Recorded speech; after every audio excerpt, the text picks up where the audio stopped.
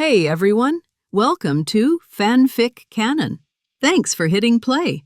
I'm thrilled to bring this fan-made story to life for you. If you enjoy the ride and want more narrated fanfics, smash, subscribe, and tap the bell so you never miss an episode. And if you want audiobook of a novel of your choice, join my Patreon. Request any title that's freely available online, and I'll produce a full narration just for you. Now, let's dive into today's adventure. A magical morning.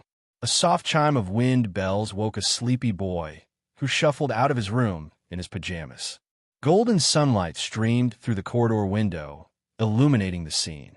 A broom was sweeping the floor on its own, trailed by a wildly swaying mop. A feather duster floated through the air, meticulously cleaning the picture frames that lined the walls, each one holding a landscape or a portrait. The boy stretched, a deep yawn escaping his lips, and blinked his tear-filled, purple eyes. His short, dark hair, shiny as ebony, was currently a mess, a veritable chicken coop. He ran a hand through it absently and continued down the corridor, past the bustling cleaning tools. He soon reached the kitchen. A fire burned brightly on the stove, and a pot bubbled with an enticing aroma. A spoon stirred its contents at a steady pace, preventing anything from sticking to the bottom. Next to it, a kettle hissed with boiling water. The boy picked up the kettle. A cup on a nearby shelf hopped neatly onto the counter, as if on cue. As he poured the reddish-brown liquid, a refreshing, familiar tea scent filled the air. Midway through the pour, the tea suddenly turned a milky white, releasing a creamy aroma. The final ratio of tea to milk in the cup was exactly 3-2. Holding his cup, the boy walked out of the kitchen, giving a brief nod to a moving portrait on the wall. He entered the hall, where a white-haired old man sat on a sofa.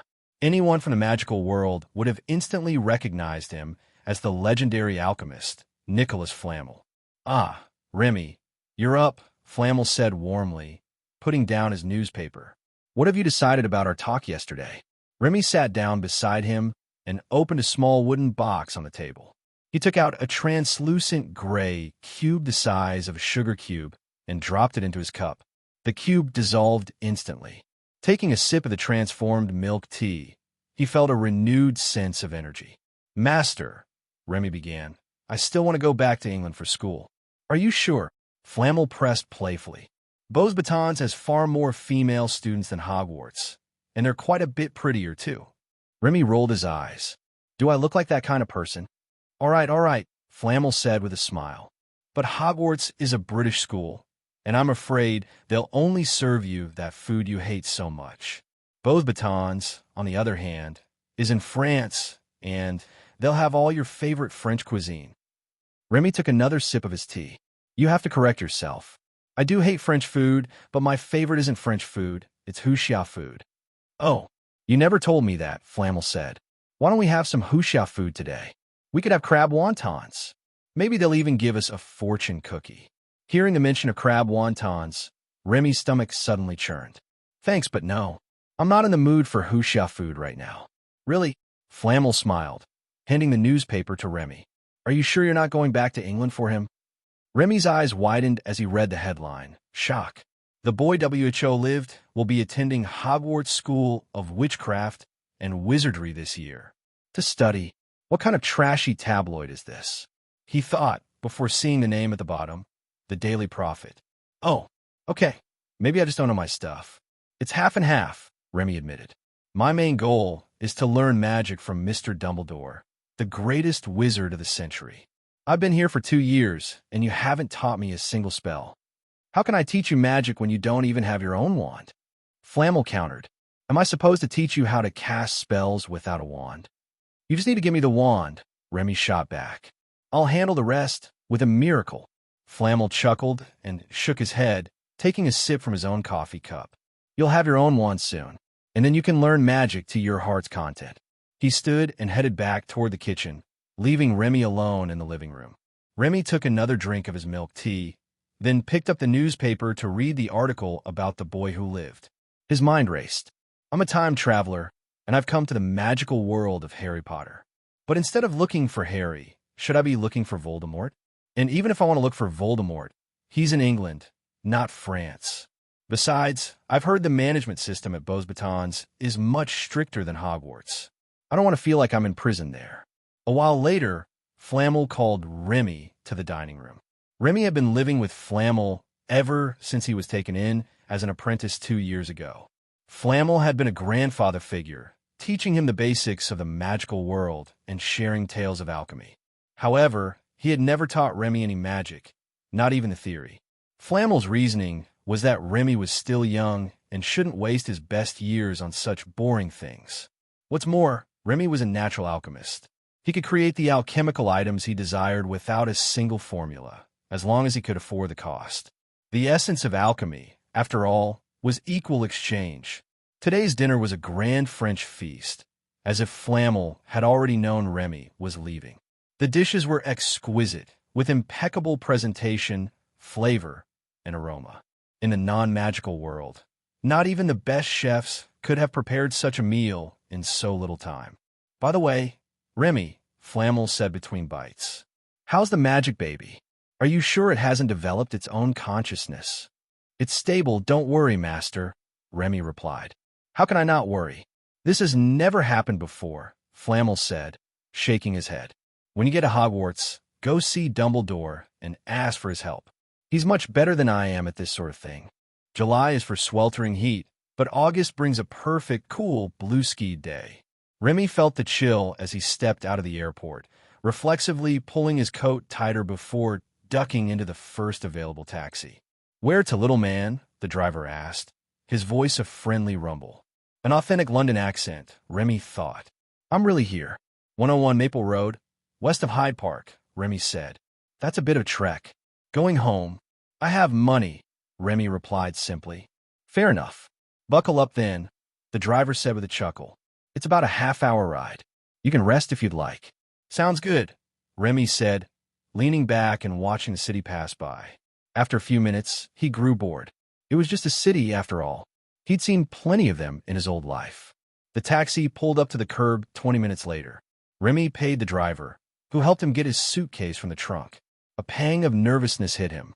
He hadn't felt in the car, but standing on the doorstep of his old house, a knot tightened in his stomach. He took a deep breath, walked to the door, and pressed the doorbell.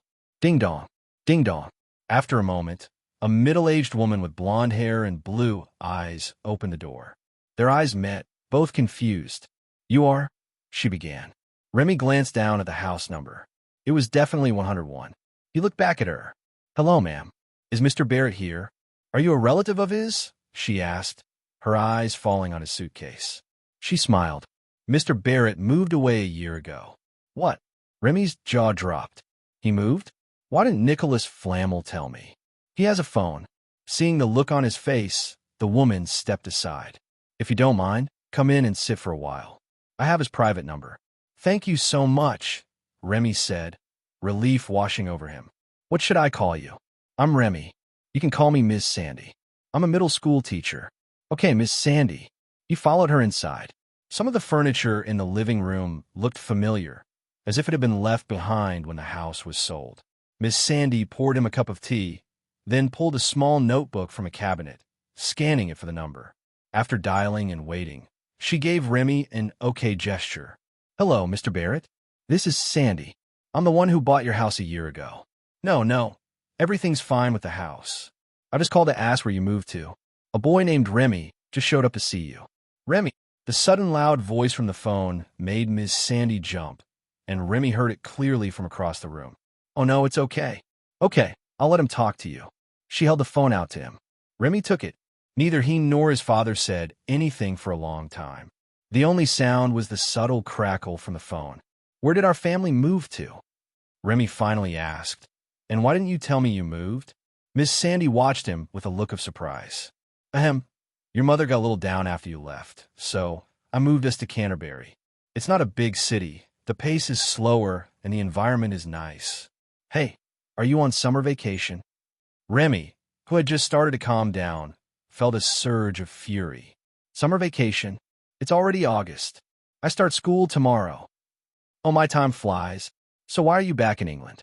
Are you transferring to a new school? You can go to school first, and I'll handle the transfer papers later. Transfer?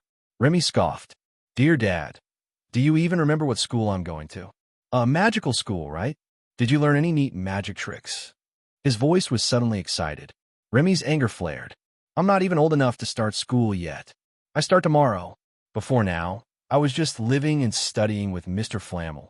Where are you? Come pick me up. A long, awkward silence followed. Your mother and I are in Australia discussing business. I'm going to explode, Remy thought. His full name was Remy Barrett, a relative of the inventor of the Barrett heavy sniper rifle. His parents both worked for the company, handling business in England. Their job was to lobby politicians to buy weapons for the military. In other words, they were salespeople. The arms business was feast or famine. Before Remy had gone to live with Nicholas Flammel, his parents had taken him all over the world, claiming to be expanding business but really just taking long, paid vacations. He didn't believe for a second that they were in Australia for business. What would Australia even do with Barrett sniper rifles? Snipe kangaroos? Remy thought, seething. That would be a violation of martial ethics. Are you going to handle my school admission? Mr. Barrett asked, his voice weak. Do we have to be there? We can't get back to England in a day.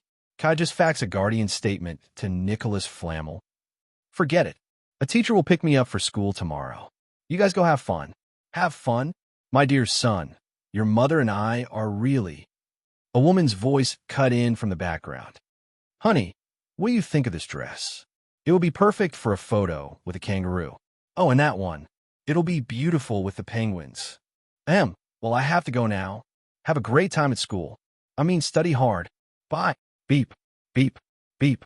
Remy's face was thunderous as he hung up. He thanked Miss Sandy politely, grabbed his suitcase, and turned to leave. Where are you going? Miss Sandy asked, blocking the way. You should wait for your father to pick you up. It's no trouble at all. Wait for them, Remy thought bitterly. They're too busy picking up kangaroos and penguins. My father is in Australia, he said, forcing a smile. He told me to go to my aunt's house. It's not far from here. First-year students need to prepare 3 sets of plain work robes and a wand. It's just basic equipment, Harry. A pair of dragon-hide gloves. Hagrid, are they real dragon skin? It can't be the skin of a penguin, right? On the subway, a little kid named Harry was talking loudly with a giant man in a floral dress and fluffy hair, oblivious to the people around him. Others looked at this strange pair curiously and listened to the incomprehensible words they said, thinking that they were doing performance art or filming a movie. They just didn't know where the camera was hidden. And a crucible. Can you buy these in London, Hagrid? Of course, as long as you know the way. Where are we going to buy it then? Oxford Street. No, we're going to Diagon Alley. Diagon Alley? Where is that? Are we going to Diagon Alley now? No, we have to pick someone up before we go to Diagon Alley. He, like you, will also be enrolled this year. As he spoke, Hagrid took out a pitiful little piece of paper that was smaller than his palm from his dirty coat pocket and held it in front of his eyes to look at it carefully. Well, we should get off at the next stop, Hagrid said. Yeah. Harry put away the acceptance letter, feeling both excited and nervous about the person he was about to meet. Are you going to meet someone like you? What kind of person is he? Does he have magical powers like Hagrid? Harry's mind was in a mess until Hagrid told him to get out of the car. After wandering around a bit, Harry followed Hagrid to a residential street. Continuing along the street, Harry soon saw a very strange person. It was a man who looked about the same age as him, but taller. He was standing under the street lights in the early morning, drinking something from a teacup in his hand, and a full set of tea set was placed on the suitcase next to him. He saw Harry as Harry saw him. At the same time, Hagrid also noticed this strange boy. Muggle-repelling charm? You are Remy Barrett, right? I didn't expect you to have mastered this level of magic. By the way, I'm here to take you to Hogwarts School of Witchcraft and Wizardry. This is your admission letter. Hagrid walked forward and said, Thank God you're finally here. The tea I was waiting for is almost cold. Remy took the letter with a sense of relief and quickly opened it. Headmaster of Hogwarts School of Witchcraft and Wizardry, Albus Dumbledore. President of the International Confederation of Magic, President of the Wizarding Association, First-Class Magician of the Order of Merlin. Dear Mr. Barrett, We are pleased to inform you that you have been accepted to study at Hogwarts School of Witchcraft and Wizardry. Enclosed is a list of required books and equipment. The semester is scheduled to start on September 1st. We will be waiting for your owl to bring your reply before July 31st. Sincerely, Vice Principal, Female, Minerva McGonagall. I'm afraid I won't be able to reply to Professor McGonagall before July 31st. My teacher won't let me play with the time turner, Remy said. That thing is indeed dangerous, but why are you standing here instead of at home? Hagrid asked puzzledly. Don't mention it. My parents moved away without telling me, and I'm embarrassed to stay in someone else's house, so I have no choice but to wait here. All right. Hagrid shrugged, and then suddenly remembered something and pushed Harry. I forgot to introduce you to him. He is Harry Potter. Maybe you have heard rumors about him. Hagrid said, So you're the boy who lived? I was thinking of going to find you when I get to Hogwarts. My name is Remy Barrett, Remy said, stretching out his hand. Thank you. Harry shook Remy's hand, but he was confused. But what do you mean by the boy who lived? I don't quite understand. Haven't you heard the legend about yourself? No. Harry shook his head. Can you tell me what they say about me? Why do they say I'm the boy who lived? How do I put this? Remy scratched his head, then picked up the kettle and poured 2 cups of black tea and handed them to Hagrid and Harry respectively. In the magic world of Ing Country, there once appeared a little jerk called Puff. Hagrid, who had just taken a sip of tea, immediately spat out the tea. Fortunately, he was tall enough, so even though he was facing Remy at the moment, he didn't spray Remy in the face. Ahem, we usually call him the Dark Lord here. Hagrid said, Oh, there's this little jerk called the Dark Lord. Hagrid, well, if you're happy. He calls himself Voldemort. Blanche. Hagrid's eyes suddenly widened, and he quickly reached out to cover Remy's mouth. Remy, don't call him by his name directly. He has cast a magic on his name. He will know it as long as someone says his name. Hagrid said. Pulling Hagrid's hand away, Remy rolled his eyes in annoyance. If he knows, then so be it. What can he do if he knows? What good would it do even if I knew? Hagrid was stunned. At this moment, Remy stretched out his hand and pointed to the sky. Voldemort, I'm going to cross you. Silence. Silence for 3 full seconds. 3 seconds later, Remy calmly poured himself another cup of tea. Look, that little jerk didn't do anything to me, did he? Am I still alive and well? Hagrid, Harry, do your family members know that you are so fierce? By the way, where's I just now? Remy asked. There's a little Dark Lord named Voldemort who wants to rule the entire wizarding world. Harry reminded weakly. Did it take me so long to even begin?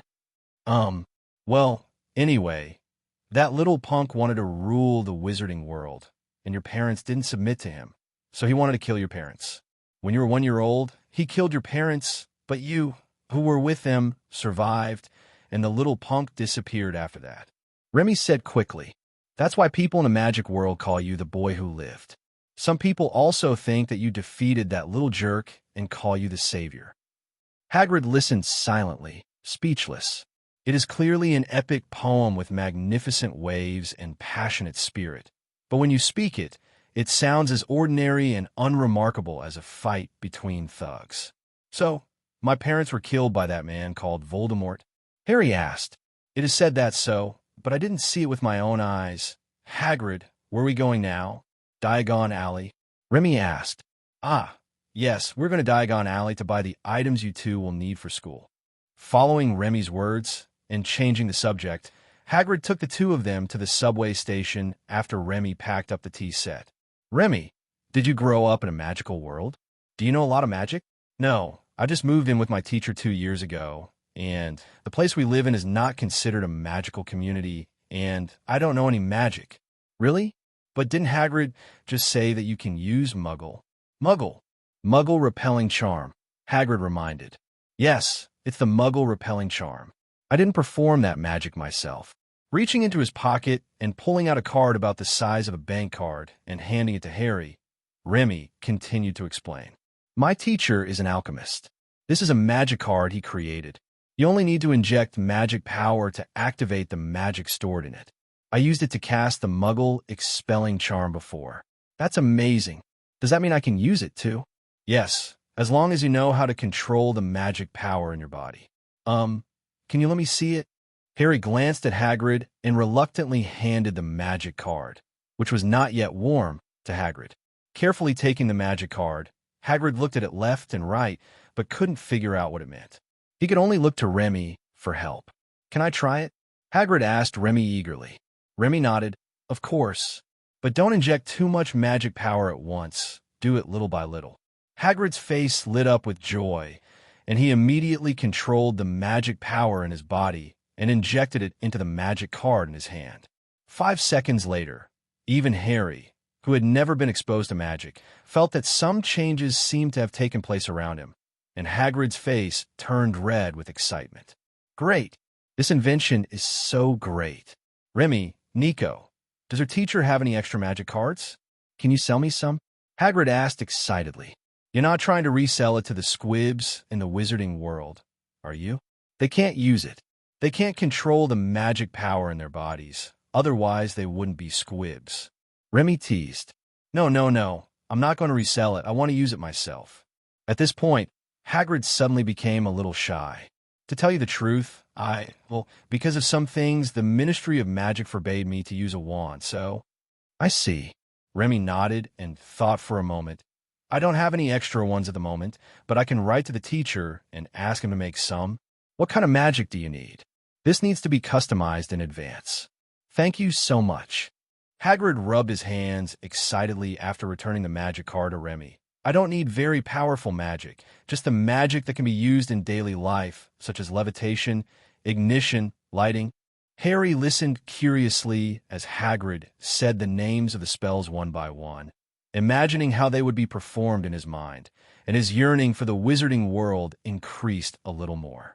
The subway sped along the track, and after passing 3 more stations, the 3 of them left the subway station together and came to the ground. Looking around, it's just an ordinary commercial street. It's not prosperous, but it's not bad either. At least you can see people. Following Hagrid all the way, Hagrid finally brought them to a blunt corner. Between 2 extremely modern shops, there stands a strange-looking shop with only a tightly fitted wooden door. It looks very out of place, and the color of the facade is very dark. Remy couldn't help but think of a sacred shop, the coffin shop. As he got closer, Remy noticed that words had quietly appeared on the sign, which had originally been blank. Vixen Bar. Ahem, it's the Leaky Cauldron. As he approached, Harry felt a familiar feeling. Were muggle-repelling charms cast here as well? Harry asked. You are indeed a magical genius, Harry. You will definitely become a great wizard. After praising Harry, Hagrid pushed open the door and a loud noise came out immediately. The tables were filled with people of all kinds and people who didn't look like humans. Some of them were drinking normal drinks, while others were drinking unknown liquids that were bubbling and emitting strange heat. Several old witches who looked like cat-like women were smoking their big pipes and staring at the door with glowing eyes, which was extremely weird. Welcome to the wizarding world. How does it feel? Hagrid asked. Harry, that's cool. If I were a muggle parent, unless I was crazy, I would never let my child go to study in the wizarding world alone, said Remy. A what? Hagrid asked, confused. A dark and dirty tavern, with ugly creatures drinking unknown liquids. Oh my God, some of them even eat raw meat. Oh my God, which parent would be so bold as to let their children stay with these people? Remy said. His voice was not loud, but not small either. As he spoke, the tavern suddenly became much quieter. Ahem, actually, there's more than one entrance to Diagon Alley. This is the one used by wizards. Hagrid explained patiently, then turned around, glanced around the pub, and shook his shoulders. With his huge size, such a move was quite intimidating, and the tavern quickly returned to normal. Are you here? Still the same as before? The tavern owner greeted Hagrid. No, Tom, I'm on duty. I see. You're taking the freshmen to buy study supplies? I never thought you'd get such an assignment. Oh my God, could this be? Harry Potter. It's my honor to have you come to the Leaky Cauldron. The bar owner ran out from behind the bar excitedly, grabbed Harry's hand, and shook it violently. Harry Potter? Really, Harry Potter? Oh my God. I waited for so long that I thought the Daily Prophet was talking nonsense again, but I didn't expect to actually wait for Mr. Harry Potter. Mr. Potter, it's an honor to meet you. Welcome back. Welcome back to the wizarding world, Mr. Potter. There was a loud, crackling noise, and everyone in the pub stood up and came over to shake Harry's hand. Their arrival immediately pushed Remy out. I'm not envious at all. With a sour grumble, Remy was about to pour himself a glass of wine to get drunk, but suddenly he smelled a strong smell of garlic that was getting stronger. I turned around and, hey, guess what? Professor Quirrell, a typical professor, was tiptoeing towards Harry like a wronged young wife. Tisk, luckily I was squeezed out, otherwise I would have been suffocated to death. It was a blessing in disguise. Remy sat on the high chair and quietly watched Harry, whose face was flushed with excitement, clumsily responding to the compliments of wizard after wizard. Remy believed that Harry's mind must be blank at this moment. After a while, the huge Hagrid was also squeezed out by the crowd. Noticing Remy, Hagrid suddenly slapped his forehead in annoyance. I'm so sorry, Remy. Actually, you don't have to envy Harry too much. When the day comes when you reveal your identity, you will definitely be more popular. Hagrid walked up to Remy and said softly, people's joys and sorrows are not shared. I just think they are noisy. Okay. Speechless, the two waited quietly for the crazy crowd to calm down. When the excitement faded, Hagrid squeezed back into the crowd and led Harry out, then called for Remy to follow. Leading the two of them through the bar to a small patio surrounded by walls on all sides, Hagrid took out his umbrella and pointed it at the wall while muttering to himself. Count 3 from the top and 2 from the side. Damn it. Why do I have to change it every once in a while? It's really unfriendly. Okay, we found it. You two stand back. As he spoke, Hagrid tapped the wall 3 times with the tip of his umbrella. The stone bricks he hit immediately shook and began to move. Not just that one brick, but a large area of bricks around it were moving, and in the blink of an eye, an archway wide enough for Hagrid to pass through appeared. On the other side of the arch is a winding cobblestone alley. Welcome to Diagon Alley. He saluted like a gentleman, as if he were a butler, but it looked a little funny considering his huge size. Harry turned to look at Remy, who shrugged and extended his hand to slightly signal Harry to go first. Harry nodded, took a deep breath, and walked through the archway. His back revealed a resolute determination, as if he was going not to Diagon Alley in September, but to the execution ground in July. After passing through the arch and looking back, I saw that the bricks on the wall moved again and turned into a solid wall again. Remy, follow me. Oh well, I took a few quick steps to catch up with Hagrid. The dazzling sunlight was shining on the street and on the storefronts on both sides of the street, making them sparkle. Harry looked at everything around him curiously, his head almost spinning like a rattle. Remy took out the letter Hagrid had given him and looked at the appendix at the back, while thinking about what else he needed to buy. Hogwarts School of Witchcraft and Wizardry. Uniform. First-year students need to 1. 3 sets of plain work robes, black. 2. A plain peaked hat for daytime, wear black. 3. A pair of protective gloves, made of dragon leather or similar materials. 4. A winter cape, black with silver buttons. Please note, all student clothing must have a name tag. Textbook. All students are required to prepare the following books. The Standard Book of Spells, Elementary, by Miranda Goshawk. A History of Magic by Bathilda Bagshot. The Theory of Magic by Adalbert Waffling. The Beginner's Guide to Transfiguration by Emery Sweech. 1,000 Wonderful Herbs and Fungi by Phillida Spar. Magic Pharmacy and Potions by Arseny Geiger. Fantastic Beasts and Where to Find Them by Newt Scamander. The Dark Arts, A Guide to Self-Defense by Quentin Trimble. Other equipment, a magic wand, a crucible, pewter, standard size 2, a set of glass or crystal files, a telescope, a brass balance. Students may bring an owl, a cat, or a toad. Parents are kindly reminded that first-year students are not allowed to bring their own broomsticks. There are so many school supplies to buy, and I don't think I have enough money on me. Hagrid, let's go to Gringotts first. Remy said, I'm taking you to Gringotts now. By the way, I forgot to ask you before. Did you bring the key? Did you lose it? Hagrid asked. Don't worry, I will never let anything go out of my hands. Granddad would kowtow to me and call me an expert when he sees me. Harry, this is the first time I've heard someone describe themselves like this. Walking in Diagon Alley, probably because school is about to start, there are not many people of the same age on the street, but there are quite a few children. They gathered in front of the windows of pet shops and flying broom shops, having heated discussions, commenting on the goods inside, and expressing their unique insights on each product. Other magic supply stores, such as bookstores, are completely deserted by children. Following Hagrid all the way, they soon came to a tall, white building at a fork in the road. The building was crooked, but it still looked much more imposing than all the surrounding shops. Especially its huge, shining bronze gate and the waiters standing beside the gate wearing red uniforms inlaid with gold. It is obvious that it is a high-end club place. This person is... Yes, he is the goblin I told you about this morning. After getting Hagrid's confirmation, Harry couldn't help but look at the goblin a few more times. This goblin is very short and seems to be quite old.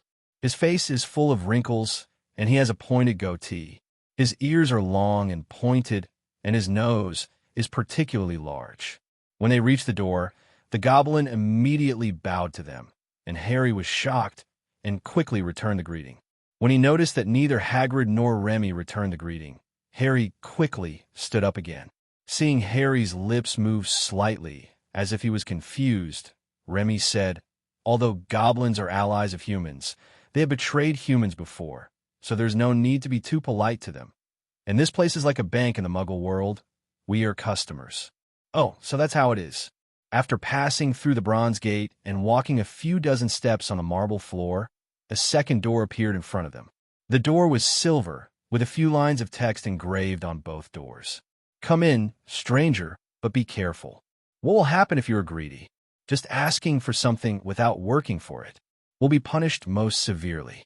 So if you want to take a portion of our underground vault that was never yours, you have been warned, thief. Be careful, or you may attract bad consequences instead of treasure. See, like I said this morning, no one would want to rob this place unless they were crazy, said Hagrid. Harry nodded repeatedly, while Remy on the side curled his lips in disdain.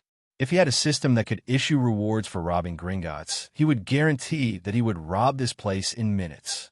Although he doesn't know any magic now, Remy is confident about his future, absolute confidence. As a time traveler, although Remy does not have a system, he does have plugins, and he has two plugins. One is a plugin that comes with birth. Remy is a natural master of alchemy. Another cheat was created by Remy himself after his magic awakened. This acquired cheat is more powerful than the innate cheat that he was born with. Passing through the silver door, the three entered a tall marble hall, led by two goblins who looked like lobby managers. There are long counters on both sides of the hall, and behind each long counter there are 4 or 5 fairies sitting evenly. Some of them were sitting on high stools, doing the accounting. Some were using scales to weigh some gems, and some were using eyepieces to examine the jewelry. There were doors all around the hall, and many people were going in and out of these doors under the guidance of the goblins, making people dizzy. Hagrid didn't look anywhere else. He walked straight to the middle and highest counter at the end of the hall. The counter was very high, and even Hagrid could only look directly at the goblin behind the counter, while Harry and Remy could only be looked down upon by him. This made Remy very unhappy. In today's magical world, human wizards are in an absolute dominant position. How dare a tiny goblin treat all human wizards in such a condescending manner? He really has evil ambitions. Morning. Hagrid greeted the goblin behind the counter. We need to get some money from Mr. Harry Potter's safe. Have you got his key, sir? Oh, yes. Wait a moment and let me look for it. A flash of panic suddenly flashed across Hagrid's big head, and he took out everything from his pocket and put it on the counter. It was just that he was tall enough, and the others would probably have to squat on the ground to search. Found it. Phew. With a sigh of relief, Hagrid handed the goblin a small and exquisite golden key. The goblin looked it over carefully and nodded to Hagrid. Although there are a lot of dog biscuit residues on it, it should be fine. Oh, by the way, I also have a letter from Headmaster Dumbledore. It's about the thing in the underground vault number 713. Hagrid said, taking out a letter from his arms and handing it to the goblin. He preserved the letter very well. Apart from some slight wrinkles, there was no other damage. The goblin took the letter and read it carefully, then returned it to Hagrid. I can find someone to take you to these 2 underground vaults, but there is another door in that vault. If you don't have the key, you can't enter. Don't worry, we have the keys. Hagrid glanced at Remy and said, That's good, Griphook. An elf came running over, adjusted his appearance, and took a breath before leading the 3 people through a door and out of the hall. What's in the underground vault number 713? It actually requires 2 doors. Harry asked. I can't tell you that.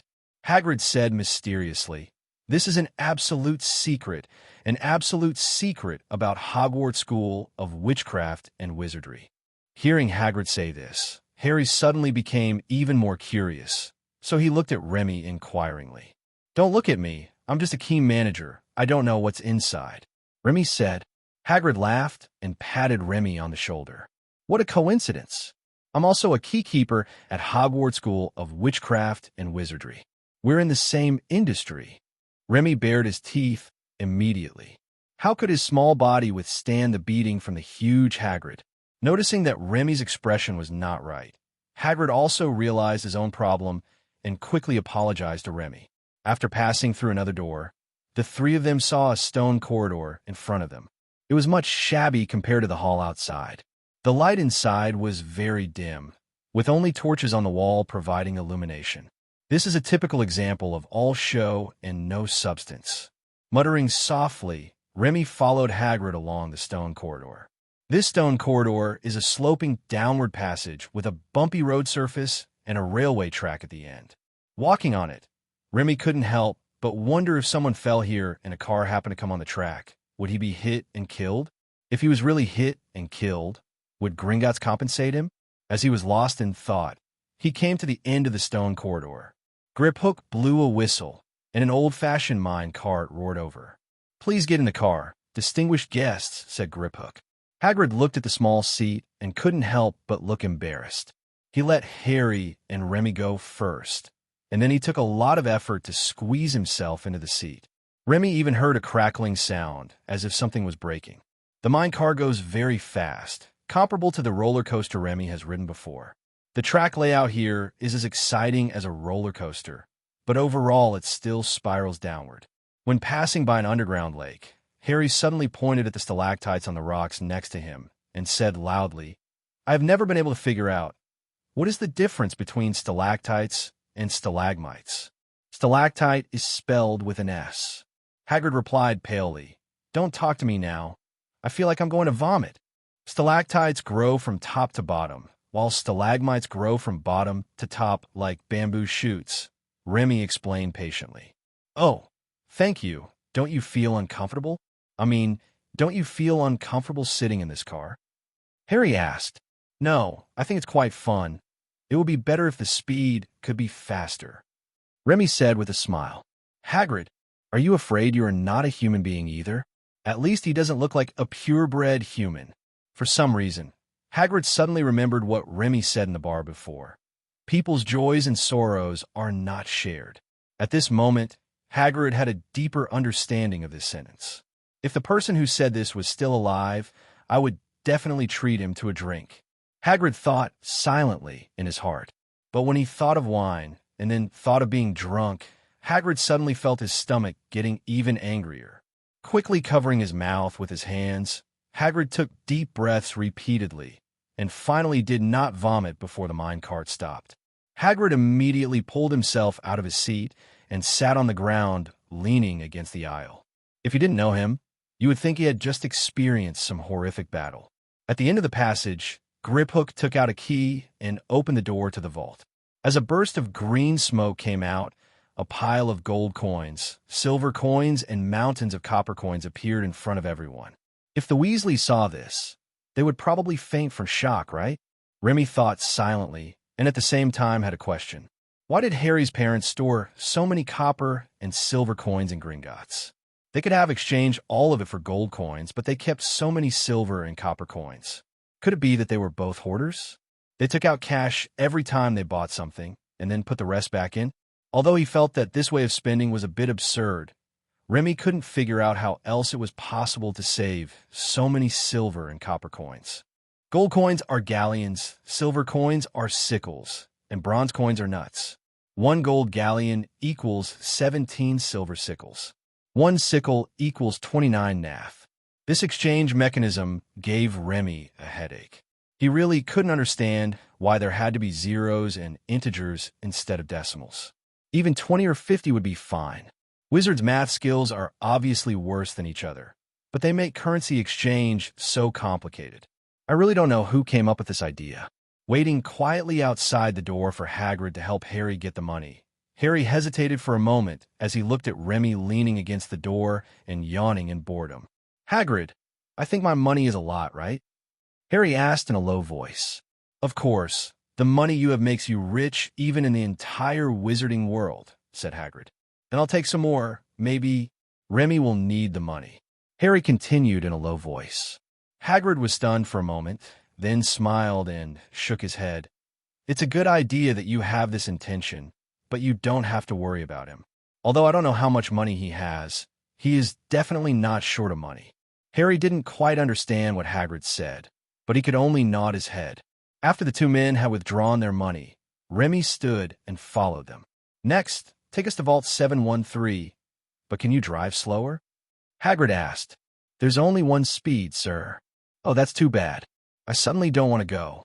After complaining dejectedly, Hagrid put on a tragic look as if the wind was whistling and the river was cold, and the hero would never come back, and stuffed himself into the car again. After everyone was seated, the car started again and continued to move quickly downwards. Perhaps it was because Hagrid had adapted a little after the experience just now. His face looked much better this time than before, even though the car was actually going faster and faster as it went downwards. Because the further you go down, the steeper the track gets as the depth increases. At the same time, the temperature is lower. When the car stopped again, Harry shuddered and exhaled a cloud of white steam with every breath. This safe is unusual at first glance because it has no key. Griphook walked to the vault door and opened it with just a swipe of his hand. The security level was minus 10,773. Fortunately, after the vault door was opened, there was another magnificent golden door inside. "I can't open the door at the back either. You guys figure out yourself," Griphook said as he walked to the side. Hagrid nodded and looked at Remy, and Harry also looked at Remy curiously. Remy squatted down, laid down the suitcase he was carrying, and opened it. Under Harry's curious gaze, he saw that Remy's suitcase had a terrace structure like a makeup box, and each layer was a separate drawer. Pulling open the top drawer, Remy reached into it. The drawer looked to be only about 5 centimeters high, but Harry was surprised to see Remy put his entire arm in it. Found it. Remy closed the box with his foot and walked towards the vault door, holding a shining golden key. As the key was inserted into the keyhole, the entire door suddenly disappeared like a mirage, and the key disappeared along with it. "Wow, this is pretty cool." Remy's eyes lit up. "I saw an open box in the vault, which was full of shiny gold coins. On the left side of the box is a stone platform, on which is placed a small package wrapped like a rice dumpling. Remy feels that it should be filled with candy dates. Zongzi is a magical food that breaks the common regional preference of sweet food in the south and salty food in the north. The reason is actually very simple. Flower growers generally prefer salty food for meals, but prefer sweet desserts, dim sum, and snacks. Therefore, the sweetness or saltiness of a snack in the local taste can roughly determine the status of this snack in the local eating habits. Remy is a little special. He likes to eat spicy rice dumplings. Hagrid went to get the rice dumplings, while Remy reopened the box and bent down to move it. In the end, it didn't move. Harry came over to help, but the box remained motionless. This is not because the box is enchanted, but because the box is too heavy. This box is 1 meter long, half a meter wide, and half a meter high, which is 0.25 cubic meters. If it were filled with pure gold, it would weigh a staggering 4.8 tons. Although the gold coin does not completely fill up all the space at this moment, because it is round, and the gold content of the gold coin is not 100%, its weight is still measured in tons. So after putting 20 gold coins into his pocket, Remy had to ask Hagrid for help.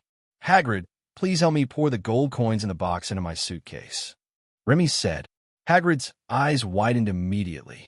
"You want to take all the gold coins? Are you sure you have thought it through? There is no commercial street in Hogwarts. You don't need to carry so many gold coins with you." "I know. I will exchange all these gold coins for magic materials later," Remy said.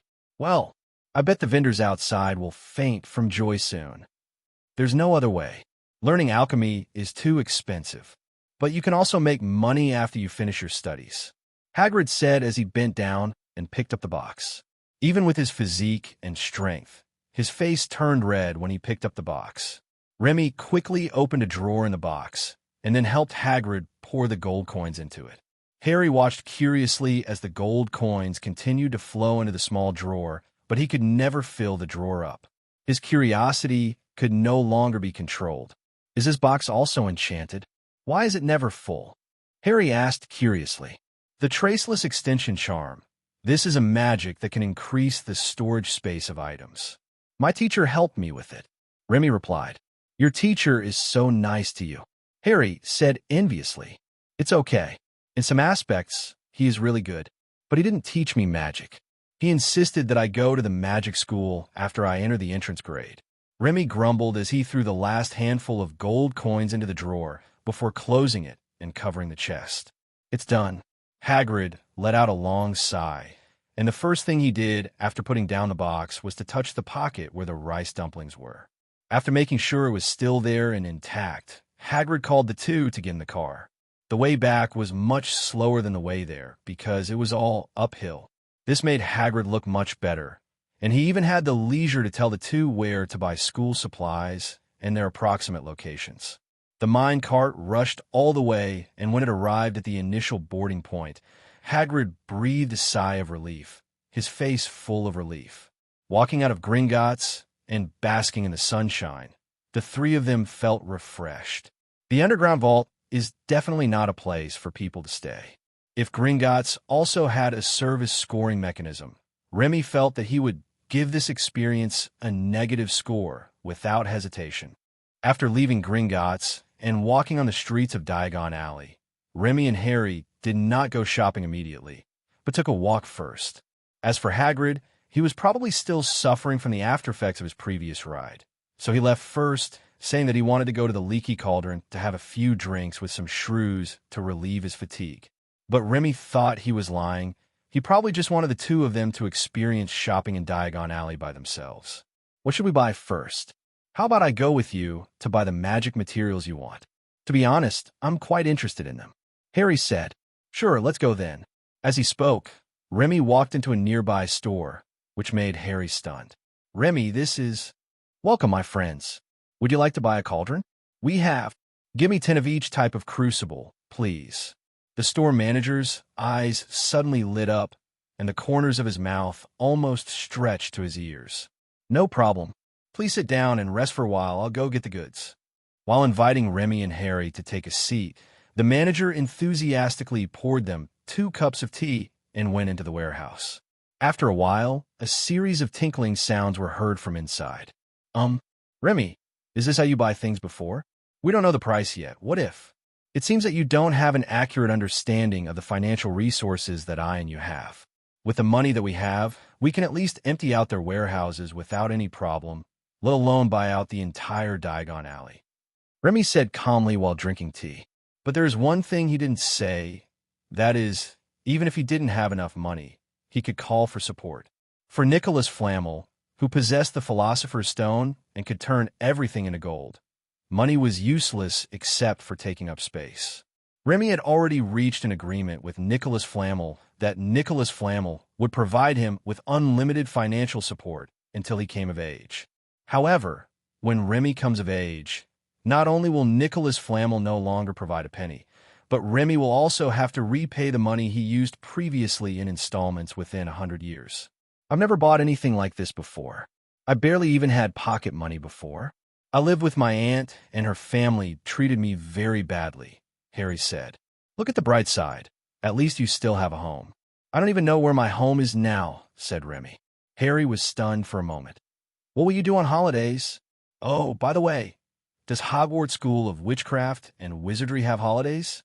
Or do we have to live in the school all the time? There are holidays. Remy nodded. If I have holidays, I might go to my teacher's house or stay overnight at school. It doesn't matter. It doesn't matter where I stay. Anyway, even if I go home, my parents will definitely take me around the world, and I will still have to stay in a hotel, so it's better to stay overnight at school. Really? I would like to stay if I can. I don't want to go back to my aunt's house.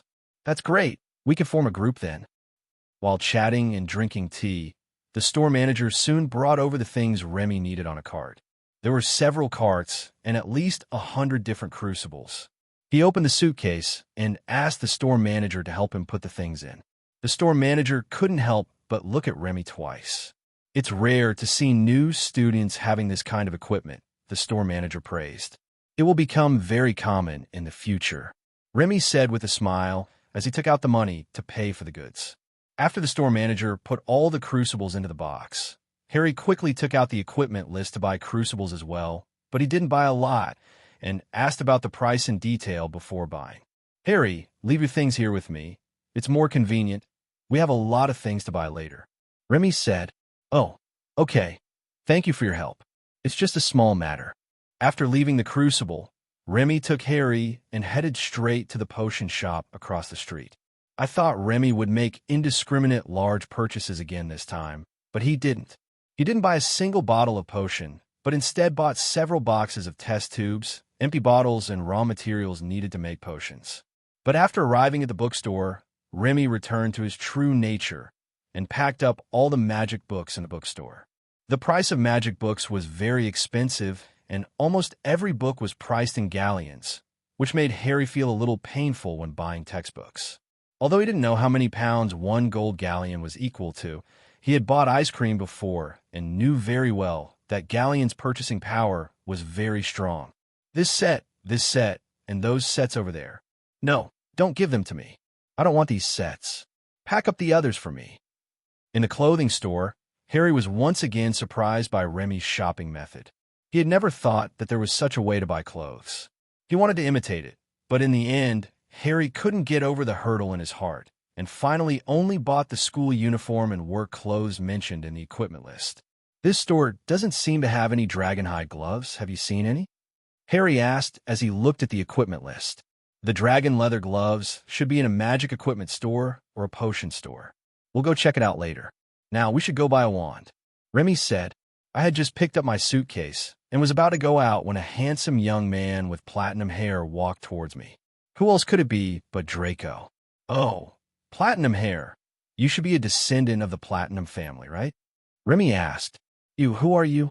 Draco asked with a slightly stiff expression as he looked at Remy and Harry, as if his rhythm was disrupted by Remy's first words. Well, we'll know each other after school, right? We still have to go buy wands, so I'll leave first. Bye. With that, Remy waved to Harry and walked out of the clothing store. Harry glanced at Draco curiously, then caught up with Remy. Remy, what is the Platinum family? Harry asked curiously. The Platinum family is the Malfoy family, one of the 28 pure-blood families in the wizarding world, and one of the oldest pure-blood families. Hearing the voice, Remy and Harry stopped and turned at the same time, only to see that Draco had followed them out for some reason. My name is Draco, Draco Malfoy, Draco said as he held out his hand to Remy. Remy was a little surprised, but still shook hands with Draco. Remy Barrett. Barrett? Draco frowned, with a trace of confusion in his eyes. If I remember correctly, there seems to be no Barrett family in the magic world. To be precise, there is no such family in the magic world of in-country. My family is quite famous in May Country, Remy said with a smile, playing a little word game by the way. He only said that the Barrett family was famous in Magnesium Country, but he didn't say that they were famous in the Magnesium magic world. In Western culture, there is a contempt chain for hair color. At the bottom of the contempt chain is red hair.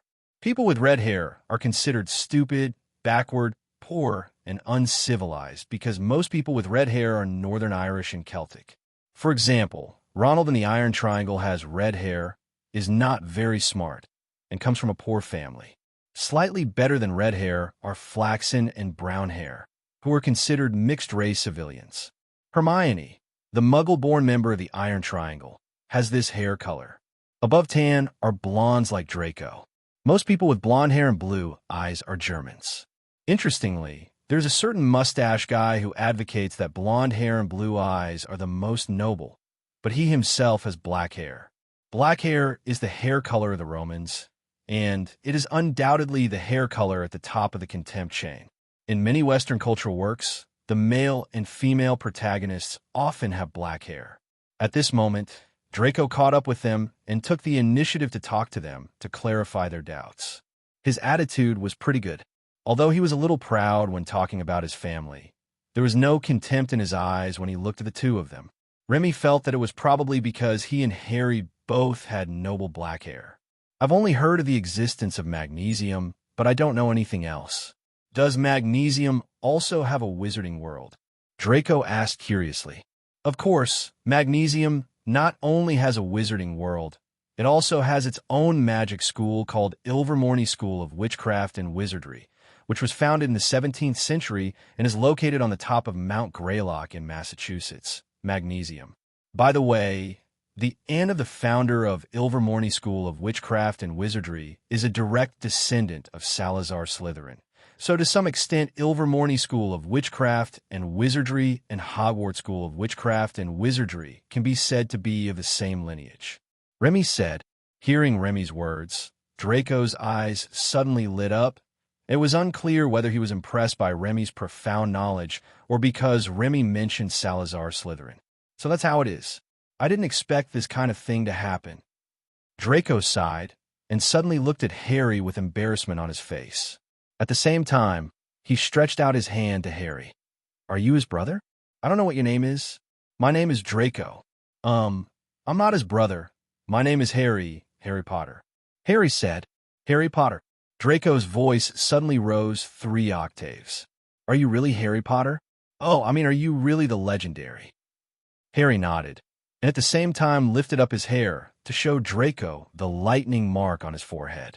There were many people in the bar who didn't believe it before and expressed their desire to see the legendary mark. Although Harry didn't know what was so good about this mark that he had had since childhood, at least he knew that this mark could be used to prove his identity. Oh, it's so nice to meet you, Harry. Draco excitedly shook Harry's hand again. I hope we can be assigned to the same house. Needless to say, someone like you will definitely be assigned to Slytherin, and Remy, I really hope we can be assigned to the same dormitory. Maybe, let's talk about it when we get to Hogwarts. We still have a lot of things to buy. If we don't hurry up, we might miss the train to Hogwarts in the afternoon. Remy said, Oh yeah, sorry I was careless. Draco quickly let go of Harry's hand. Then I won't bother you anymore. See you on the train. Okay, bye. Bye. As soon as he finished imitating Remy's words, Harry suddenly felt that something was wrong with this sentence, because Remy said it in Huxia. Remy, what does this sentence mean? Does it mean goodbye from the magnesium side? Harry asked curiously. You can understand it that way, although it is actually a variant word that was transliterated after the Ing language was introduced to an Eastern country. But it does mean goodbye. Oh, you are amazing. You know so much. It's okay. After all, I used to drink 6 nuclear bombs to nourish my brain since I was a child. 6 nuclear bombs? What kind of drink is this? Why does the name sound weird? Following Remy in confusion, just as they were walking towards the wand shop, someone suddenly called them from behind. It turned out to be Hagrid. Oh, thank God I finally found you. Have you bought everything? Hagrid asked. The only things left to buy are the wand, dragon skin gloves, and the owl. We are just about to go buy the wand. Remy said after thinking for a moment. Oh, that's great. Well, you guys go buy wands. I won't go with you. I'm going to buy something over there. Hagrid said, Oh, JBK bye. Harry imitated him and waved his hand. Oh, JBK bye. Hagrid, what are you talking about? I don't quite understand. Could it be French? Thinking of Remy's identity, Hagrid immediately felt relieved and went about his business. On the other side, Remy and Harry came to the door of the wand shop and looked up at the slightly mottled golden billboard above. Ollivander's, making fine wands since 382 BC, specializing in wand making for 2,000 years. Come on, let's meet this staff-making master. Oh well, when I pushed open the shop door, a small bell suddenly started ringing, alerting the store owner that someone had come in. However, after the two looked around in the store for a while, the manager did not come out. Just as Remy could no longer control himself and went to take the small boxes that were stacked up like a wall, a voice suddenly sounded from behind them. "Good afternoon, gentlemen." Scare. Remy was so frightened that he shuddered and turned around helplessly. "Mr. Ollivander, could you please make some noise when you walk? Can't you see that I'm concentrating on stealing?" "Harry, Ollivander, is it my fault? Should I let you steal the things and come out? Or should I come over here to remind you that someone is coming?" Ollivander was stunned by Remy for a moment. "Hello, Mr. Ollivander. Remy didn't mean that. He just—" Harry was interrupted by Remy before he could finish his explanation. "Stop talking nonsense and get down to business, Mr. Ollivander. Take out the most powerful wands you have. I want them all," Remy said with an air of wealth and generosity. Bang! Harry slapped his forehead helplessly and thought to himself, "I knew it would be like this. Oh, my dear child, everyone only needs one wand. No one can cast a spell by holding a bunch of wands. Otherwise, they won't be able to cast any magic at all." Ollivander explained patiently. Really? I don't believe it."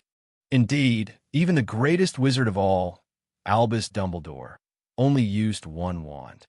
Ollivander said helplessly. "Oh, that's okay. I'll buy a few more to use in rotation." No. The wand cannot be replaced easily, because it is the wand that chooses its master. If you replace the wand easily, the wand will think you have abandoned it. "Oh, you mean the wand has its own consciousness?" "Yes, it does have its own consciousness to a certain extent." "Really? I don't believe it. Ollivander, how come I didn't find this so annoying before?" "Remy," Harry tugged at Remy's clothes, "you should listen to Mr. Ollivander. He is a professional wand maker. He knows more about wands than we do. A master of staff making." Ollivander's mouth twitched suddenly. For some reason, he always felt that this name was an insult. "Mr. Ollivander, has the Ministry of Magic issued any laws stipulating that each person can only buy one wand?" Remy asked. That's not the case." "That's it then. Take out the most powerful wands you have. It's not like I won't pay you." Ollivander sighed helplessly and rubbed his forehead with a headache. He didn't understand why the excuses that had always worked in the past were of no use to this child. As a master wand maker and a hereditary wand maker who has been making wands for generations, Ollivander undoubtedly cherishes the wands he makes, and each wand is like his child. Because of this, Ollivander also hopes that the little owners of the wands can cherish their wands as much as he does. For this reason, he would warn every young wizard who came to buy a wand that the wand had its own consciousness, and it was the wand that chose the wizard, not the wizard who chose the wand. However, today he found that his words seemed unable to convince the child in front of him, but he was ready to try again. "Your name is Remy, right?" Ollivander asked. "Yes." Remy nodded. "My name is Remy Barrett." "Okay, Mr. Barrett, I think I need to explain to you how I make wands so that you can understand them better," said Ollivander. Remy nodded, and Harry looked at Ollivander curiously, his eyes full of anticipation for hearing a story. The wand can be divided into two parts. One is the body, which is made of wood that contains magical powers. Usually ebony, oak, holly, etc. are used. These woods not only contain magic power, but also have their own unique properties. Combining them with suitable core materials can increase the power of the core and give the wand unique properties. Ollivander said, with a hint of obsession in his eyes, as if he had entered his own spiritual world. "So, what about elderberries?" Remy's question brought Ollivander back to reality, and he frowned. "Oh, it seems you have heard of the legend, but to be honest, I don't think elder is a good wand material, so I always think that the legend is wrong. I have also experimented with elder, but the results were not ideal. Neither the phoenix tail feathers, dragon heart nerves, nor the unicorn tail hair can work well with it. Ollivander said. He scratched his hair and looked a little depressed. Perhaps just as he said, he didn't quite understand why the legendary wand would use elderberry, a wood that he didn't think was excellent. Maybe you can try the wand core material with the attributes of doom and death. After all, that magic wand will always bring doom and death to its owner. Remy said after an idea came to his mind. I tried it. Ollivander shook his head. It was even worse. Remy, MMP, you didn't even give me a chance to fill my cup with tea. Well, actually I have a general understanding of magic wands, but my situation is quite special, and I do need more than one wand. Remy said helplessly. Oh, really? I don't believe it, said Ollivander. Remy, ahem. Remy cleared his throat to cover up his gaffe and continued. I'm learning alchemy, but when I'm doing alchemy, there are often inexplicable explosions. Every time there is an explosion, I can only protect myself and have no time to take care of other things. Therefore, the life of the magic wand in my hand cannot be long. Ollivander thought for a moment and nodded, then looked at Remy sincerely. Kid, that means you don't have the talent to learn alchemy. I suggest you give up alchemy and learn something else. For example, potions is a good subject. After all these years, you're the first person to say that I have no talent for alchemy. Remy smiled and said, You may have heard of my teacher. He lives in France. France? Alchemist? Could it be that? Ollivander's eyes widened, and he looked at Remy in disbelief. Remy nodded, indicating that he was not wrong. Oh, this is incredible. I didn't expect you to be his student. In that case, please wait a moment. Let me give this person. Ollivander suddenly stared at Harry with eyes wide open in disbelief. Oh, you must be Harry Potter? Your eyes are exactly like your mother's. She got her first wand from me. It seems like it happened just yesterday. It's 10¼ inches long and made of willow wood.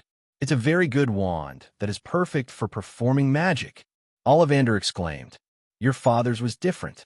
He liked mahogany wands. I mean, in the end, a mahogany wand was chosen by your father. 11 inches long, very flexible, and very suitable for transfiguration. Remy, Harry, you just said something wrong, didn't you? You must have said something wrong. In fact, it is not the wand that chooses the wizard at all. Seeing that Remy and Harry were looking at him with empty eyes, Ollivander realized that he had accidentally said something out of excitement. So he quickly took out the measuring tape and measured Harry's arm length while changing the subject. Which hand do you prefer? Right hand. I usually use my right hand. Okay, raise your arms.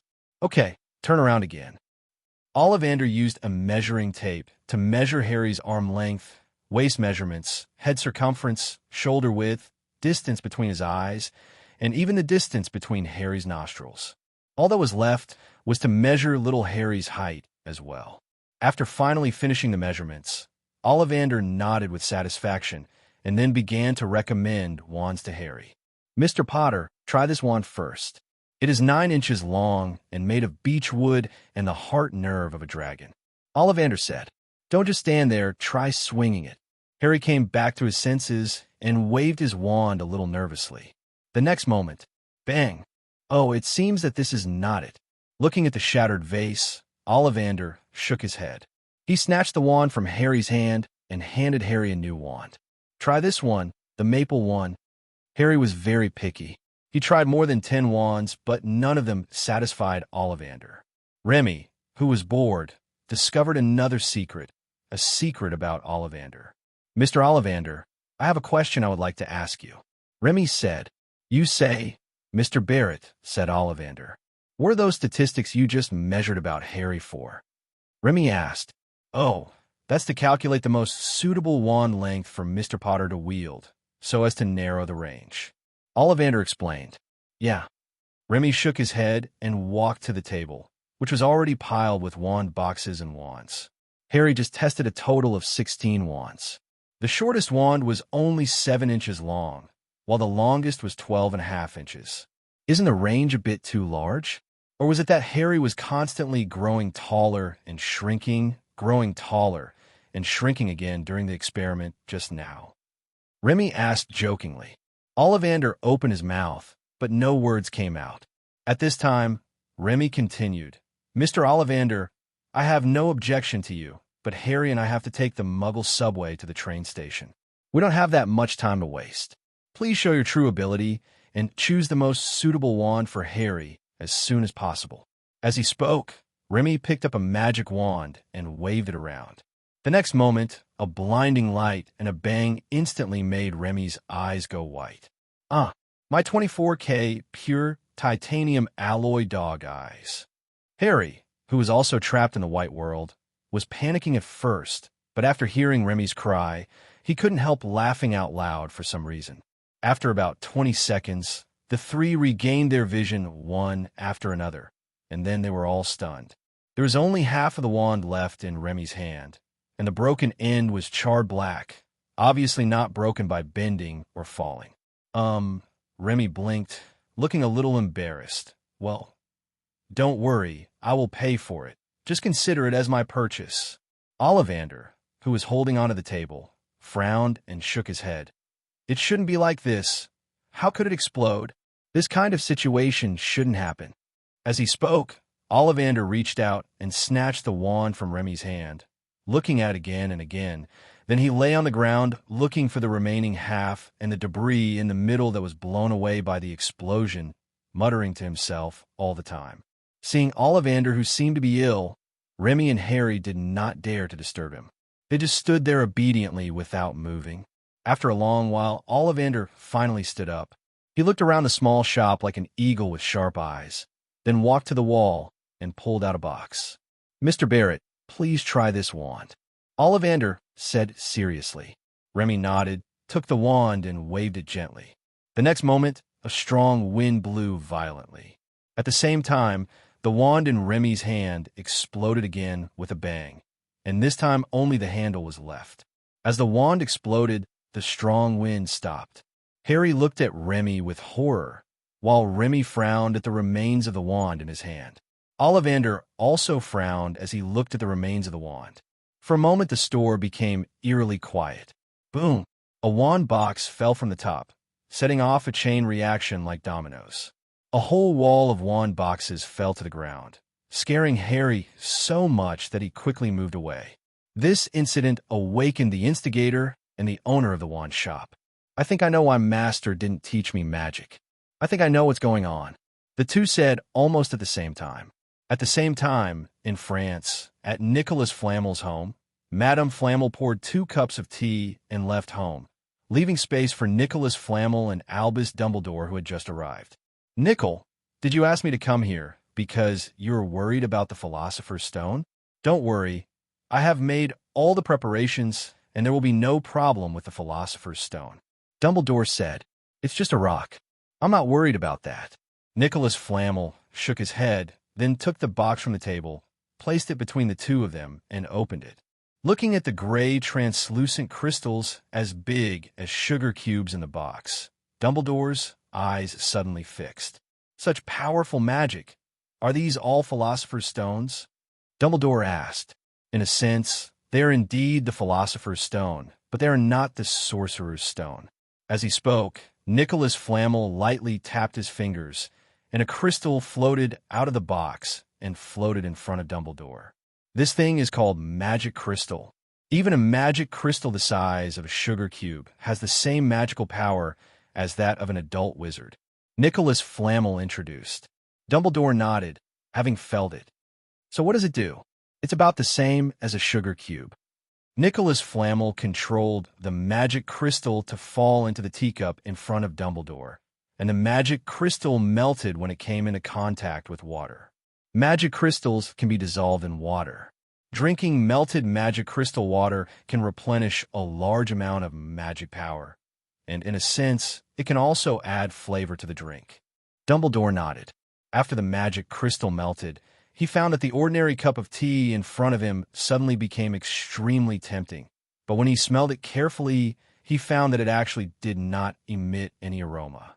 The appetizing aroma is actually an illusion caused by the body's desire for magic power. What a great invention! If I had enough magic crystals, maybe I could still defeat Voldemort in a duel now. Dumbledore said, half seriously and half jokingly. Nicholas Flamel did not respond, but took out another magic crystal and put it into his teacup, then raised the cup and toasted Dumbledore. After taking a sip, Dumbledore's eyes lit up and he nodded.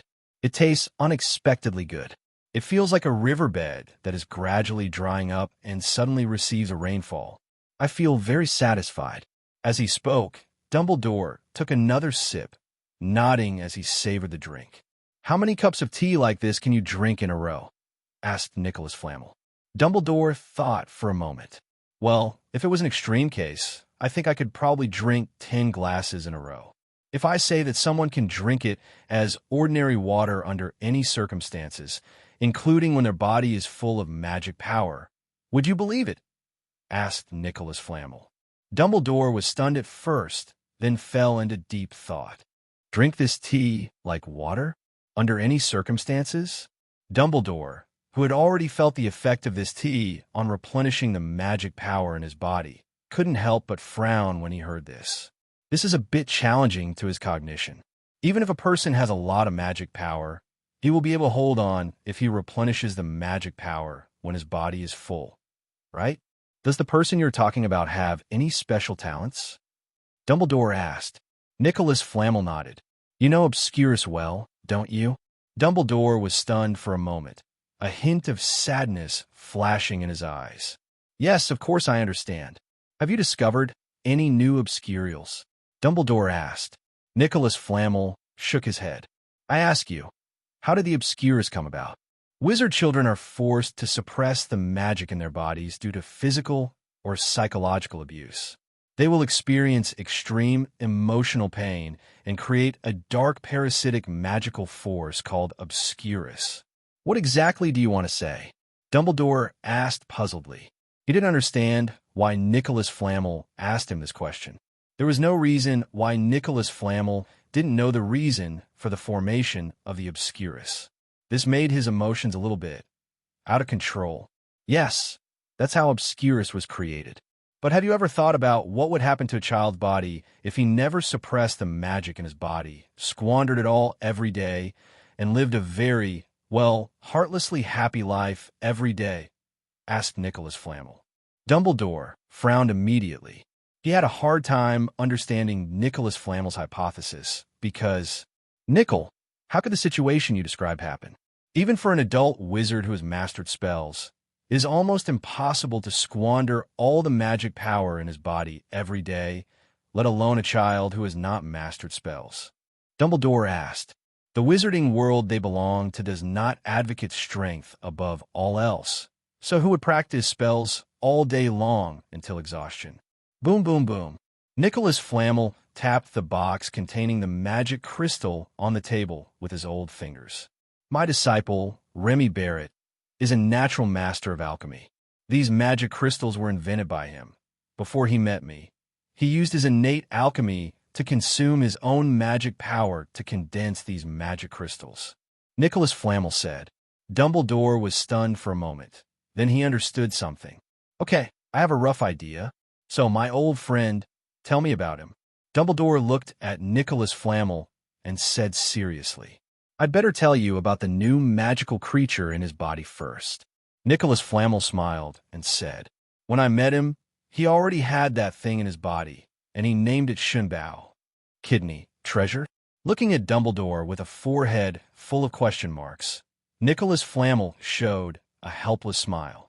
Yes, you heard it right. Although I couldn't understand why a little kid like him would get such a name. But later on, at my suggestion, he changed the name of the creature, and now it's called Mabao. Dumbledore nodded and motioned for Nicholas Flamel to continue. The existence of the magic treasure has brought Remy terrifying magic power and magic power recovery speed. The magic power he possesses now. Nicholas Flamel looked at Dumbledore. Well, it is about 5 times that of yours, and it continues to increase every day. 5 times as much as me. Hiss. Dumbledore quickly drank some tea to calm himself. Initially, the magic treasure only provided Remy with a huge amount of magic power and magic power recovery speed, just like a dead object. Nicholas Flamel continued. But as Remy and it grow together, the magic treasure now has instincts similar to those of living creatures. Whenever Remy is in danger, it will actively release a large amount of magic power to protect Remy. Therefore, I've always been worried that it will develop a true consciousness one day and escape from Remy's control. Dumbledore nodded seriously. If a magical creature with such enormous magical power were to get out of control, the magic world would be in trouble. And it wouldn't just be the magic world that would suffer. How would you test it? Does the magic react to all magic, or just dark magic? Dumbledore asked. All, Nicholas Flamel said. Not just magic. Any attack that can cause irreparable damage to Remy will trigger the magic treasure, including Remy's usual alchemy failure and explosion. Even if Remy falls from a high place, as long as it exceeds a certain height, it can trigger the magic treasure's protection. Will the magic treasure also protect you if it falls from a high place? Dumbledore's eyes widened immediately. Doesn't that mean he is invincible? You can understand it that way. At this point, Nicholas Flamel suddenly laughed. If you ever come into a fight with Voldemort and Remy happens to be nearby, you can use him as a shield. He can even block the killing curse. How could I possibly treat a child as, killing curse? You used a killing curse on him? Dumbledore asked in disbelief, taking a breath. He is your apprentice, and he is just a child. How could you have the heart to do that to him? Because I'm really curious. Nicholas Flamel nodded and said with a smile, Besides, I haven't studied the killing curse specifically. The power of the killing curse I used is definitely not enough to kill him. Okay, but how does it block the killing curse? Dumbledore asked curiously. The way the magic treasure protects Remy is to release a large amount of magic power to form a magic shield on the surface of Remy's body. The magic shield is composed entirely of magic power and can be regarded as a physical entity, so it can block any magic. Nicholas Flamel explained. I see. This means that the target was not hit at all because Remy was protected. Dumbledore nodded, a hint of regret in his eyes. He couldn't learn this method of defending against the killing curse. It's so luxurious. I understand. I will train him well. Don't worry, my friend, said Dumbledore. At this moment, a picture suddenly occurred to Dumbledore. In the picture, Remy strolled through the colorful spells like a stroll in the garden. In the stunned, shocked, and even collapsed gazes of Voldemort and a group of Death Eaters, he walked up to Voldemort leisurely and cast a magic to defeat him. However, Nicholas Flamel's words soon brought Dumbledore back to reality and shattered all his fantasies. I really want you to take special care of him this time, but I hope you don't teach him magic. Don't teach him any magic. Dumbledore, don't teach him any magic. Are you sure he is your apprentice and not the child of your enemy? Why? Are you worried that he will turn bad in the future? Dumbledore asked. Nicholas Flamel immediately shook his head. No. Remy is a very good child.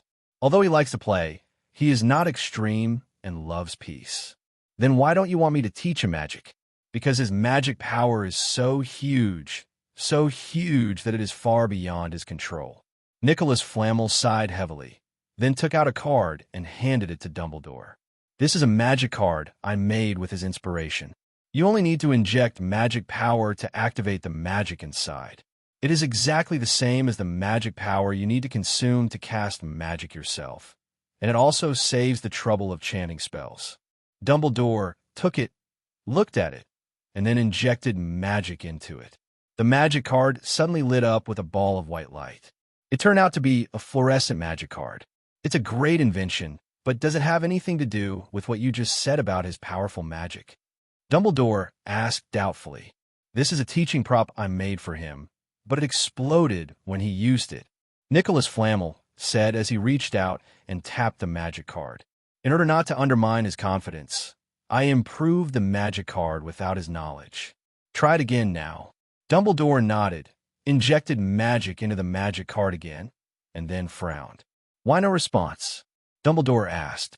The improved magic card needs to be injected with 10 times the magic power before it can be activated when used by a specific person. But even so, Remy still needs to be very careful when using it, as the slightest carelessness may cause an explosion. Nicholas Flamel said helplessly. Dumbledore nodded and continued to inject magic into the magic card. After activating the magic card again, Dumbledore silently put down the magic card, then picked up the tea and drank it. The consumption is a bit high. He needs to replenish some mana. I made improvements secretly because I didn't want to destroy his self-confidence. So Remy always thought that his control over magic had improved, but in fact, the speed of his control over magic was far behind the speed of his own magic growth. He was like running on a conveyor belt moving in the opposite direction, always marking time, and even regressing if he relaxed a little. Nicholas Flamel said with a sigh, "Everything has its limits. Who could have thought that such outstanding talent, with such strong capital, would end up like this? I see. I will pay more attention to him after he starts school. I guess you came to me and told me all this because you don't want me to directly forbid him from learning magic, right?" Dumbledore asked. "Yes." Nicholas Flamel nodded. "I don't want him to be isolated because of this kind of thing, so I'll have to trouble you to take care of him in the future." "Learn." Dumbledore nodded, then glanced at the clock on the wall. "Is there anything else I need to know? It's getting late, and I have to go back to prepare for the welcome dinner for freshmen." Dumbledore said, "Nothing else. Oh, by the way, he has an unusual hobby and dream. I'm afraid you may need to spend more time to guide him." "Oh, what's your hobby?" Remy's parents' family is in the arms business, so Remy has loved guns since he was a child. He once told me that his dream is to make magic guns that even ordinary people can use to fire magic by pulling the trigger, and sell them in large quantities. Dumbledore, you call this a little hobby? If this kind of magic firearm is produced and sold in large quantities, not only the magic world, but the entire world will be in chaos. At this moment, Dumbledore suddenly felt that preventing Voldemort from resurrecting was not important at all compared to preventing the advent of magical firearms. "What do you want me to do? Just guide him instead of stopping him?" Dumbledore asked in a deep voice. Nicholas Flamel blinked, then took a sip from his teacup and shook his head.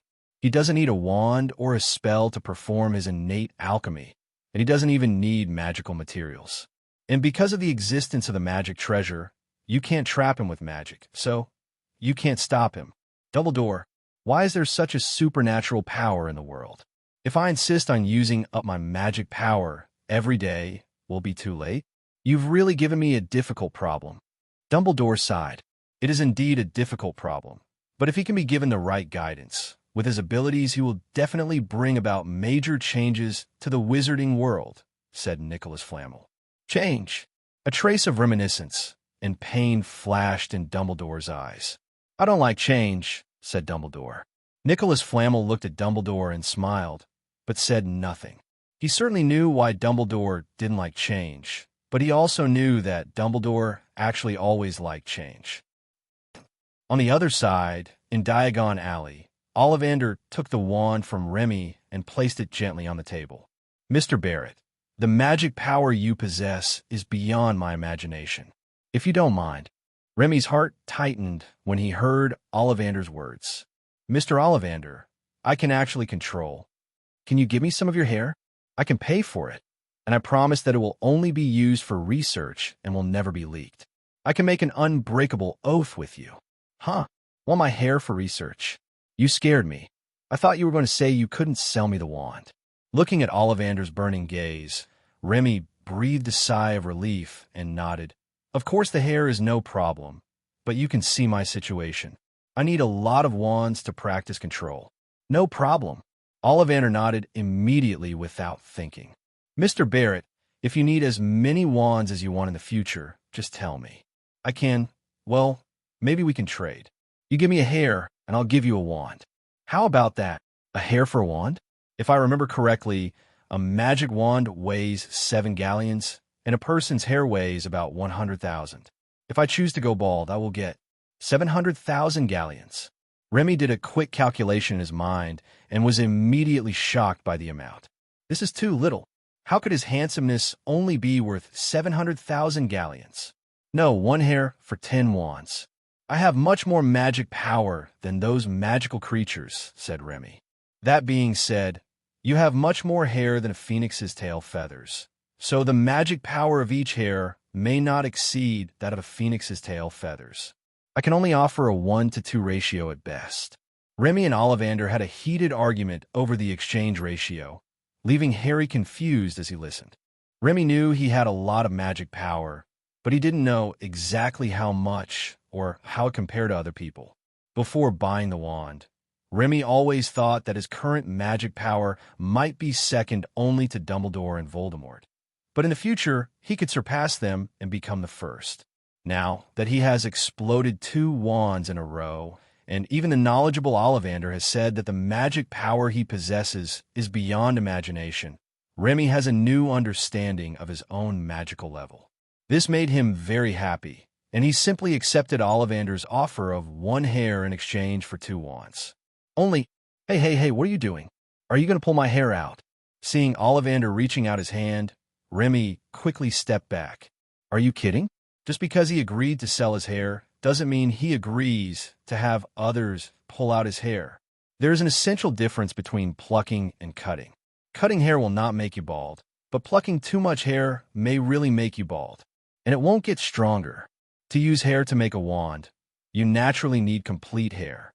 Ollivander said as a matter of course. You've used human hair to make wands before? Not really human. I once used the hair of a half-Vila to customize her wand. Oh, then you can also customize the wand for me, and I will pay for the rest. Ollivander's eyes showed deep regret, but he still agreed to Remy's request. After discussion, Remy evenly plucked 5 strands of hair from his head and handed them to Ollivander, then stepped aside and waited for Harry to finish selecting his wand so that they could make their big purchase.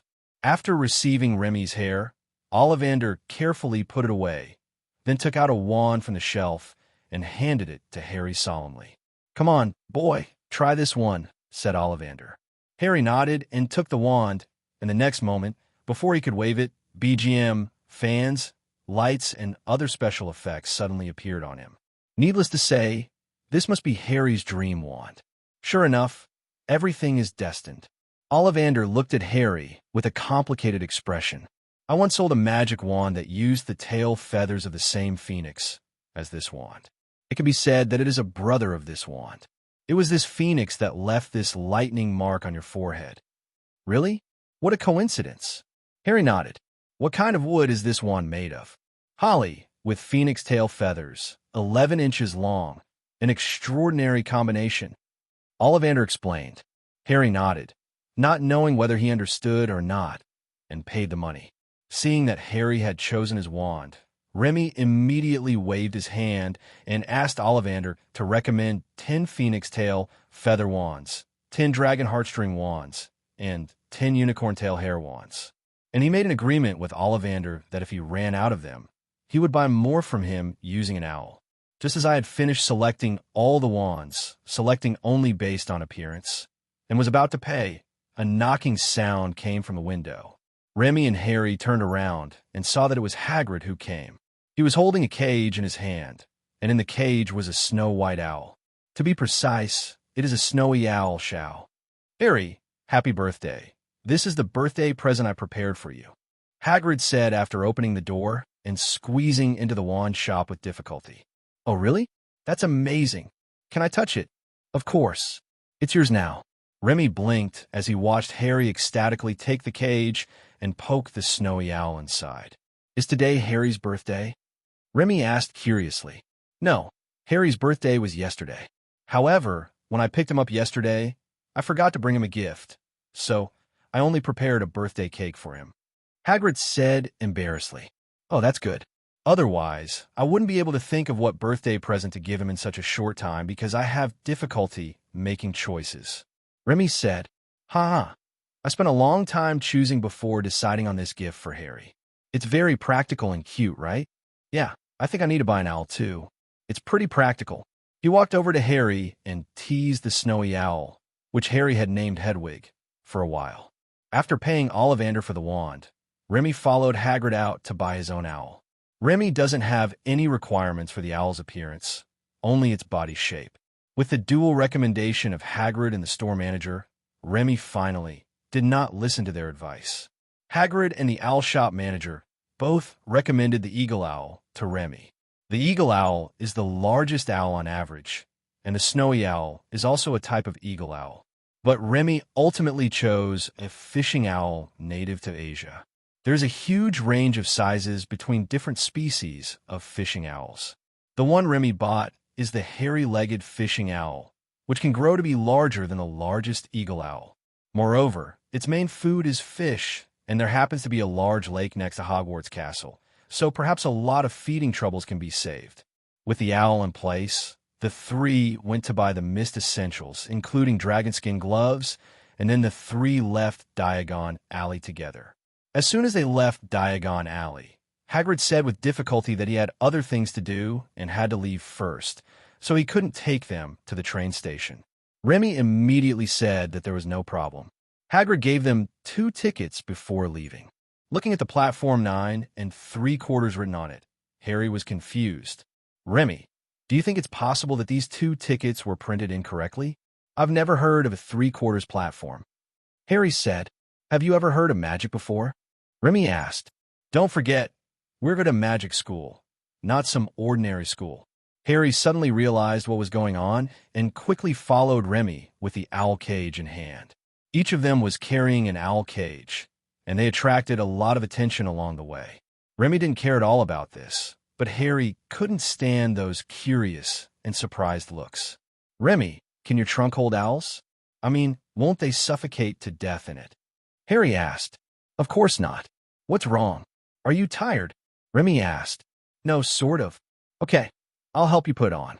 Harry hesitated as Remy only packed Hedwig into the suitcase. Remy, I think you'd better pack your owl in your suitcase too. Otherwise the subway might not let us on. Does the subway here have such a rule? Okay.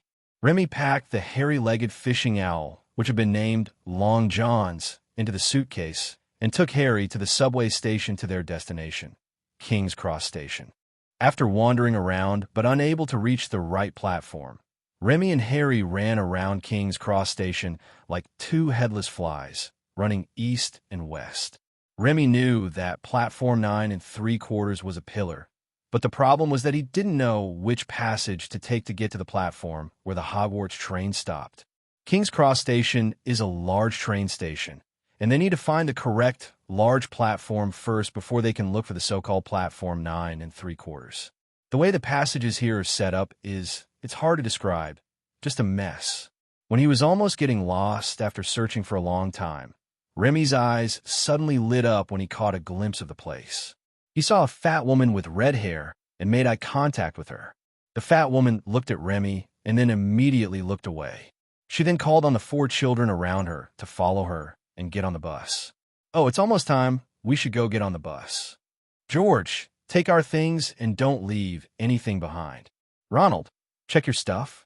These buildings built by muggles are so complicated. Every time I come here, I get dizzy. You should follow closely and don't run around. If you get lost, you won't be able to go to Hogwarts.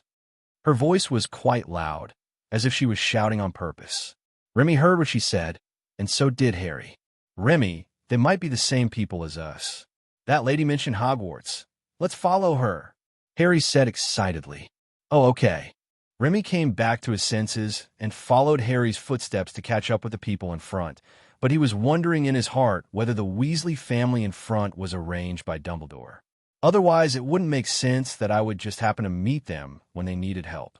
More importantly, as a pure-blood family in the wizarding world, the Weasleys had no need to come to King's Cross Station to take the train. They could go directly to the real station through other passages. They don't live in the Muggle world, so why would they go all the way to London and take the train through the Muggle train station? I smell a conspiracy. Remy had a meaningful smile on his face as he watched Harry approach Mrs. Weasley. Ma'am, are you going to Hogwarts? Harry asked. Oh, yes. I have to take my child to school. Are you going to Hogwarts as well? Are you lost? Harry smiled sheepishly.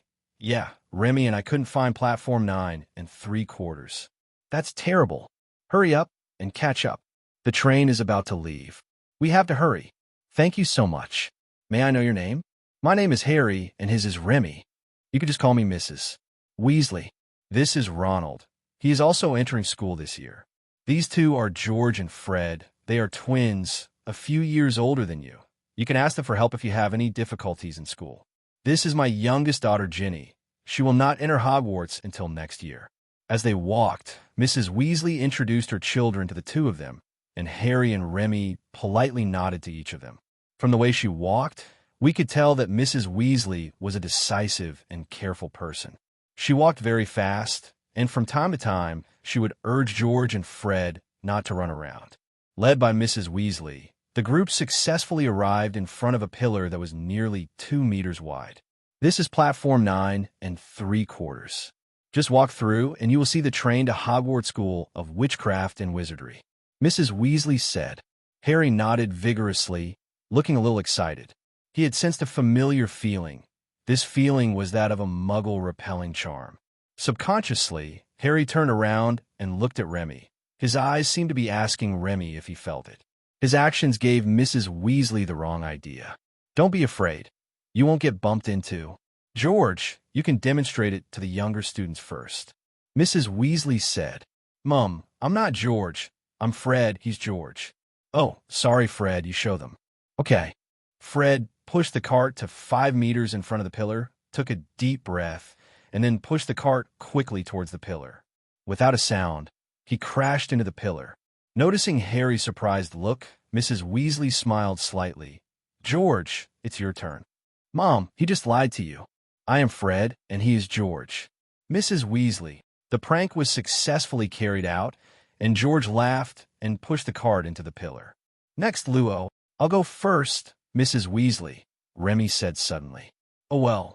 With Mrs. Weasley's consent, Remy pulled the suitcase to the pillar and walked towards it quickly after taking a deep breath. The moment he touched the pillar, Remy saw a brand new platform. The old steam train was blowing its whistle, as if to remind passengers to get on board as soon as possible. The platform was full of people, far more than the platform outside. Most of them were adults, standing by the train, saying goodbye to the children who were leaning out of the windows. Cats of various colors walked around people's feet and meowed nonstop, as if begging for food. Some cats with a strong addiction to cats were rubbing against the pants of every passerby crazily, leaving their pants covered with fur. Some of them stared at the owls in the little wizard's hands or on the cart, with their eyes wide open, and it was unclear whether they were greedy or wanted to recognize them as their relatives. Just as Remy was looking around, there was a sudden bang and someone bumped into his back. "Ouch!" Remy turned around and was immediately delighted to see that it was Harry. "You're running too fast, Harry," Remy said. "No, you're standing in the wrong place. Let's leave quickly." Bang! Bang! There was a loud, rustling sound, and Remy and Harry lay on their backs among a pile of luggage, with Ronald's sad face in front of them. "I'm sorry, I didn't mean it. It's okay. We were standing in the wrong place. We shouldn't have been blocking the entrance." As he spoke, Remy stood up and straightened his suitcase, then helped Ronald put his luggage in place. Harry was fiddling with his glasses, which had sustained some damage from the collision. "I wish there were stores selling glasses in the wizarding world. I feel like my glasses might break down at any moment," Harry said with a headache. "In the wizarding world, this little damage is nothing." As he spoke, Remy pulled out a stack of cards from his inner jacket pocket and handed one to Harry. "Take it and play with it." "What kind of magic card is this?" "The repair spell can repair some broken things, but not humans." "Oh, I see. It can only be used to repair items." Harry looked at the magic card curiously. He really wanted to use this magical thing right now, but considering the mess around him, he held back.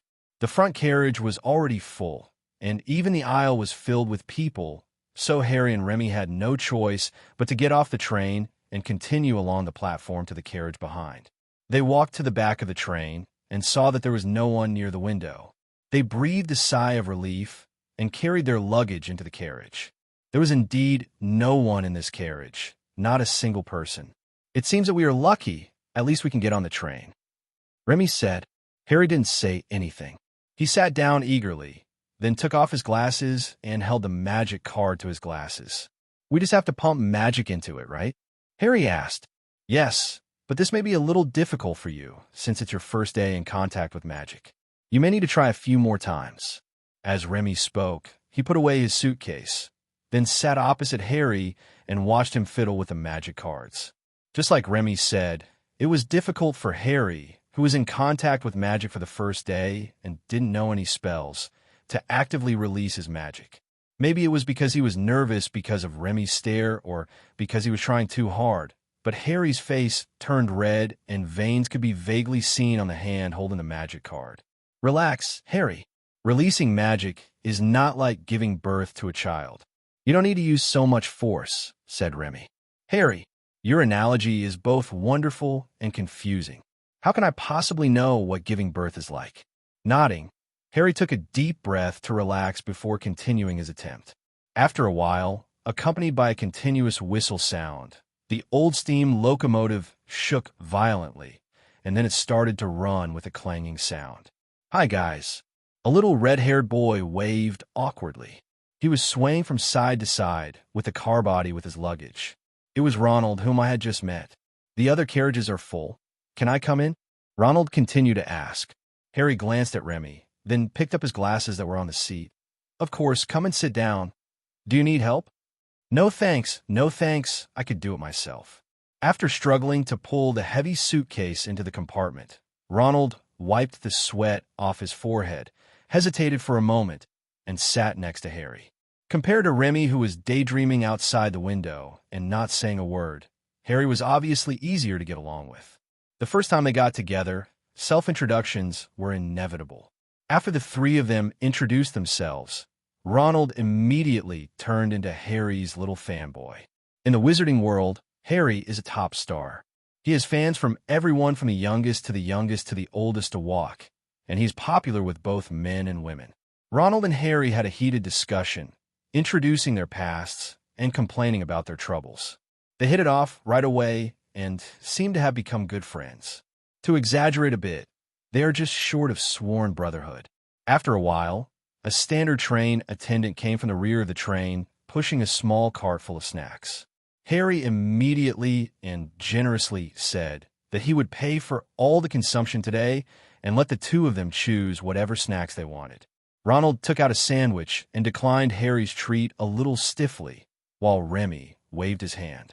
"Leave the car here, otherwise we have no place to put our things," said Remy.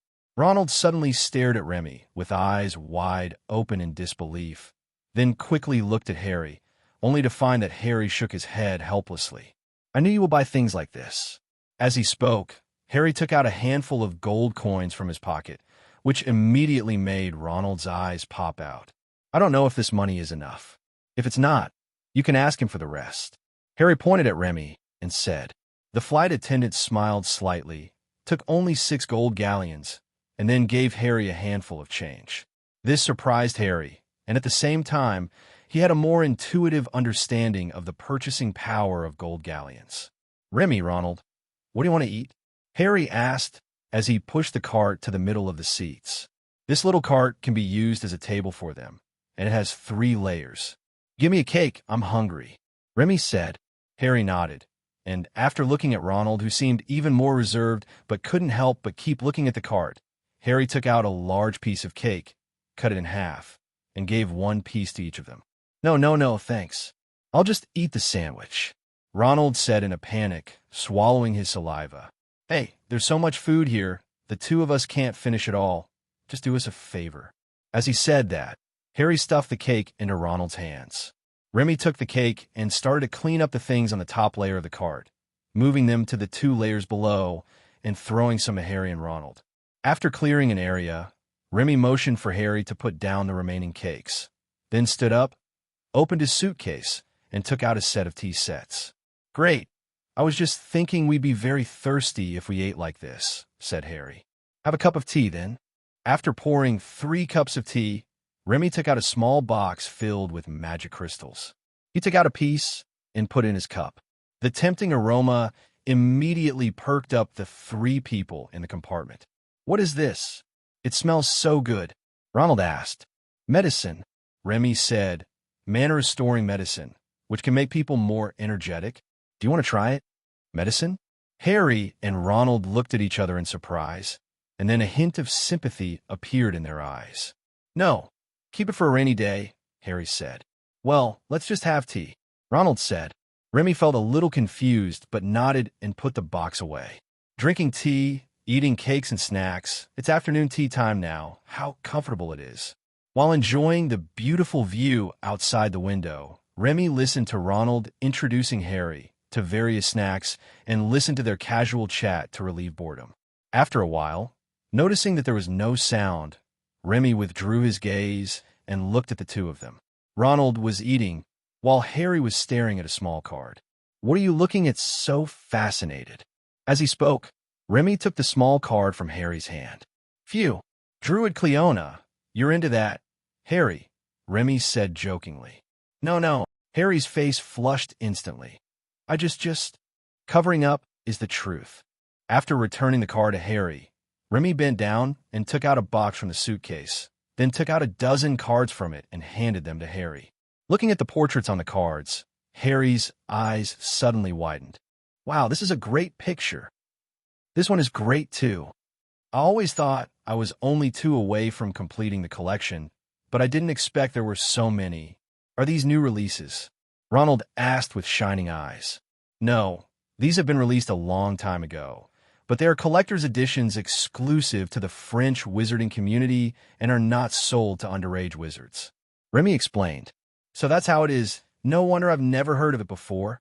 "It's awesome," said Ronald. He held a card in his hand, staring at it intently without blinking. "If you like it, I'll give it to you. I have several sets of this thing," Remy said. "Really? Thank you so much. Isn't this not good?"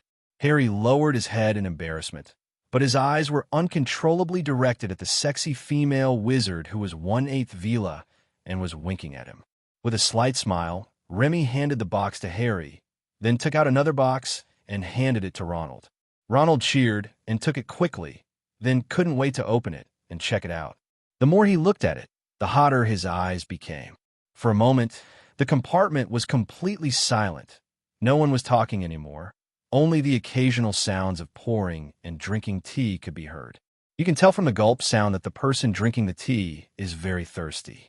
Leaning against the window and looking outside, I saw large tracts of farmland far away from the train, and a dark green hill opened its arms to welcome the train. This suddenly reminded Remy of a song. Thump, thump, thump. Remy stretched out a finger and gently beat a rhythm for himself on the cart and hummed softly. "If you miss the train I'm on, you will know that I am gone. You can hear the whistle blow 100 miles. 100 miles, 100 miles. 100 miles, 100 miles. You can hear the whistle blow 100 miles. Lord, I'm 1, Lord, I'm 2. Lord, I'm 3, Lord, I'm 4. Lord, I'm 500 miles away from home." Halfway through a song, Remy suddenly stopped and turned to look at the door. At the door of the cubicle, a little girl with brown hair was standing there blankly, holding the door edge with one hand. Remy's eyes lit up as he recognized her as Hermione. The front teeth that were exposed when her arms were slightly open were the best evidence. Noticing Remy's gaze, Hermione blushed at first. Then, after a slight hesitation, she took a deep breath and opened the door. "Excuse me, have you seen a toad?" "A man named Neville lost a toad," Hermione said. "No, we haven't left here since we got on the bus," Remy said as he flipped over a new cup and poured a cup of tea. He held the cup out to Hermione. "Would you like a cup of tea? I can hear that your voice is a little dry. You must have been looking for toads for quite some time, right?" Remy said with a smile. Hermione looked embarrassed, hesitated for a moment, walked in, took the teacup, and whispered thank you. "Was the song you just sang a song from the wizarding world?" "It was very nice," Hermione said. "No, it's an old song that's very popular in Magnesium. It's called 500 Miles, Remy explained. Hermione was stunned for a moment. "So you are also from the Muggle world? Yet don't I look like one?" "No. What's the difference?" "Not at all. Okay, let me introduce myself. My name is Remy Barrett, and I'm a real Muggle from the world." Looking at Remy's outstretched hand, Hermione frowned slightly in confusion, then reached out and shook it. "My name is Hermione Granger. I still feel like you grew up in the wizarding world." Hermione said, "I bought a lot of books in Diagon Alley after receiving the acceptance letter. You give me the same feeling as the pure-blood families in the wizarding world described in the books." "Oh, Really? It's not because I'm drinking tea, is it? Remy asked with a smile, and then reached out to touch his face. Or does my handsome appearance just happen to fit your fantasy of a noble young master in the wizarding world? Hermione blushed and quickly lowered her head to drink her tea. After drinking half a cup in one breath, Hermione raised her head again. By the way, have you two seen Neville's toad? As soon as she asked, Hermione was suddenly stunned. She noticed the special mark on Harry's forehead. You're not Harry Potter? Hermione asked. Ah, yes, my name is indeed Harry Potter, Harry said as he subconsciously lifted his veil to show the lightning mark to Hermione. I heard everyone talking about you on my way here. You must have grown up in the wizarding world, right? I wonder what magic you know. Can you show it to me? Hermione asked. Harry was suddenly embarrassed and stammered, not knowing what to say. Although Harry is a well-known figure in the wizarding world, he grew up in his aunt's house, which means that he actually comes from the Muggle world. Remy explained for Harry. Hermione's face was blank. She looked at Harry, then at Remy, and then at Ronald in confusion. Well, it seems that I am the only one here who grew up in the magical world, Ronald said helplessly after swallowing the food in his mouth. Oh, then you must know a lot of magic. I had to know a little bit. That's great. Show us. Ronald looked a little embarrassed when he heard Hermione's words. He hesitated and put his hand into his pocket as if he had grabbed something, but he didn't take it out for a long time. Hermione, underage wizards are not allowed to cast spells outside of school. This is the regulation of the Ministry of Magic. If they violate it, they will be arrested and locked up by the Ministry of Magic.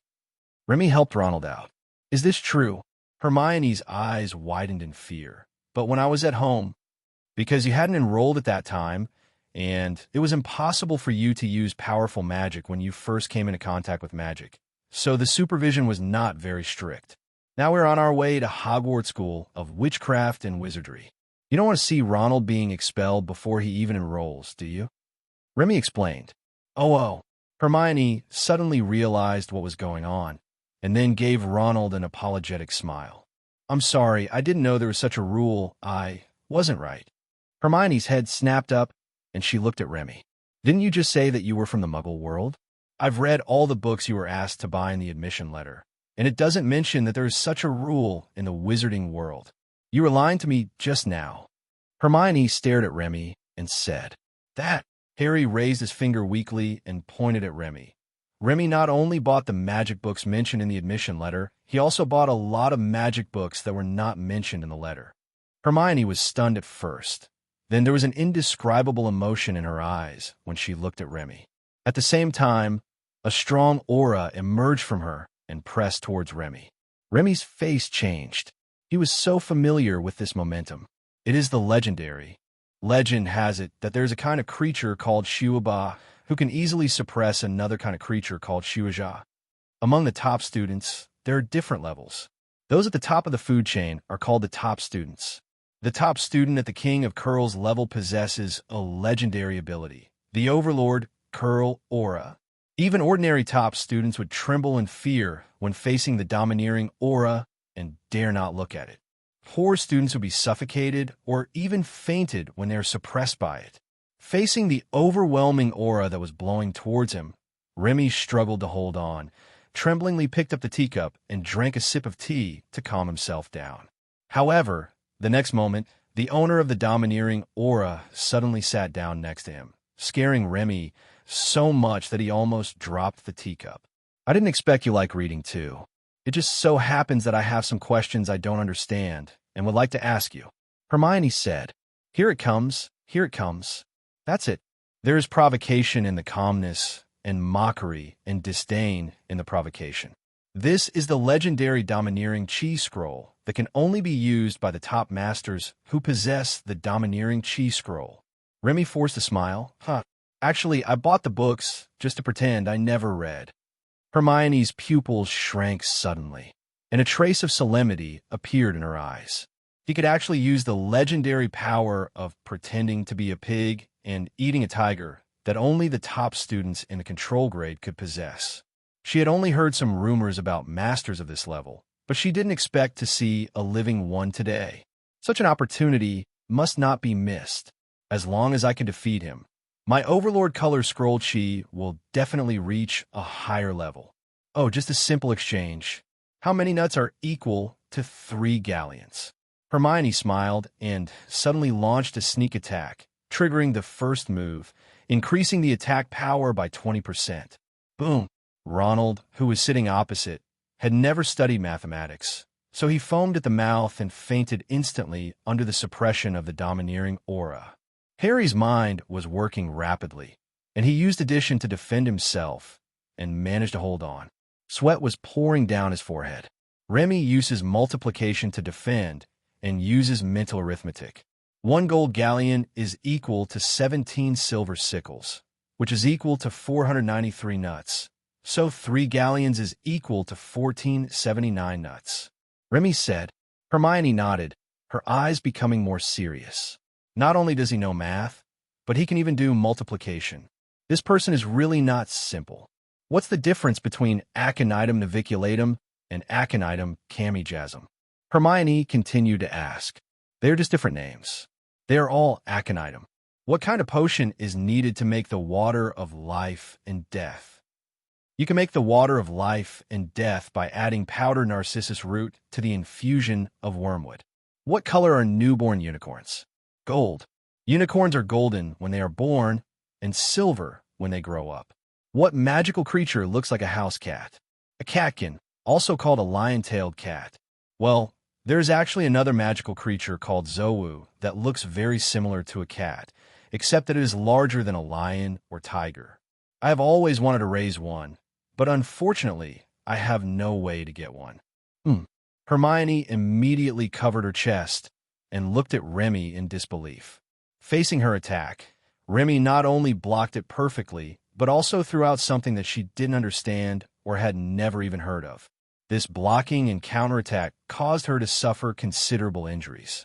Hurried to adjust her state, Hermione continued to attack Remy and used a quick attack tactic.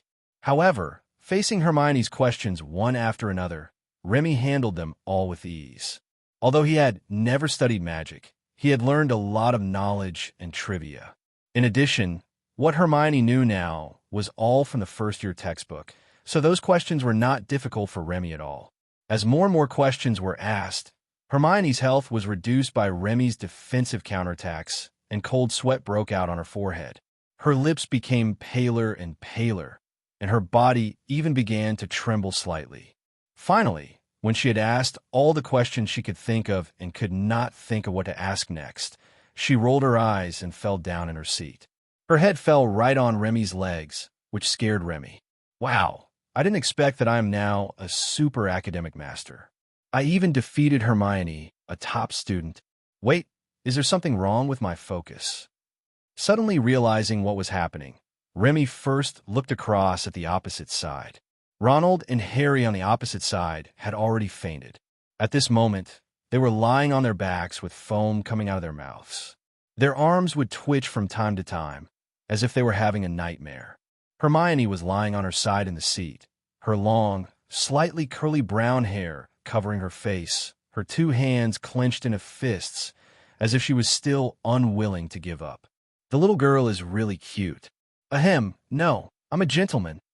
Stroking Hermione's hair, Remy took out a piece of paper from the cart and wiped the sweat from her forehead, then poured her a cup of tea and drank it leisurely. Today's tea is particularly sweet and delicious. The train continued to move forward along the designated track, crossing endless plains, through mountainous canyons, and through several dark and deep tunnels in between. Before Remy knew it, his eyelids were fighting each other, but they finally put aside their grudges and hugged each other tightly. It was not until Remy was awakened by a violent shaking that he looked outside and found that it was already dark. What's wrong? What happened? Why did I fall asleep? Have we arrived yet? Remy, why is she you too? Ronald pointed at Remy and then at Hermione, who was still lying on Remy's legs and was about to say something when suddenly a voice came from the radio. This train will arrive at Hogwarts School of Witchcraft and Wizardry in 5 minutes. Please put on your school uniform and prepare to get off the train. Please put your luggage on the train, and a house elf will help you get to school. The announcement was repeated 3 times in a row. Ronald ignored the gossip and hurried to look through his luggage for his school uniform. Remy, my school uniform. Is it convenient for you to open the suitcase now? Harry asked.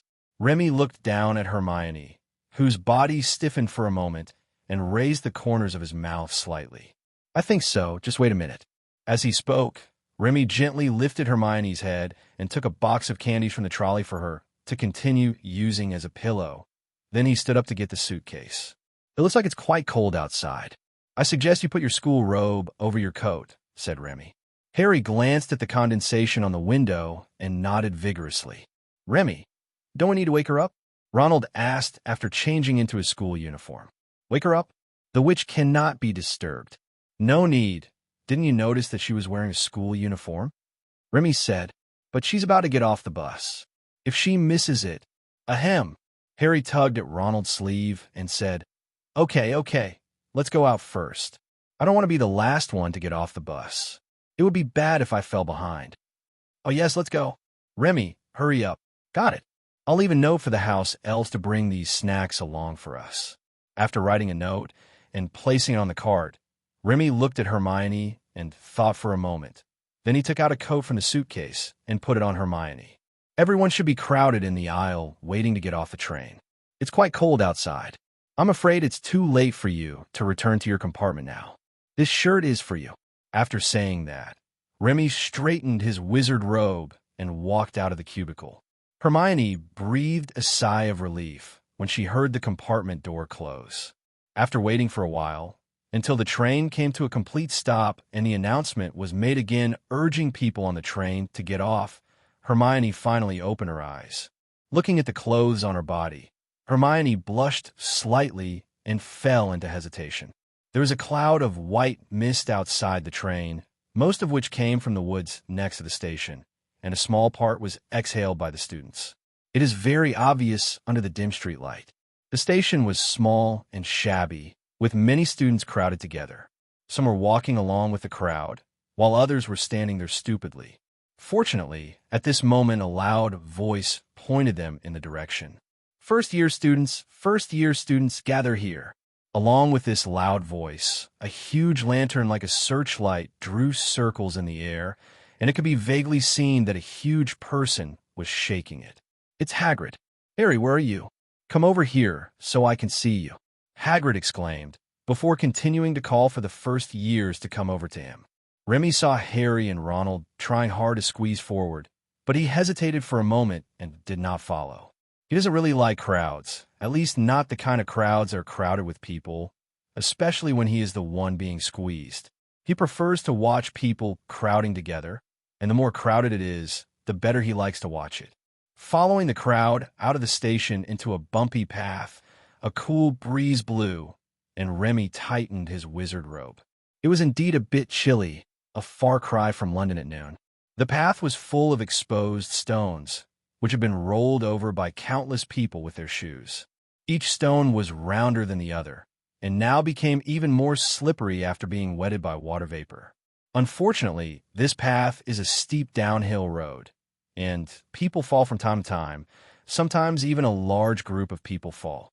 Remy watched from behind with a gloating look on his face, and kept sighing in his heart at his own wisdom.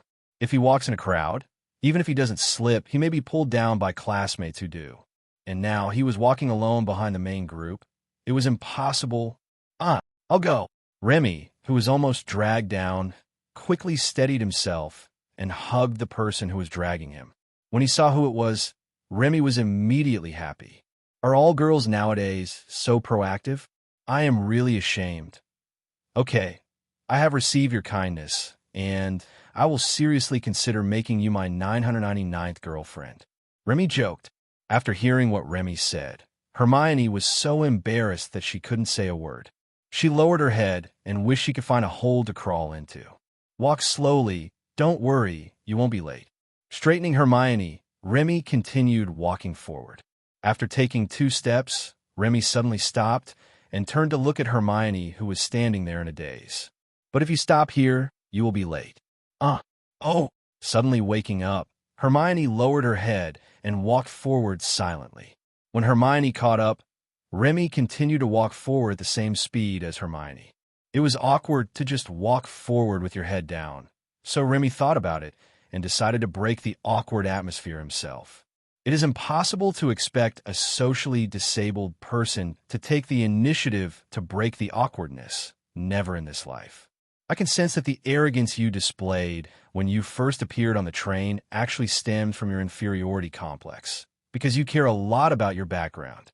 You are actually worried that you are not as good as your peers who grew up in the wizarding world. Remy said, "Who said that? I didn't. I just. In fact, you don't need to worry at all. Your peers who grew up in the wizarding world only know more about some common sense of the wizarding world than you.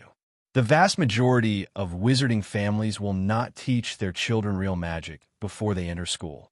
In other words, children from Muggle-born and wizarding families are actually on the same starting line during school." "Real?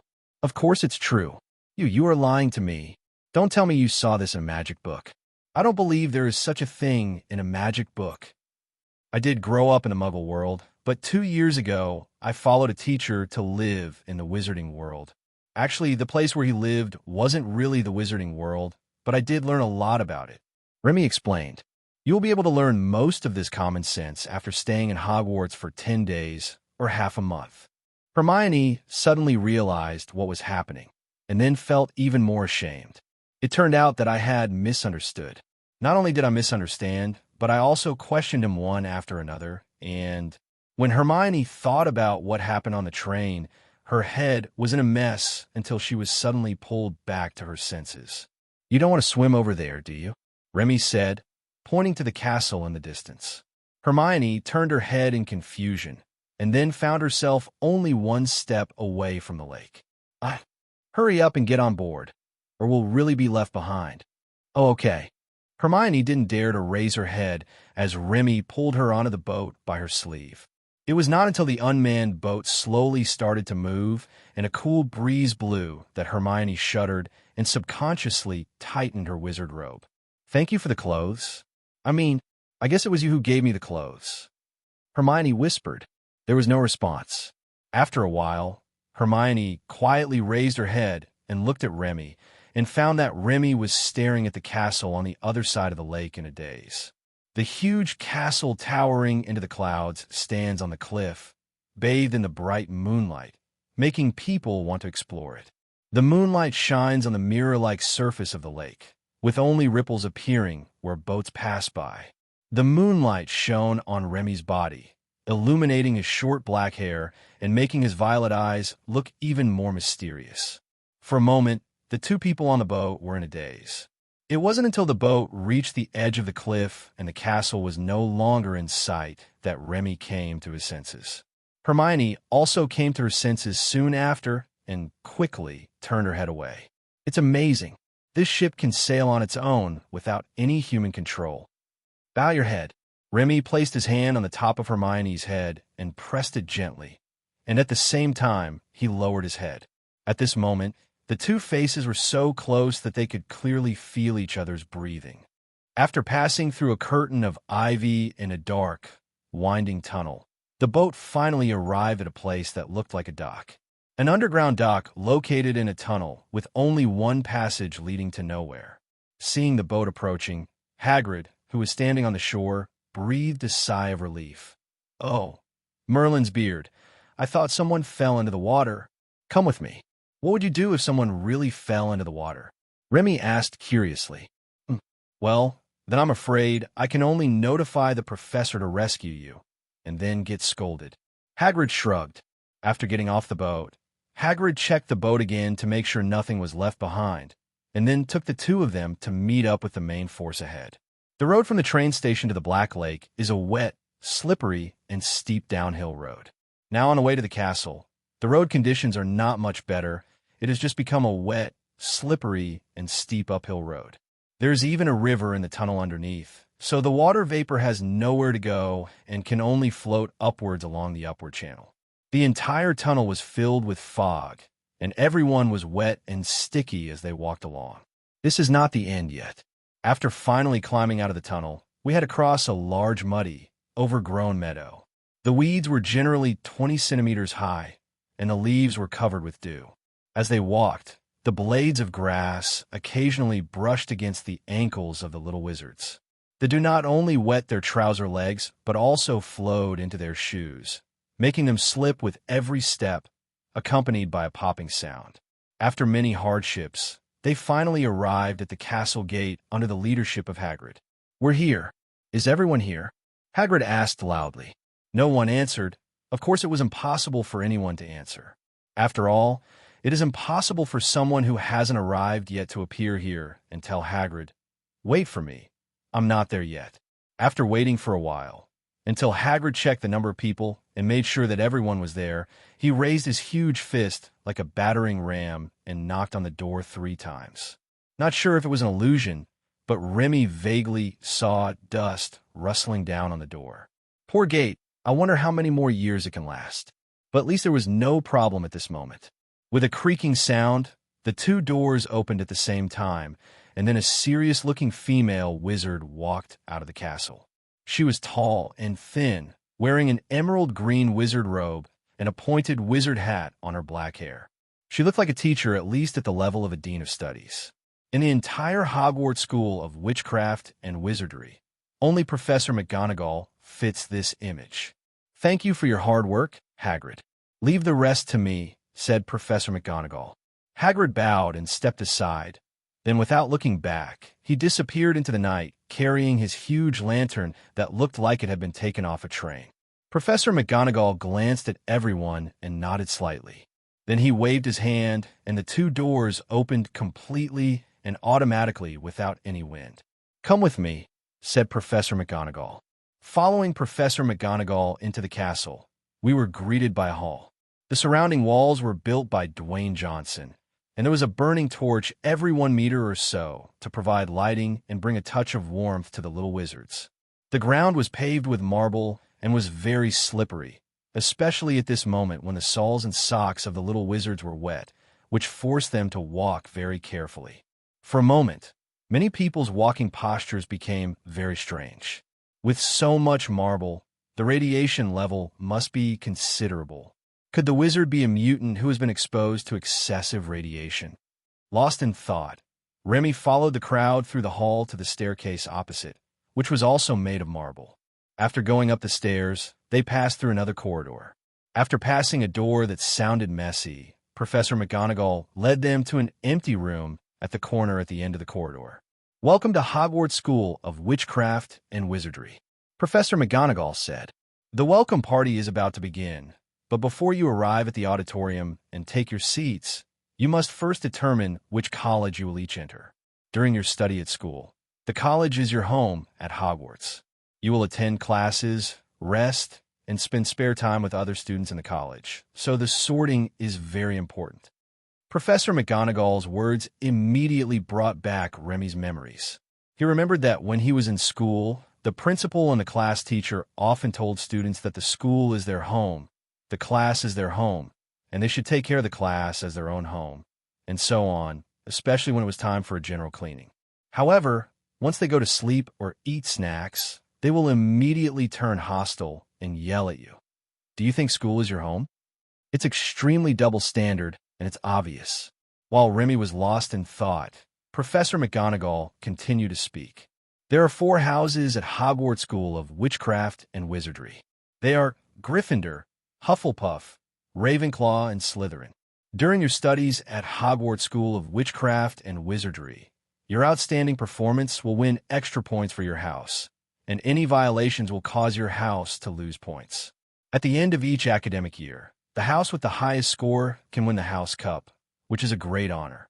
No matter which house you are assigned to, I hope you can bring honor to your house, instead of deducting all the points from that house. The sorting ceremony will be held in front of all the teachers and students in the school. It will begin in a few minutes, so I suggest that you tidy up your clothes and adjust your state now. That way you will look more energetic. After the previous difficult journey, are we in high spirits?" Remy rolled his eyes. "I'll come get you when it's ready over there. Now, just be quiet." Perhaps noticing Remy's eye roll, Professor McGonagall deliberately glanced at Remy before leaving. As soon as Professor McGonagall left, Everyone hurriedly prepared their own funeral forms and prepared to go to the execution ground in September. After all, it is autumn now, and the executioner also needs the joy of harvest, right? Just as Remy was fixing his hair, there was a commotion behind the crowd, and then little Mago came over under the protection of two younger brothers who looked a bit burly compared to the other little wizards. "Hello again, Remy," Draco said, extending his hand. "Oh, hello, what's the matter?" After shaking hands, Remy asked with some confusion, "Why did this kid come to me instead of Harry?" Draco didn't say anything, but instead glanced at Hermione, who was half hidden behind Remy and carefully fixing her hair. A hint of hostility appeared in his eyes. Remy's heart skipped a beat when he noticed the change in Draco's eyes. This boy, could it be that he is attracted by my beauty? Remy, a noble like you should not make friends with such questionable people. If you need, I can introduce you to many friends. Malfoy said. Noble?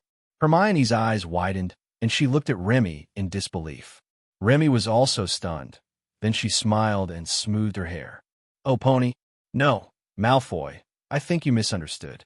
I just told you that my family is in Magnesium, but I didn't say that my family is in the wizarding world of Magnesium. Remy said, in fact, my parents are muggles, and so are all my other relatives. WTF? Malfoy suddenly had a confused expression of old people, subways, and mobile phones. It wasn't until he heard laughter all around that Malfoy came to his senses, and his little face turned red instantly. Feeling humiliated, Malfoy pointed at Remy with a trembling hand. Not knowing how he got off the stage, he suddenly became incoherent. You, how dare you lie to me? Remy, you cheated on my feelings. I'm going to tell my dad. WTF? Remy suddenly showed the same confused expression as Malfoy just now about the old man, subway, and mobile phone. At the same time, the other little wizards were silent at first, and then broke into a chaotic discussion. What's going on? This Remy cheated on that Malfoy. They're a couple? 2 men? Wow, I have a big melon to eat. I'm so happy. The magic world is amazing. Which of them is one? Need I say more? I can tell by listening. The one called Remy must be number 1. He actually wanted to tell his father. Could it be that they are all wizard families like this? No. I'm from a wizard family too. This is just an isolated case. Don't escalate it to all wizard families. Listening to the criticisms around them, not only Malfoy, but even Remy's face turned purple. My goodness, I never expected that Malfoy would be such a baby. He actually set a trap for me on the first day of school and labeled me with this identity. How can I pick up girls in the future? No, something must be done. Thinking of this, Remy's brain worked rapidly. When Remy caught a glimpse of Hermione, his heart skipped a beat. Bang! Putting his arm around Hermione's shoulders, Remy stretched out his hand and shook a finger. No. I'm a man and I like women, so don't be so self-indulgent and wishful thinking. You want to frame me by self-destructing? Maybe in the next life. Today I will let you know that the self-destruction trend has no future. At this moment, everyone's eyes were instantly fixed on Malfoy. The gazes were like scorching spotlights, making Malfoy sweat profusely and his face turn as pale as paper. Fault reports quickly flashed across his brain, and various warning pop-ups were stacked densely and continued to pop up. His entire brain suddenly froze due to insufficient available resources. You are lying. I don't believe it. How could you possibly, could it be? Swish. All eyes instantly shifted to Remy. Remy's eyes were solemn. He never expected that Malfoy would be so cunning. He could kill him with just half a sentence that he kept repeating. You must not continue to follow what the other party says at this moment. Otherwise, you will completely lose the chance to turn the situation around. But where should we break the deadlock? Just when Remy was getting anxious, suddenly, a pair of hands embraced Remy's neck, and then a soft touch gently touched his cheek. Remy was stunned. Remy is my boyfriend, and we have been together for 2 years. Don't let your wishful thinking get in the way, said Hermione. Coming back to his senses, he looked at Hermione, who was hugging him tightly with her arms, and Remy also put his hand gently on her back. Impossible. Absolutely impossible. Malfoy shouted wildly, waving his arms vigorously. Remy, he can't be. How could he be with a mudblood like you? Mudblood? Hermione felt as if her heart was squeezed hard. Although she didn't know much about the wizarding world, she knew what the term mudblood meant. She had heard people talk about it when she was helping Neville find a toad on the train. Pursing her lips, Hermione lowered her head and was about to let go of her hand, but suddenly she realized that the hand that was originally on her shoulder was hugging her tightly and holding her in his arms. "Thank you for helping me. Leave the rest to me. No matter what happens, don't speak," Remy said softly, holding Hermione in his arms with one hand, and then took out a silver. "I'm boiling. Hand, pistol. A gun? That can't be real. Impossible?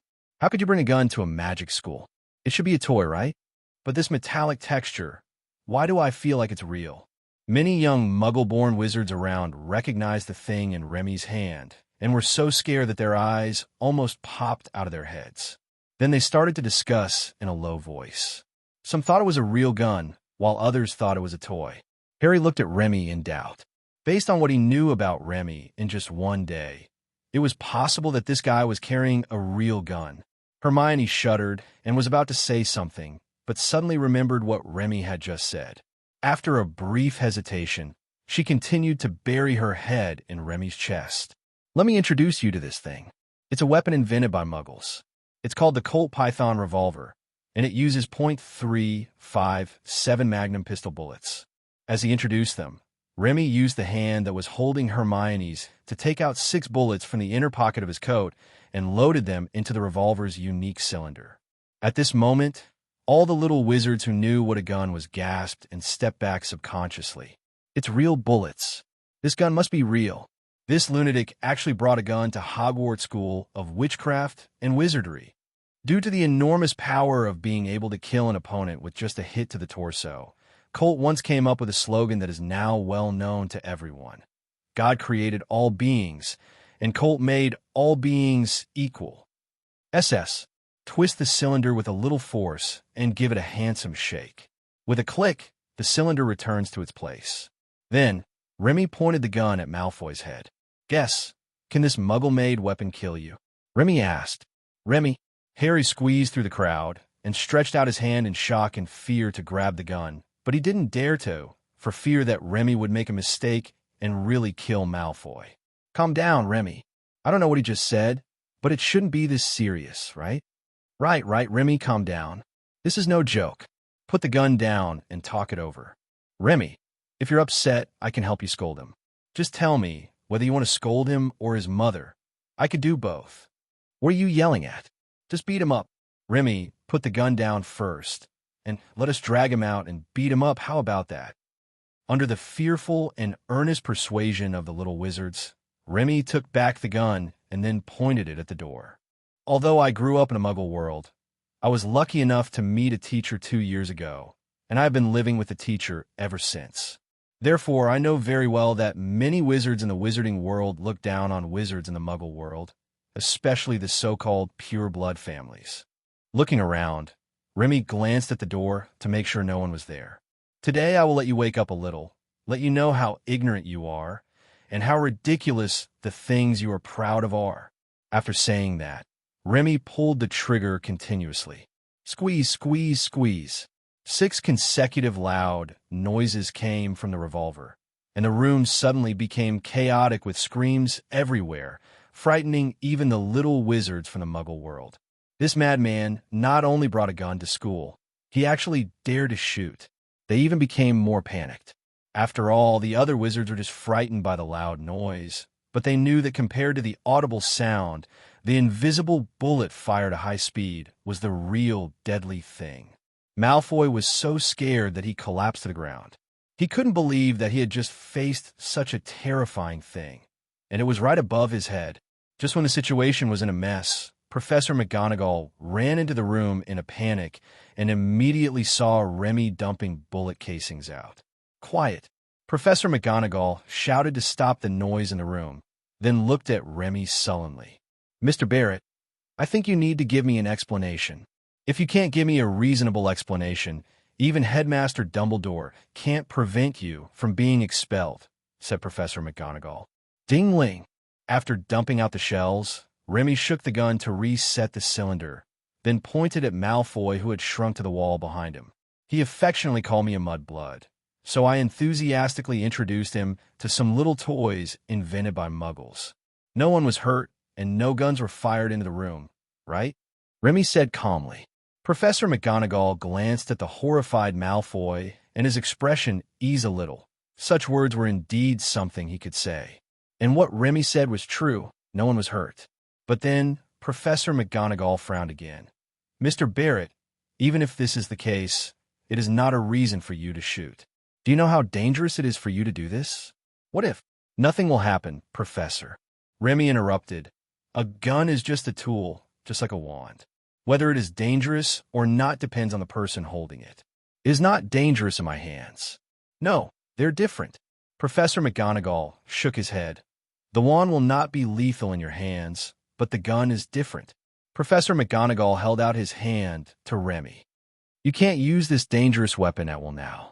Give it to me for safekeeping. This gun of mine was custom-made, and my name is engraved on it. This gun cost me more than 20,000 US, which is equivalent to nearly 300 galleons, said Remy. I'm so mad. So expensive. Many young wizards from wizard families suddenly widened their eyes, and some of them doubted whether they had heard it wrongly. 300 galleons for a thing like this? Are you sure it's not CK or Nat? Are prices so high in the Muggle world? Even Professor McGonagall couldn't help but be a little surprised. Okay, I'll keep it safe. Nodding, taking Remy's gun away, Professor McGonagall glanced around, then clapped his hands. Now, you line up and follow me, said Professor McGonagall.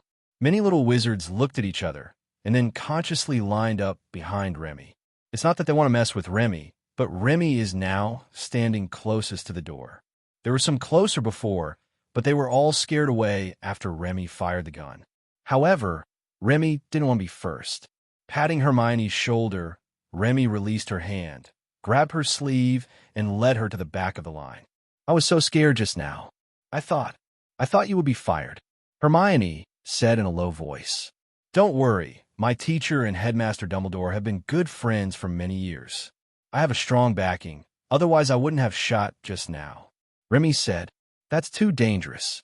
Can you please not do such dangerous things in the future? Well, it's a little difficult, but I promise you I will try my best to control myself. For some reason, Hermione suddenly stopped talking again. Walking out of the room in a line, every little wizard couldn't help but gasp after seeing the bullet holes in the passage, especially those little wizards who had never heard of such things as guns. Remy and Hermione followed the procession out of the room and into the great hall at the end. The auditorium was magnificent, with 4 long tables stretching from one end of the hall to the other. Every table was filled with students, with only the area at the front being empty. The 4 long tables were filled with glittering golden plates and high-footed wine glasses. Fortunately, there was no food on the tables at the moment. Otherwise, it would have been a critical blow to the little wizards who had traveled across mountains and rivers to come here. There were thousands of lit candles floating in the air above the table, too many to count. They're not fixed, but are always moving, seemingly with a regular pattern and yet without a regular pattern. Under the gaze of many young faces, the young wizards lined up and walked into the auditorium. Walking along the aisle in the middle of the hall to the front, on the platform between the teachers' seats and 4 long tables, the young wizards lined up and looked at Professor McGonagall nervously. She placed a dirty-looking wizard hat on a high stool. This wizard's hat is dirty, old, and patched. If it were thrown in Diagon Alley, I'm afraid no one would pick it up. But it was obviously not as terrible as its appearance, because since it appeared, everyone in the auditorium had their eyes on it. After a while, it began to twist, and then a crack like a mouth appeared. Then, I heard it suddenly start singing. You may think I am not pretty, but don't judge a person by his appearance. If you can find a prettier hat than mine, I could eat myself. You can make your bowler hats black and shiny. Let your high silk hats be smooth and crisp. I am the sorting hat of Hogwarts. Of course, it is taller than your hats. Any thoughts hidden in your mind? No one can escape the Sorting Hat's sharp eyes. Try it on, and I'll tell you. Which college should you be assigned to? You might belong in Gryffindor. There is courage buried deep in my heart. Their courage, spirit, and chivalry. To make Gryffindor outstanding, you may belong to Hufflepuff. The people there are honest and loyal. Hufflepuff students are tenacious and honest, not afraid of hard work. If you are smart, maybe into the wisdom of Ravenclaw. Those who are wise and knowledgeable, they will always meet their fellow travelers there. Maybe you'll go to Slytherin. Make sincere friends here. But those cunning and sinister people will stop at nothing to achieve their goals. Come wear me. Don't be afraid. Don't panic. In my hands, even though I don't have any hands, you are absolutely safe, because I'm a thinking magic hat. Hogwarts Great Hall. Dumbledore is the headmaster. 10 professors sat behind the stage. The 4 major colleges are listed on both sides. Sorting first, then taking your place. You are Dumbledore's apprentice. This sorting hat is unbelievable and sloppy, but it has great power. Snape, headmaster of Snake House and deputy headmaster of Lion House. Snape, strong in potions, loyal and cold-faced. The vice principal is a cat girl, and she is ruthless in the classroom. Flitwick, dean of the Eagle Academy, said that appearance is not the best indicator of a dual champion. Sprout manages the Badger Yard and is good at both planting and cooking. One by one, the little wizards whose names were called walked to the high stools, put on the sorting hat, and were sorted into different houses. Remy watched from the side and hummed a jingle he had made up in his heart, and he thought it was much better than the song the sorting hat had just sung. At least he didn't criticize anyone, unlike the sorting hat, which praised 3 houses and only criticized the Snake House, although there was a hint of sarcasm in that. Remy Barrett, is it my turn so soon? They didn't come in the order of the queue, so why did they have to queue before? Formalism, bad review. Shaking his hair, Remy walked out of the line, walked to the high stool, and sat down. Behind him, Headmaster Dumbledore suddenly perked up, his eyes fixed on the back of Remy's head. Next to the plate in front of him was a gun, which Professor McGonagall had just handed to him. Dumbledore was also a little surprised about this gun, but after all, he had already been warned by Nicholas Flamel. He was just surprised that Remy actually brought a gun to Hogwarts and used it. This old guy's trying to trick me again. But which house will you be sorted into? Dumbledore thought curiously. Before the gun appeared, Dumbledore thought Remy should be sorted into Ravenclaw House. But now, he was a little unsure. It seems that both Gryffindor and Slytherin are possible, especially Slytherin. If Remy went to Slytherin, where power is supreme, with his abilities, he would have turned the place upside down, right? Thinking of this, Dumbledore suddenly got a headache. After Remy sat down, Professor McGonagall, holding the sorting hat, turned her head slightly and glanced at Dumbledore. After getting Dumbledore's nod, she gently placed the sorting hat on Remy's head. The huge hat instantly covered half of Remy's face. Let me see what qualities you possess and where you should go. The sorting hat suddenly stopped talking. What does it see? It saw a magic supplies store called Remy's Aid opened in Diagon Alley, and there was a constant stream of people going there to shop. It saw that in this store, Remy was happily introducing magical items called magic guns to customers, and shouted that these things were much more useful than magic wands. It saw boxes of magical items called magic grenades stored in the warehouse, and magic missiles on the shelves next to them. It saw that in a very deep basement, something called a magic nuclear bomb was being tested. It sees Azkaban. Dumbledore. Imprison him in Azkaban immediately. Right now. Right now. Immediately. Now. Azkaban? Is there such a house at Hogwarts? Is it newly built? Or a hidden academy? Some young wizards who didn't know the truth whispered to the people around them, while some young wizards who knew what Azkaban was looked at the sorting hat in surprise. They didn't understand why the sorting hat asked Dumbledore to send Remy to Azkaban, which was not a good place. However, what surprised them even more was that Remy cheered and jumped up when he heard the sorting hat shout, "Woohoo, take off! Thank you so much, Mr. Sorting Hat. I have long wanted to go to Azkaban to catch a Dementor for fun." Principal Dumbledore, did you hear everything? Mr. Sorting Hat sorted me into Azkaban. Please send me there. Dumbledore. At this moment, Dumbledore felt that his future was bleak. A student with magical powers beyond imagination, a love for dangerous guns and the courage to use them, and aspirations for Azkaban. God knows how much trouble he will cause in Hogwarts. With an imperceptible sigh, Headmaster Dumbledore stood up, stretched out his hands, and pressed them downward, signaling everyone to be quiet. Sorting Hat, although I asked you to play a joke on this student of my old friend, your joke went a little too far. Officially separate Remy into a new house. Dumbledore looked at the Sorting Hat deeply, with a warning look in his eyes, warning it not to talk nonsense. Seeing Dumbledore's statement, the Sorting Hat sighed helplessly. Although it has thoughts, it is just a magic hat after all. Since Dumbledore does not support it, it can't do anything, and it couldn't go against Dumbledore's decision. Apologize to Remy, and the Sorting Hat lets Remy put it back on. Remy, who is overjoyed for nothing, reluctantly put the Sorting Hat back on. Then the Sorting Hat made a series of humming and awing sounds, and no one knew what went wrong with it. Remy became impatient after waiting for a long time without the Sorting Hat assigning him a house. There are so many people watching in the audience. How can he get off the stage if he continues like this? Have you thought it through? If all else fails, sort me into Gryffindor and Ravenclaw as well. Okay, Gryffindor.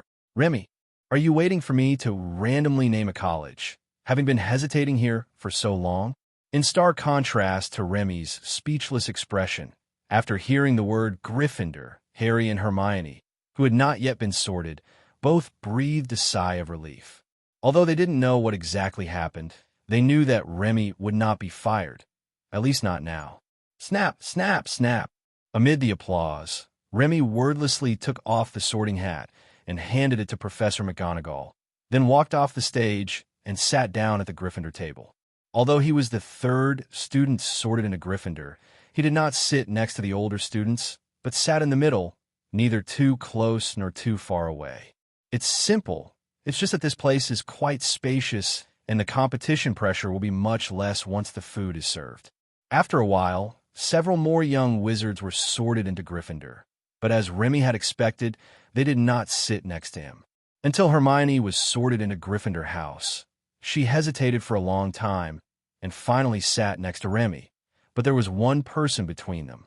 Remy smiled slightly and shifted his position to sit next to Hermione. Hermione was sitting so close to him. Wouldn't it be foolish for him not to take the initiative? As expected, Hermione did not object to Remy's arrival. Instead, she took the initiative to talk about the ceiling of the Great Hall. After chatting for a while, suddenly, there was an unprecedented burst of warm applause and cheers all around. It turned out that Harry Potter came to the Lion Court. As he wished, he arrived at Gryffindor College where Remy and Ronald were. Harry put down the Sorting Hat and walked quickly towards the long table of Gryffindor College. He didn't go looking for Remy, but patted Remy on the shoulder when he passed by Remy, gave Remy a thumbs up, and whispered, "Come on." Then he walked forward and sat down next to Ronald. Ronald glanced at Remy and Hermione, who were almost leaning against each other. For some reason, he always felt that something was wrong, as if a voice in the dark was whispering to him. The plot shouldn't be like this. The sorting is still going on, and one by one the little wizards are heading to their destined place under the judgment of the Sorting Hat. Everyone's arrival will be welcomed with applause from the students of that college. Although the applause is warm, there are still differences. For example, those who are good-looking or handsome receive obviously more enthusiastic applause than others. The magical world is also a world where appearance matters. Remy's heart was broken when he saw the beauties being sent to other hospitals one by one. Trying to mend his broken heart, Remy turned to look at Hermione.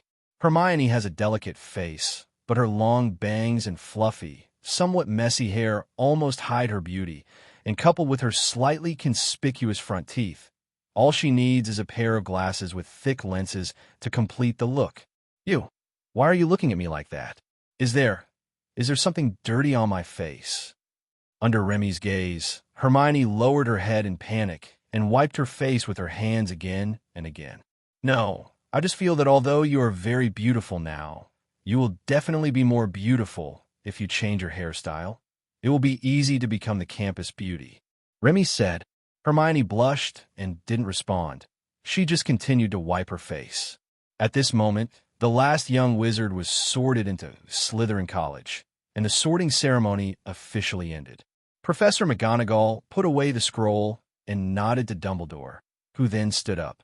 Welcome to Hogwarts School of Witchcraft and Wizardry to start a new school year. Dumbledore said, Before the party begins, I have 2 things to say. Idiot, crybaby, scum, twist. Thank you, everyone. It was not until Dumbledore sat down that the young wizards came to their senses. Great. Well said. Remy stood up and clapped vigorously as he spoke. He liked principals who didn't give long speeches. Led by Remy, the little wizards in the auditorium also applauded and cheered.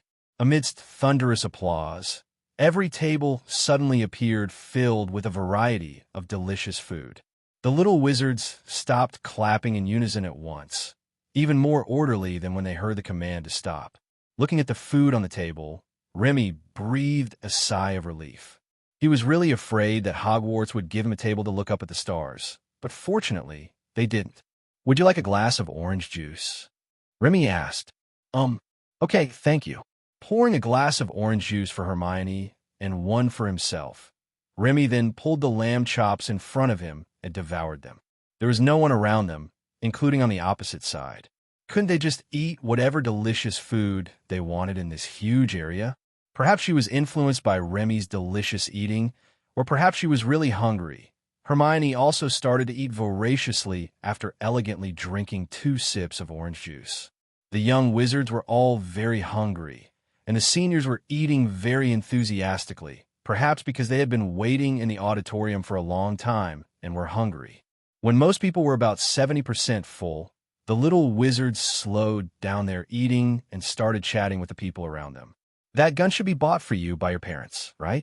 I once heard my father say that the gun control in Magnesium is much looser than in Britain, but do children there have guns? Hermione asked. Well, of course not. After swallowing the pudding in his mouth, Remy picked up the napkin and wiped his mouth. At least for now, children in the country cannot own guns. But I heard that several gun giants have already started preparing guns for children. In another 20 or 30 years, maybe everyone can own guns. Is this so scary? Then why did your parents buy you a gun? Are they worried that you would be alone and in country and want to protect yourself? Hermione asked. No. Remy shook his head. My parents both work for Barrett, a firearms company and a family business. Oh, I see. Hermione nodded. My parents are both dentists. Really? Then you can eat as much candy as you want, right? Even if you have cavities, your parents can help you treat them. On the contrary, my parents don't let me eat too many sweets. While they were chatting, suddenly 2 big black rats came out from nowhere and appeared on Remy's left side. Hi, Remy. ×2. 2 people who looked exactly the same greeted each other in unusually synchronized movements. They were the Weasley twins who had met once at the train station. Hi, George Fred, what's up? Remy asked curiously. Oh, you gave us new names? Why not Fred George? The 2 asked one by one. I really can't explain this. How about you 2 have a fight, and whoever wins gets their name on the back? Remy said with a smile. Well, I can consider it, but not now. We have something important to discuss with you. ×2. As they spoke, they both leaned their heads towards Remy at the same time. We heard from Ronald that Professor McGonagall confiscated your gun, but not the bullets. Remy raised an eyebrow. Why, you want it? Yes, we are very interested in it. We know where Professor McGonagall keeps confiscated items. We can help you steal the gun back. Oh, you just quoted me a price? Are you so businesslike? Forget about the gun. Professor McGonagall just handed the gun to Headmaster Dumbledore. As for the bullets, I can give you some, but definitely not now. Remy said, Clear. Thank you so much. We will give you some equally interesting toys later. We're leaving now and won't bother you anymore. Have a nice date. The 2 of them chatted with each other and then disappeared under the long table. Remy suddenly realized and thought, no wonder I didn't notice them coming just now. It turned out that they were old Beijing people, and they even walked under the tunnel. Hermione blushed and quickly lowered her head to continue eating. Were we just now? Oh, by the way, you just misunderstood. Actually, my parents also live in country. Oh, where's your home then? Where's my home? Remy's face fell, and he immediately told Hermione how unreliable his parents were. On the other side, a group of young wizards were frightened by the sudden appearance of the ghost army. Some of them wanted to come over to scare Remy, but when they saw the two people almost leaning against each other, every ghost turned their heads away with a look of disgust. The strong stench there is so strong that even ghosts can't stand it. When all the little wizards had almost finished eating and started to concentrate on chatting, the food on the long table changed from delicious dishes to sweet and delicious desserts, ice cream, pudding, and tea. Unlike the previous Yorkshire pudding, which was similar to a bread roll, this time it is a dessert pudding. As the food on the table changed, tea parties broke out throughout the auditorium. Looking at Hermione next to him, Remy felt that he couldn't be so unsociable. Otherwise, it wouldn't matter to him, but Hermione might be ostracized. After talking to Hermione, they both stood up and sat down next to Harry. "Oh, you're here. Remy, we were just discussing you," said Ronald, who was sitting opposite. Across from them, Harry greeted Remy and Hermione. "What bad things do you say about me behind my back?" Remy asked with a smile.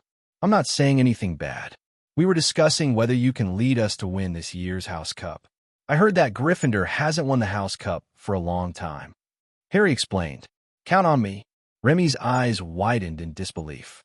"You expect me to give extra points to the house? Please, if I don't deduct a negative number from Gryffindor's score, it will be considered a poor performance, okay? Everyone, what kind of self-destructive wolf statement is this? Are you a spy sent by another college? Haha, are you kidding?" Ronald asked. "No, I really don't like studying." Remy said, "I know a lot only because my teacher often told me some interesting stories when I was with him. I have never finished reading a serious magic book. I always fall asleep while reading, so I read it when I can't sleep. The hypnotic effect is great. Everyone, you really are here to be a spy, right?" Just when everyone didn't know how to evaluate Remy, Hermione coughed lightly. "If it's just a test on textbook content, I should be able to do it. I've already finished reading all the textbooks for this school year. If I'm given another 2 months, I should be able to memorize them." Hermione said, "Already finished reading? Can I memorize the textbooks in 2 months?" Hiss! A bunch of poor students immediately took a deep breath and offered to pass cigarettes to the big guy. No, they wanted to pass tea to the big guy. Seeing Hermione blending in smoothly and chatting about study in the House Cup, Remy turned his attention to the teachers' seats. Looking at a certain man with a bun who was whispering with a greasy Uncle Snape, Remy's hand was itching to shoot him on the head. He carried more than one gun, and not just childish weapons like revolvers. While he's off guard, I should be able to shoot Voldemort in the back of his head, right? No, that's not right. Voldemort should be in a possessed state right now. In this state, bullets can't threaten him. I'll shoot you after you're resurrected." Remy calculated silently. If the Dark Lord, who despised Muggles the most, was shot dead by a Muggle weapon, this news would be very exciting if confirmed, and it should be able to unlock a legendary achievement.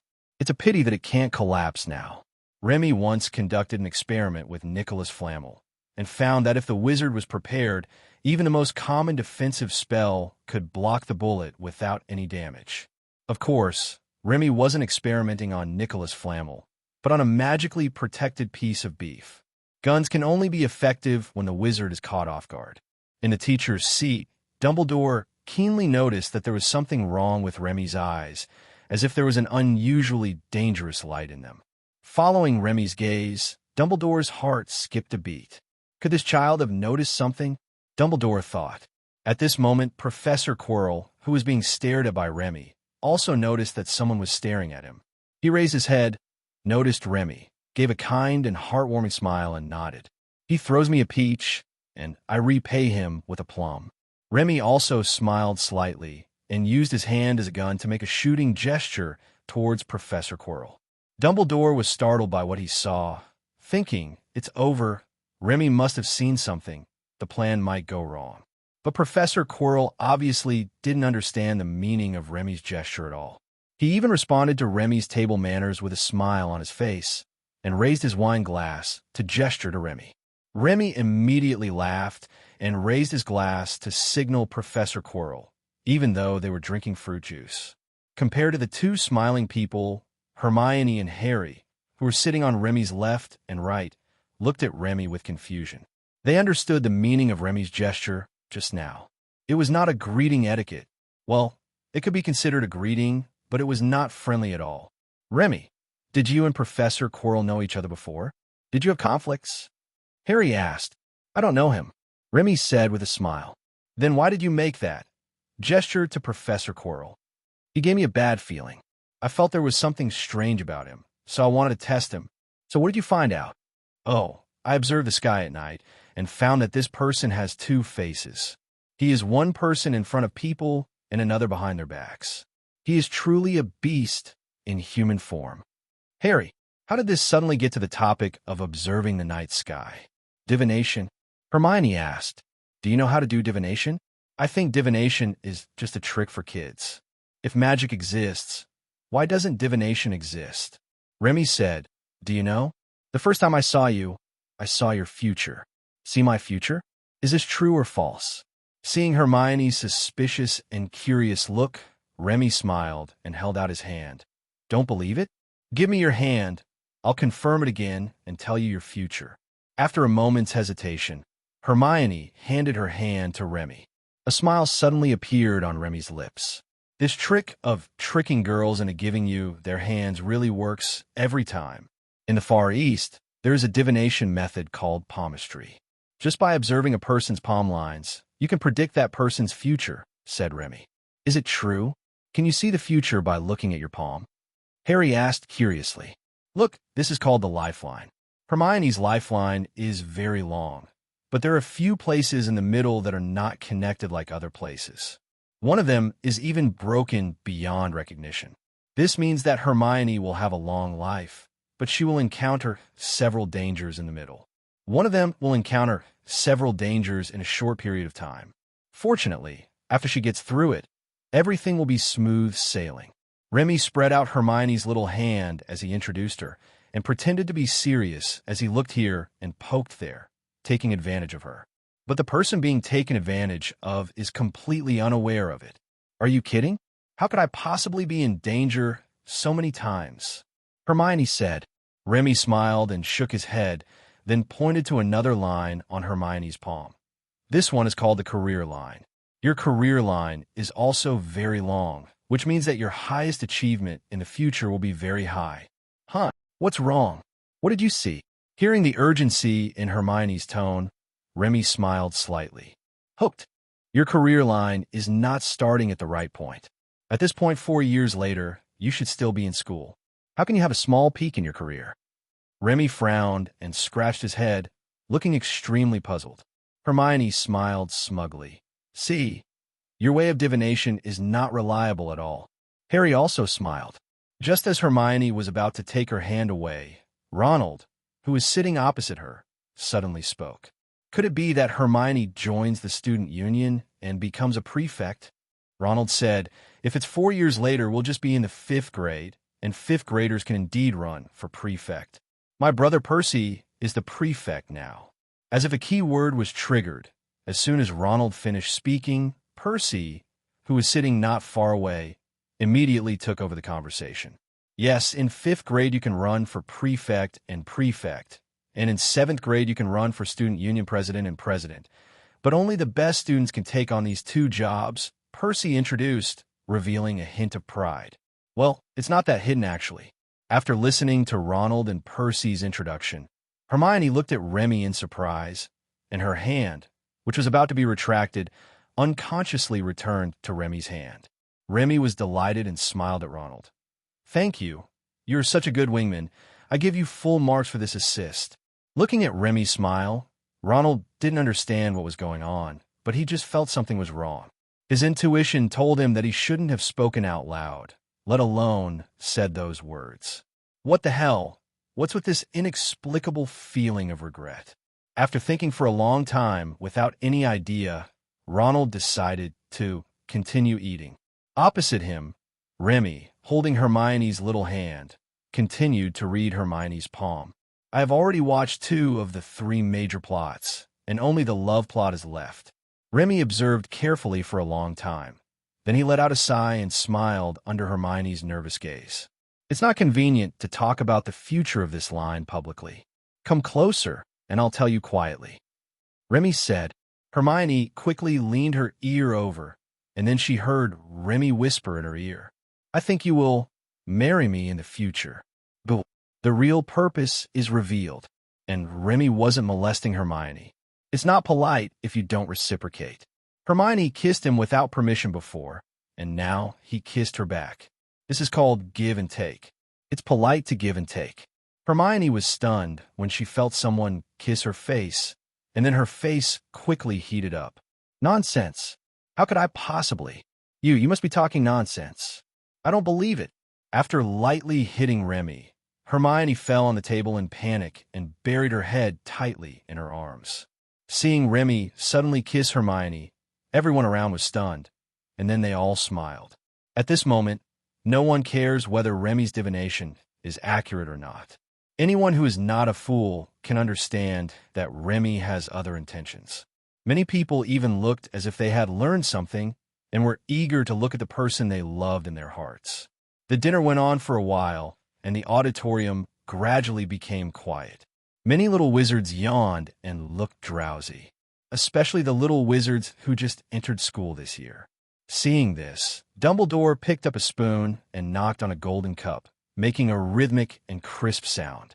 This sound could represent nobility to some extent, just like the sound of two high-end red wine glasses colliding. Well, it could also be the sound of a heart breaking. With a knock, the food on all the tables disappeared, and Headmaster Dumbledore stood up again. Everyone should be well fed and well drunk now. Before you return to your dormitories, I would like to tell you some things you should pay attention to when studying at Hogwarts School of Witchcraft and Wizardry. First of all, first-year students, please note that the forest in the school is a forbidden forest. No one is allowed to enter without permission. Some senior students also need to pay special attention to this. As he spoke, Headmaster Dumbledore looked around at the students of the 4 major colleges and focused on the Gryffindor table for a while. Secondly, the administrator of Hogwarts Castle hopes that I can remind everyone not to cast spells in the corridors during class breaks. Otherwise, it will be dangerous to yourself and your classmates. Also, students who are interested in signing up for the Quidditch team should find Ms. Hodge to sign up before the second week of this semester. Don't miss it. At this point, Dumbledore glanced at Remy, feeling a little hesitant. After a moment's thought, Dumbledore continued, Finally, I must solemnly inform you that there are some new changes in Hogwarts Castle this year. If you don't want to suffer an unexpected and painful death, please be sure not to enter the corridor on the right side of the 4th floor. Drop, drop, drop, drop, drop. Remy's eyes lit up. The code has been received and decoded. Set off immediately. Target, the corridor on the right side of the 4th floor. Now let's sing the school song together. Dumbledore waved his hand, and music scores appeared in the air and floated towards the many young wizards. Everyone can choose their favorite piece. Ready, sing. Following the command, everyone started singing, either happily, helplessly, or listlessly. Hogwarts, Hogwarts, Hogwarts, Hogwarts.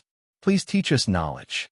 Whether we are bald, old men, or a child who broke his knee, our minds can accept some interesting things, because now our brains are empty, full of air, dead flies, and trifles. Teach us some valuable knowledge. Give us back what we have forgotten. Just do your best and leave the rest to us. We will study hard until we are reduced to dust.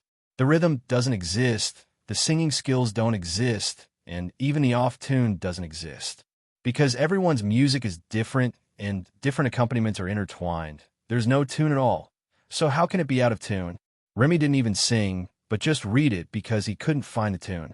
After the Weasley twins, who had the slowest tempo, finished singing the school song with a funeral march, Headmaster Dumbledore happily announced that the prefects of each house would lead the new students of their respective houses back to their dormitories. This made everyone, including the professors, feel relieved. The previous school song segment was really messy. The young Gryffindor wizards stood up and followed their prefect Percy out. Remy was about to leave when he found that Hermione did not stand up, and she did not sing the school song before. "Are you asleep?" Remy poked Hermione and asked softly. When Hermione didn't respond, Remy rolled his eyes. "There's nothing I can do. At this time, it seems that only I, your boyfriend, can carry you back to rest." As soon as she finished speaking, before Remy could extend his hand, Hermione stood up and walked quickly towards the entrance of the auditorium.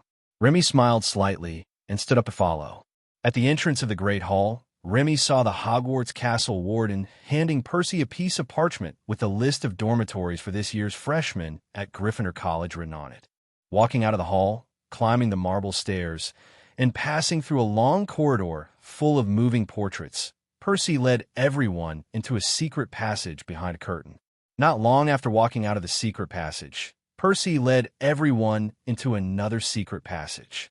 "I once heard from my teacher that Hogwarts School of Witchcraft and Wizardry was originally established to shelter homeless wizards who were persecuted by ordinary people. Therefore, there are many secret passages in Hogwarts Castle to prevent ordinary people from breaking in and hiding in time." Remy introduced Hermione. Hermione didn't say anything, just nodded and hummed softly. After walking for about 5 more minutes, Percy finally led everyone to a huge portrait of a lady who looked very wealthy. "Password," said the portrait. "Dragon scum." As Percy responded to the command, the portrait slowly opened to reveal a circular passage behind it. Following the passage, everyone came to a round room filled with soft armchairs and sofas. There was also a fireplace on the wall facing the passage that was not burning at the moment. "The girls' dorm is on the left, and the boys' dorm can be reached by going upstairs through the door on the right. The boys will wait here for a moment while I take the ladies to their dorms." As he spoke, Percy motioned for the girls to follow him, but he suddenly noticed a stranger had mixed into the group. "Your name is Remy, right? I'm going to take them to the girls' dormitory now. You wait here, and I'll take you to the boys' dormitory later." Percy said, "I know, I just want to go to the girls' dormitory and take a look," Remy said calmly, even acting as if it was a matter of course. "I am honest and I am proud." "Then you have to be disappointed. Boys are not allowed to enter the girls' dormitory, not even this passage." Percy said, "Oh, then why were you able to enter?" Remy asked. Percy puffed out his chest. "Because I'm a prefect." "Oh, so if you become a prefect, you are no longer a man?" Remy asked. Percy was stunned for a moment and then shook his head. "The Gryffindor female prefect will have to come to Hogwarts 2 days later for some reasons, so I will take them to the girls' dormitory today." "Oh, tell me, how much did you bribe the female prefect?" "I'll pay double." "You..." Percy's face darkened, and he immediately panicked because he noticed that the looks from people around him, both boys and girls, were not right, especially his younger brother. "Remy, stop talking nonsense. Do you think everyone is like you?" Hermione said dissatisfiedly. Remy thought for a moment and nodded vigorously. "You still understand me." Feeling that everyone was looking at her, Hermione blushed and walked quickly towards the passage on the left. Seeing Remy walking towards the sofa on her own, Percy breathed a sigh of relief, hurriedly led the girls into the passage, and closed the door at the end. As soon as the door closed, Ronald immediately ran to Remy's side. "Awesome. This is the first time I've seen someone embarrass Percy like this. Even George and Fred haven't done it before." Remy looked at Ronald speechlessly. "Your brother was so embarrassed by me, and yet you are so happy? Your circle is so chaotic. I hope we can be assigned to the same dormitory, otherwise we will have to move our luggage later." "I just want to sleep now," Harry said listlessly. "I really don't have any dreams.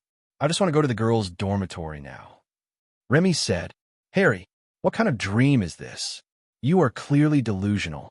After a while, Percy opened the door and came out of the girls' dormitory area, then led the boys into the dormitory area. Going up the spiral staircase to the second floor, Percy took the parchment and began to assign dormitories to everyone. Remy and Harry were assigned to the same dormitory, which made Harry breathe a sigh of relief. In addition to them, there are 3 other people living in the same dormitory with them, namely, Ronald, Neville, and Seamus. There were 5 large beds in the dormitory, draped with crimson velvet curtains. Everyone's luggage had long been delivered to the room, and was now placed against the wall not far from the dormitory entrance. I choose the innermost bed. Is that okay with you? Remy asked. The four of them shook their heads at the same time, all looking listless. I'll take the one next to Remy. My luggage is all with Remy, so it will be more convenient for me to move things later. Harry said. Then I'll take the outermost one, closer to the door, Neville said. I'll sleep in the middle, Ronald said. With no choice left, Simo didn't care and didn't even say a word as he walked straight to the bed and started taking off his shoes.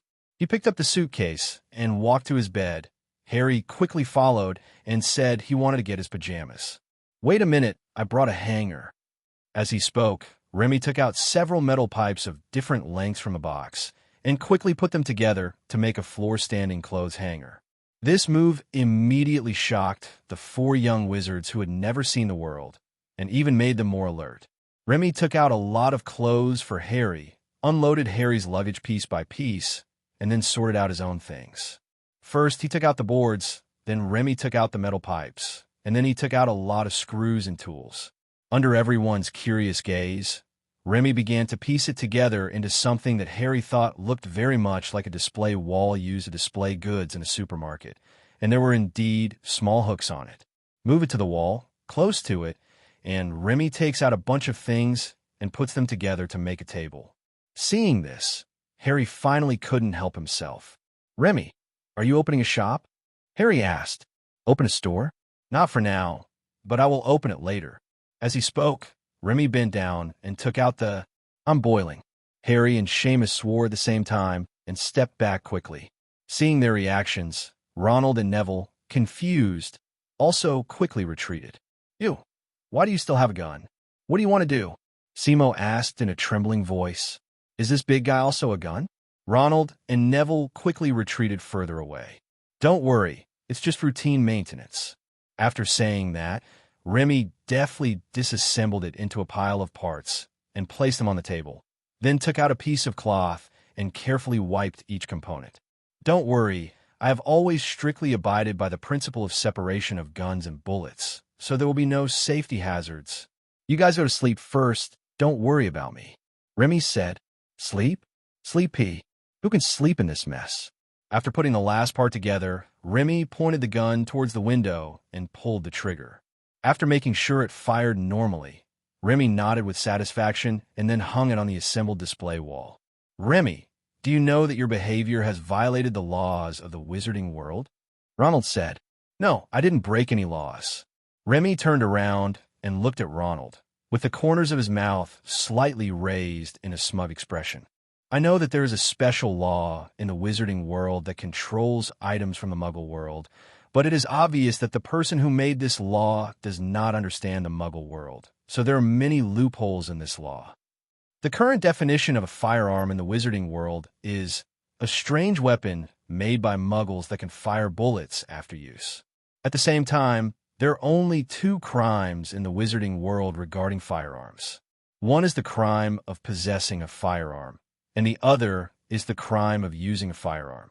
As he spoke, Remy squatted in front of the suitcase, took out a rifle from it and placed it on the table, then took out a bullet from his pocket and stood it up next to it.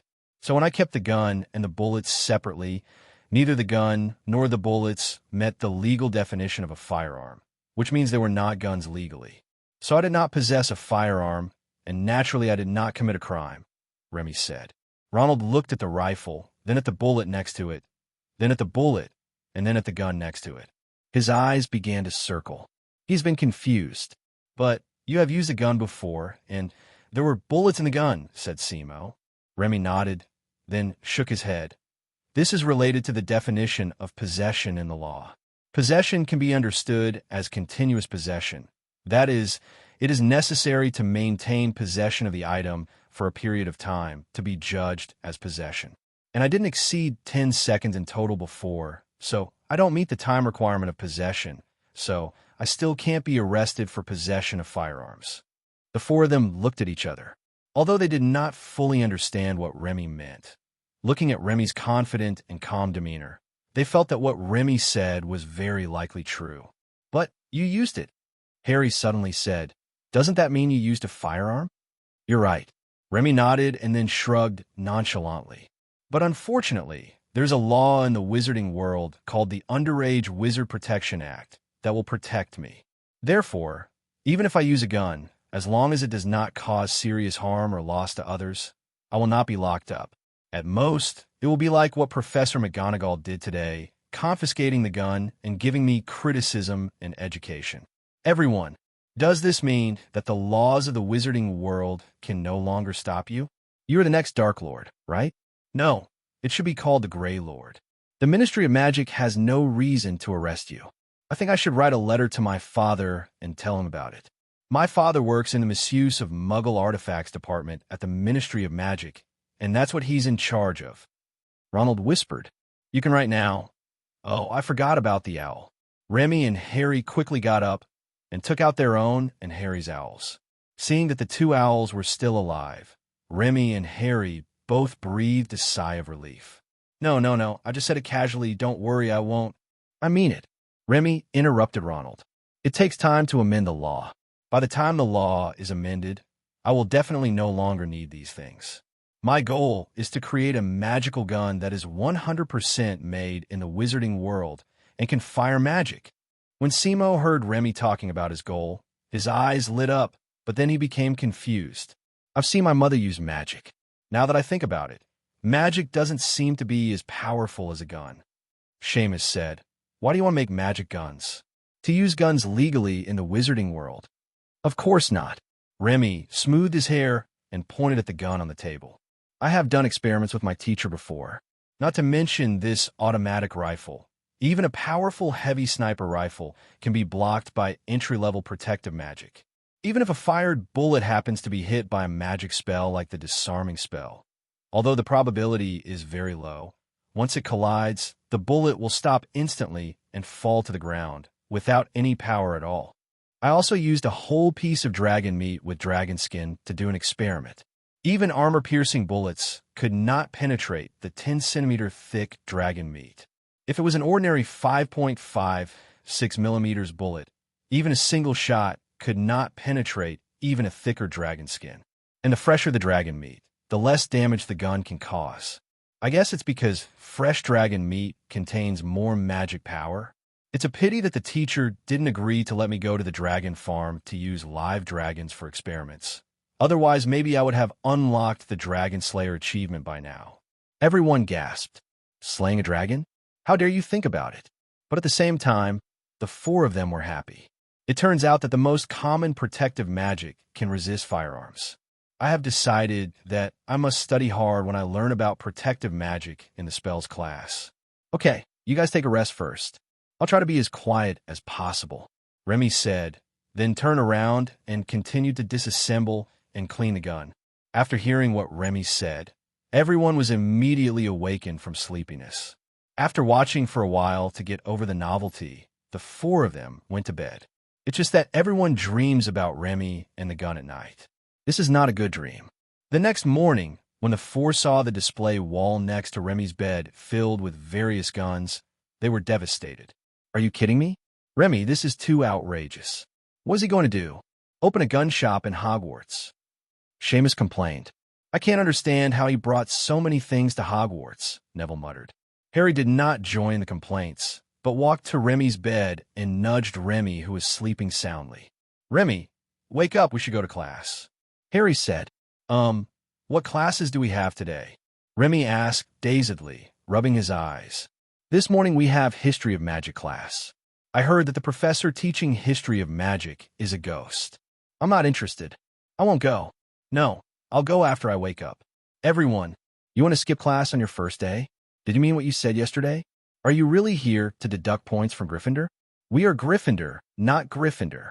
All three of them immediately looked at Harry. The meaning was very clear. You have the best relationship with him. You figure out a way. Harry nodded, gritted his teeth, and continued to push Remy. Remy, we just arrived at Hogwarts School of Witchcraft and Wizardry. Hurry up and get up. Come back after class, and then go back to sleep. It's the first class. How inappropriate would it be not to go? Be careful the professor calls you parents. After much persuasion, Remy, who was fed up with the constant noise, had to reluctantly leave the warm and soft bed that he loved so much. Get up, change clothes, and wash up.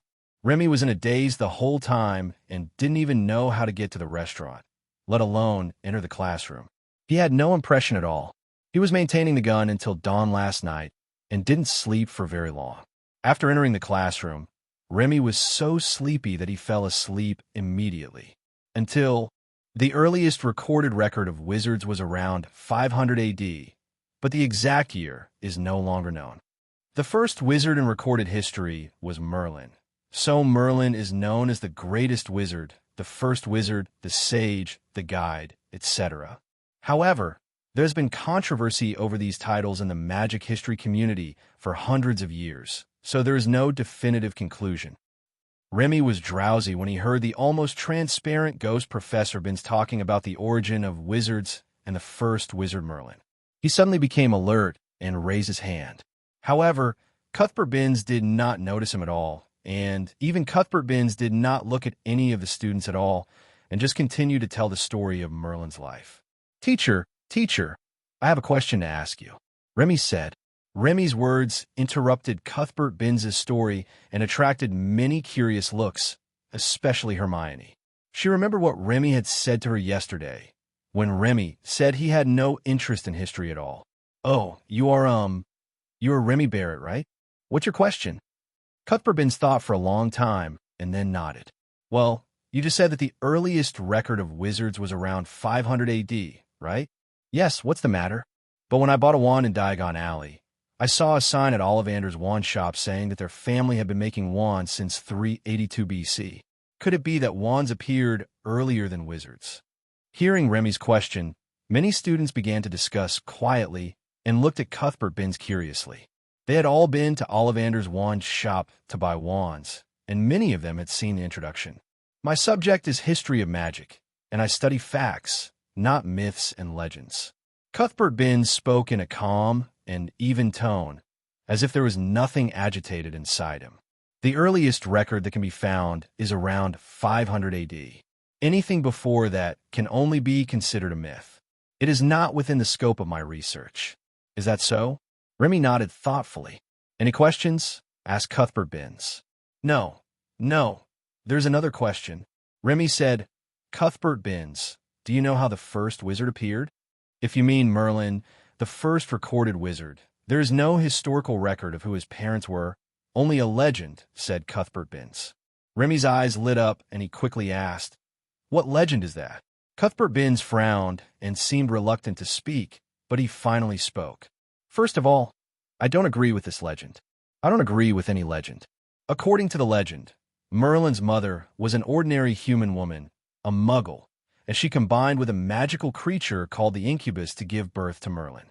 But the magic world has not yet found a magical creature like the incubus, and there is no record of the incubus in history books," said Cuthbert Binns. "Could it be an alias? For example, Vila. But the people at that time, or Merlin's mother, didn't know Vila, so they gave her the name of a nightmare." Remy asked. Cuthbert Binns shook his head, looking a little impatient. "I don't know this, and I don't study it.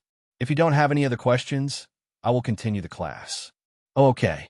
Listening to Cuthbert Binns continuing to narrate the history of the past in his flat voice, Remy did not feel sleepy, but his mind was already floating in the sky. Until Hermione suddenly handed him a notebook with the words, "Didn't you say yesterday that you have no interest in history at all?" Coming back to his senses, Remy picked up the quill. "I am not interested in history, but I am very interested in the origin of wizards and want to study it clearly." Soon, Remy received another reply from Hermione. "Why are you interested in this issue?" After hesitating for a while, Remy wrote down his thoughts. "If the origin of wizards can be studied clearly, perhaps ordinary people who are not wizards can be artificially given magical powers, thus turning them into wizards." Hermione was stunned when she saw Remy's reply. She had not expected Remy to have such ambitious goals. Then she thought of her parents. If her parents could become wizards, if more parents of muggle-born little wizards could become wizards. "I'll go to the library with you after class to look up information," Hermione whispered. I didn't say I was going to look up information. Looking up information is so tiring and boring. Blinking, Remy decided not to speak his inner thoughts. He felt that if he did, Hermione would think he was just an empty dreamer. But he really didn't want to look up the information, not only because it was troublesome, but also because if the library could find the information, this question would not have remained unanswered until now. I already have a plan for this, and I will tell you as soon as I come up with the results of my research. Remy wrote in his notebook and then handed the notebook to Hermione. As soon as she saw Remy's note, Hermione immediately became interested and asked Remy about the relevant plans. Remy did not hide it and told Hermione that he was a natural master of alchemy. Remy was born with alchemy skills, and the alchemy he mastered was very special, and he could use it even before his magic awakened. But at that time, Remy couldn't make anything. He could only summon a scale that only he could see.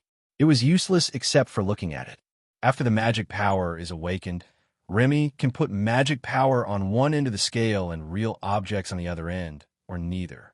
If you put an item at the other end, then this alchemy will be done with that item as the material. If you don't put it, then this alchemy will fail.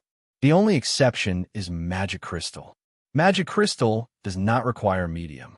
Magic crystal is solid magic power created by Remy using alchemy. It takes 2 parts of magic power to refine one magic crystal. Initially, the magic crystals refined by Remy were inedible. It was necessary to use magic crystals as raw materials and consume magic power to refine them again before they could be converted into edible magic crystals. Since magic crystals can be created out of thin air and magic crystals can be used as raw materials, in a sense, Remy does have the ability to create things out of thin air, as long as he has enough magic power. The closer the raw material is to the desired final product, the less magic Remy needs to put in. At the same time, the more Remy understands and defines the characteristics of the desired final product, the less magic he will need to put in, and the success rate will be greatly improved. When Remy uses alchemy, if the magic power invested at one time is insufficient, or if he does not have a clear and distinct understanding of the final product, the alchemy will fail. As for the price of failure, it is naturally boom shakalaka. Before meeting Nicholas Flamel, Remy had done some alchemy and had made some interesting little things, but the failure rate was extremely high. Therefore, after roughly figuring out what his alchemy was all about, Remy no longer continued to use alchemy to create anything other than magic crystals. He has been waiting and hoarding magic crystals. Now that he has undoubtedly improved greatly compared to before and finally arrived at Hogwarts School of Witchcraft and Wizardry, Remy feels that it is time to try to refine something truly useful. Start with something simple and go step by step. The biggest difference between muggles and wizards is whether they have magic power or not. There's also an intermediate group between muggles and wizards, and that is the squibs. So, I plan to refine magic cards first, to see if I can refine a magic card that can be used by squibs. After class, Remy told Hermione about his ideas, and then remembered that Hermione didn't seem to know what magic cards were, so Remy gave Hermione 2 magic cards and explained them to her. Maybe because Hermione had already learned some daily magic, she had no difficulty using the magic cards and activated the magic inside very easily.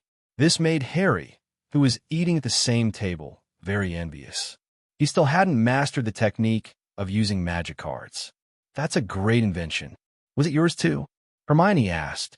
No, this is my teacher's invention. Remy said, Oh, but how can we turn them into magic cards that only squibs can use? It needs to be injected with magic power before it can be used, but squibs cannot control magic power.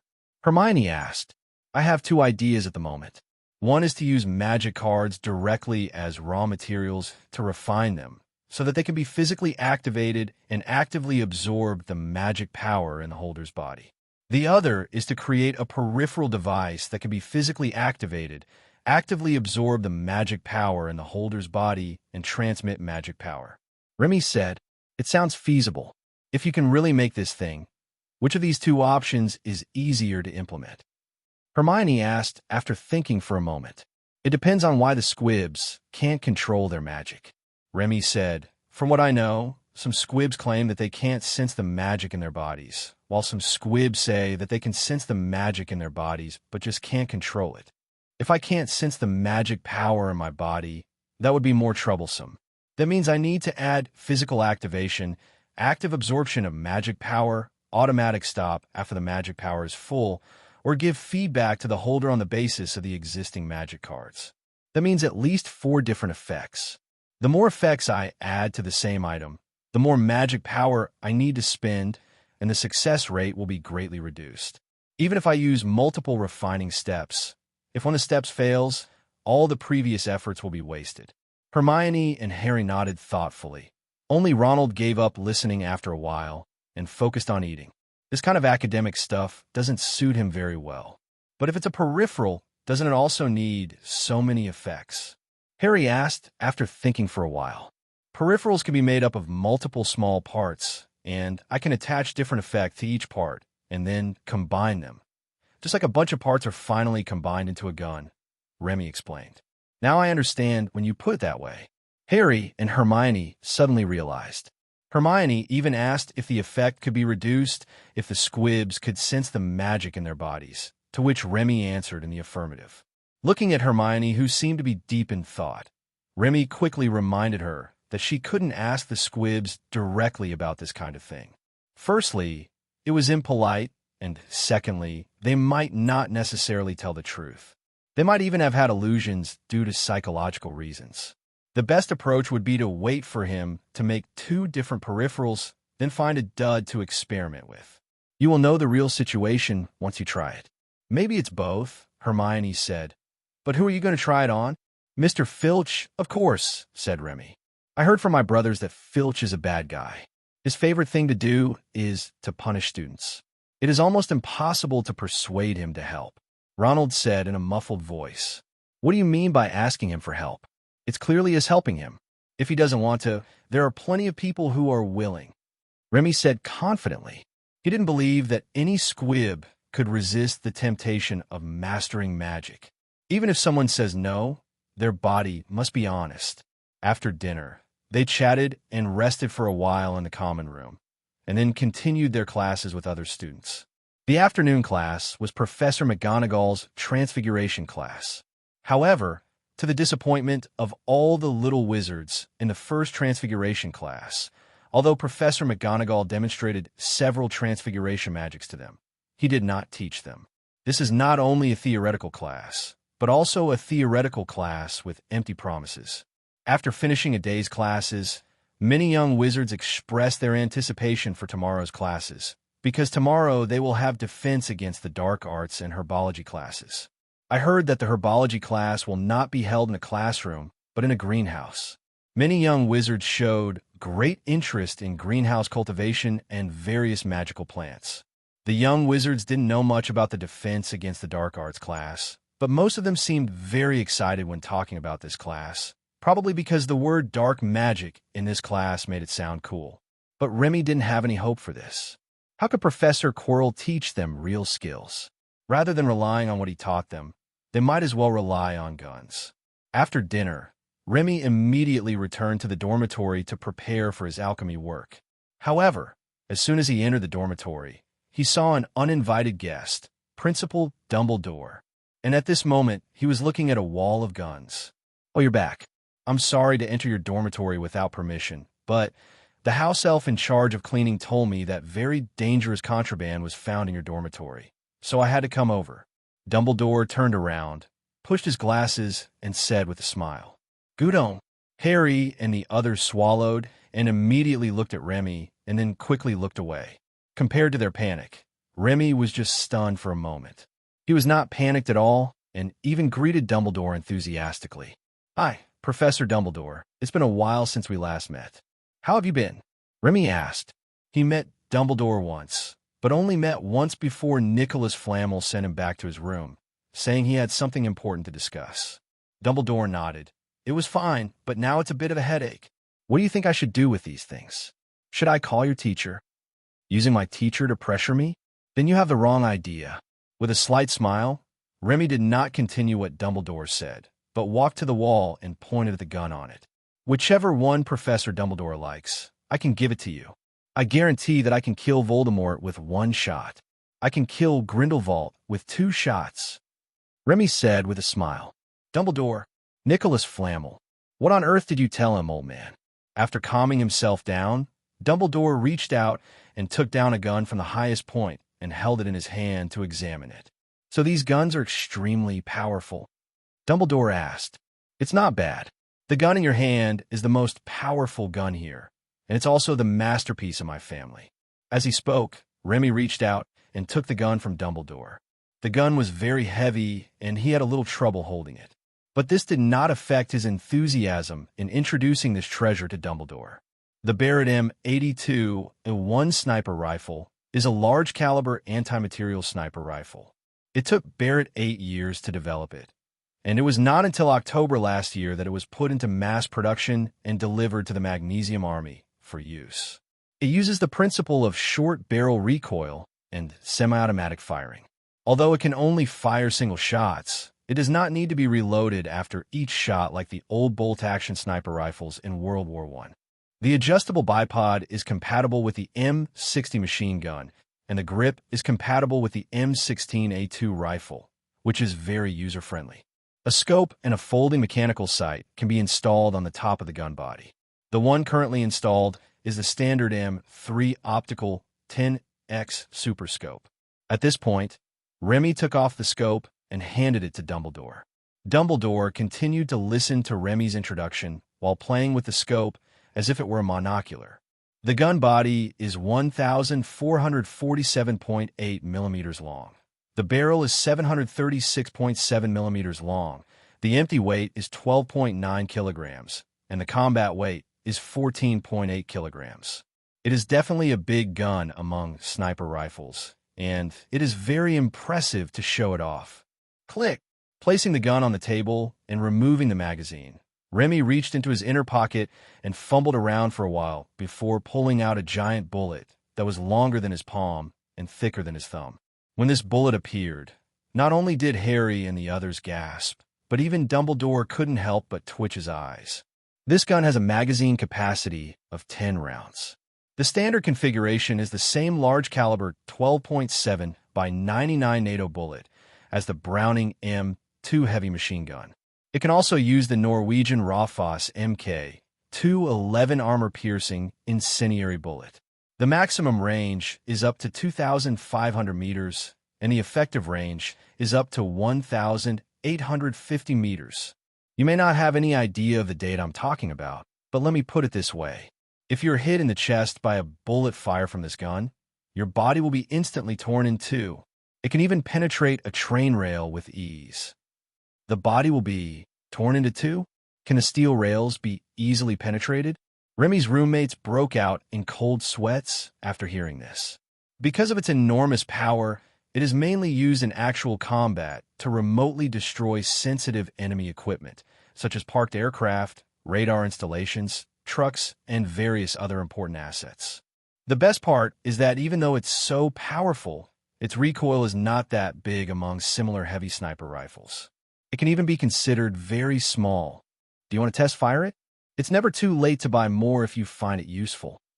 Dumbledore, what did I say? I was going to buy it. I'm clearly here for nothing. Ahem, I'm clearly here to confiscate prohibited items. This kind of dangerous contraband is not something a young wizard of your age should be in possession of, said Dumbledore. Why are you saying the same thing as Professor McGonagall? This thing is neither dangerous nor contraband. Remy rolled his eyes, then told Dumbledore again the legal loophole he had mentioned to Harry and the others last night. After listening to Remy's speculation, Dumbledore was silent for a long time. But he did not remain silent because there were loopholes in the law, but was surprised that Remy had learned to exploit loopholes in the law at such a young age. This was horrible to Dumbledore. Even Voldemort was not as lawless as Remy, nor was he as shrewd as Remy. Remy, I don't think taking advantage of legal loopholes is something you should be proud of, Dumbledore said seriously. Coincidentally, I don't think banning Muggle items is something worth promoting. What reasonable reason does the Ministry of Magic have to ban Muggle items? Is it to prevent people in the magical world from discovering that muggles have surpassed wizards in many ways? Remy asked. Dumbledore looked into Remy's violet eyes, pursed his lips, and finally shook his head. I don't know that. I'm just the principal of a magic school. I only know that keeping such dangerous contraband in the dormitory is a major safety hazard for you and your roommates. Dumbledore said solemnly. So I have to confiscate them and the bullets in your pockets. Take them all out. I need them all away. Looking at the unquestionable serious expression on Dumbledore's face, Remy shook his head helplessly while taking out the bullet. You are too conservative, Professor Dumbledore. I hope you can think carefully about the future of the wizarding world in the coming time. To put it bluntly, if the wizarding world today goes to war with muggles, any well-equipped special forces unit would be enough to sweep across the entire wizarding world. Not to mention that muggles have weapons that are far more powerful than these guns. Okay, Dumbledore nodded. I will seriously consider it. Remy took a box of bullets out of his pocket and placed it on the table. At first, everyone was surprised, and then they were shocked. Finally, when they saw the table full of bullets, Dumbledore and Harry's expressions were numb. It wasn't until the table creaked under the weight that Remy stopped and spread his hands to indicate that there was nothing left. Dumbledore, who had originally planned to test Remy to see if he had really taken out all the things after Remy stopped, had no intention of testing him at this moment. His only headache was how to take these things away and where to store them to ensure their safety. After thinking for a long time, Dumbledore took out his wand from his arms and used silent casting. With just a light wave of the wand, the table full of bullets and the guns on the wall all disappeared. Remy's eyes lit up. What kind of magic is this? The transference charm. You'll learn it when you reach 5th year. Dumbledore put away his wand and nodded slightly to the others. It's getting late, go to bed early, everyone. Before he finished speaking, Dumbledore disappeared in a flash. This move immediately stunned everyone, including Remy, especially Remy. His eyes were full of envy. Noticing Remy staring blankly at the place where Headmaster Dumbledore disappeared, Harry came to his senses and stepped forward to pat Remy on the shoulder. Remy, don't be too sad. Headmaster Dumbledore didn't say he wouldn't return it to you. He should return it to you after the holidays. Harry comforted him. Remy glanced at Harry in confusion. Why should I be sad? As he spoke, Remy walked to the bed, pulled out the suitcase from under the bed, and opened it. Under the incredulous gazes of Harry and his other roommates, Remy took out a gun from his suitcase. You still have a gun? Ronald screamed and quickly covered his mouth. His eyes widened and his other hand trembled as if he had Parkinson's disease. Even a cunning rabbit has 3 burrows, let alone someone as smart as me. Remy shook his hair, called out to Harry, and threw the gun in his hand to Harry. One for each of you. Take it and play with it. As you just saw, Headmaster Dumbledore just confiscated the guns. He didn't deduct any points or give me detention. After hearing Remy's words, everyone's eyes lit up and their original fear of guns instantly turned into curiosity about guns. Before, they just watched Remy tinker with it. But now that they know Dumbledore's attitude, they can also confidently load the guns themselves. Each person got one, and even Simo asked if the Chicago typewriter given to him could be exchanged for a sniper rifle, saying that he liked sniper rifles. Remy will naturally meet this small request. Less than 5 minutes after Headmaster Dumbledore finished his dormitory inspection, the entire dormitory was transformed into a gun enthusiasts exchange meeting. I don't know if Principal Dumbledore will regret coming to check the dormitories after he finds out. After briefly introducing the composition of the guns to his roommates, Remy let them take them apart and play with them by themselves, while he took out a large pile of magic materials and began to select the materials needed for alchemy. It is not difficult to refine the items that Remy wants with the magic power he has now, but the difficult part is to refine them perfectly, that is, consuming the least cost. Fortunately, we are now in the experimental stage and do not need to consider the cost issue. We only need to consider the success or failure and what the final product will look like.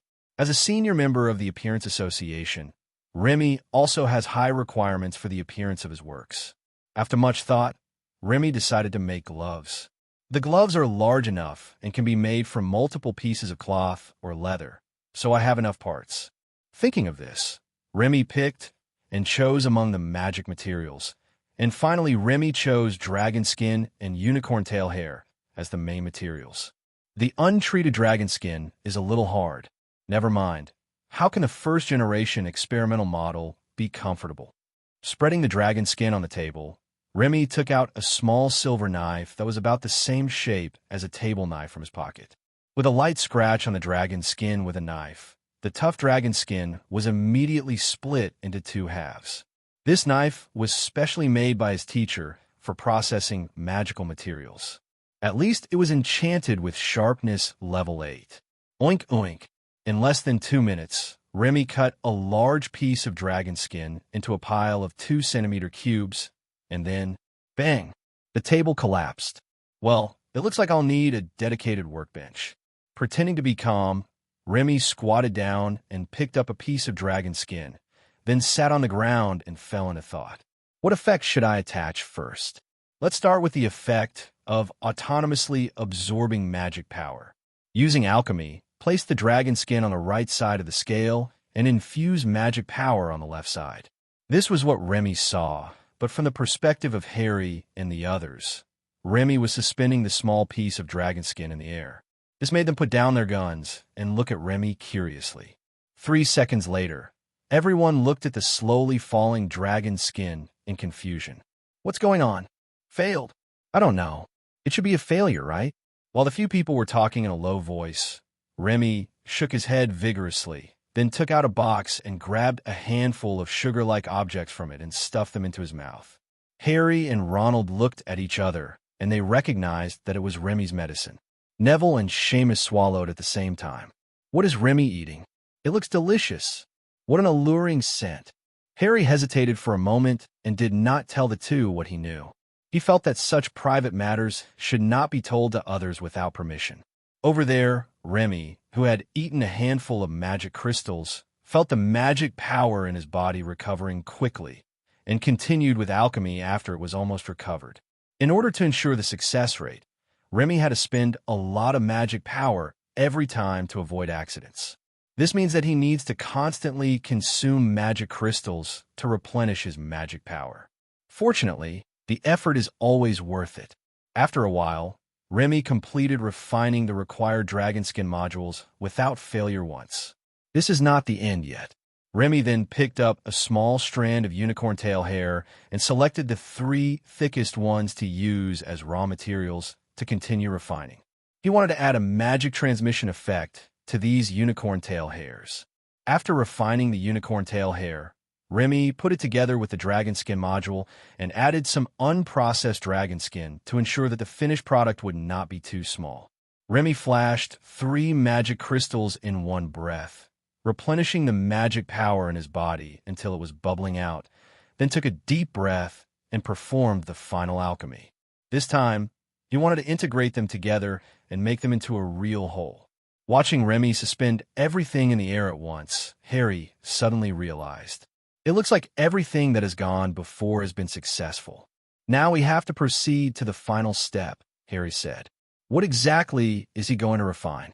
I only heard him talking about alchemy when we were having dinner just now.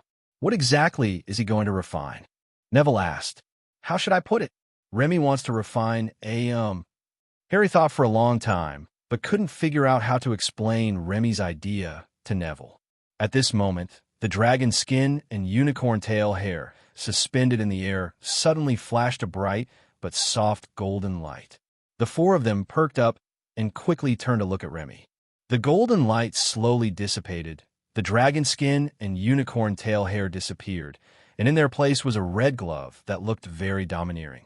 The surface of the gloves retains the uneven granular texture of dragon skin, but is brighter red than real dragon skin, as if it had been coated with a layer of brightening oil. It is both refined and retains the wild beauty of the dragon skin itself. Remy himself is quite satisfied with this work. At least he is satisfied with the appearance. That's so cool, Harry exclaimed and walked forward to take a closer look at the gloves, and the other 3 also gathered around. How cool! It would be even cooler if the fingers could be decorated with dragon claws. Ronald said, with shining eyes. That's a great glove, but what does it do? Seamus asked. Wait a moment, I'll show you. Remy smiled and put on his gloves. Although he was confident in his work, for safety reasons, Remy asked the 4 people to step back and not watch. This is a glove that can absorb the wearer's magic power and transfer it to other objects. As long as it is used in conjunction with a magic card, it can, deliberately dragging out the words to keep the audience in suspense. Remy raised his gloved right hand and made a scissors sign, then took out a magic card of illumination and placed it between his index and middle fingers. As the 2 fingers came together to clamp the magic card, a bright light suddenly emerged from the top of the magic card. And then, boom! With a loud bang, Harry and the other 3 were startled. Remy, I'm fine. Cough, cough, cough, don't worry. Remy coughed and waved his hands to disperse the white smoke around him, choking to the point of tears streaming down his face. That doesn't make sense. I could clearly feel the magic power pouring into the magic card, and the magic card was even activated. How could it explode? Wiping away her tears, Remy muttered to herself that she was puzzled, staring at the half-finished magic card in her hand with a frown. Seeing that Remy was fine, Harry and the others breathed a sigh of relief. Could it be that too much magic power was injected? Harry thought for a moment and said, I remember you said that if too much magic power is injected, it will cause magic to become blocked. Impossible. The magic power I extracted is not even 100% of what I would get if I used magic cards directly normally. At this point, Remy suddenly got stuck. He suddenly thought of something. With his magic power, it usually takes several percentage points to use magic cards. So how do Hagrid and Hermione use it? Thinking of this, Remy suddenly remembered that when he first used a magic card, it would always explode, and then suddenly one day, he could use the magic card normally. Could it be that the teacher made some improvements to the magic card, specifically for me? Now that I was wearing gloves, the magic card didn't recognize me, so it couldn't withstand such a strong magic power. Thinking of this, Remy decided to try the experiment on someone else. Oh, I think what you said makes sense. I do have more magic power. Harry, how about you help me test it? Remy asked. Harry hesitated, but curiosity finally overcame his fear. Okay, how do we test it? Harry asked. You just need to put on the gloves, then hold the magic card and put your fingers together to make a sword gesture. That's it. Yes, this is how you can activate the gloves. If you want to stop, just stop making this gesture. After giving Harry an activation gesture, Remy handed the gloves to Harry. After putting on the gloves, Harry first clenched his fists. It feels a bit like a hard rubber glove, a bit big. These can be adjusted slowly later. As he spoke, Remy took out a stack of magic cards and selected them, then took out one and handed it to Harry.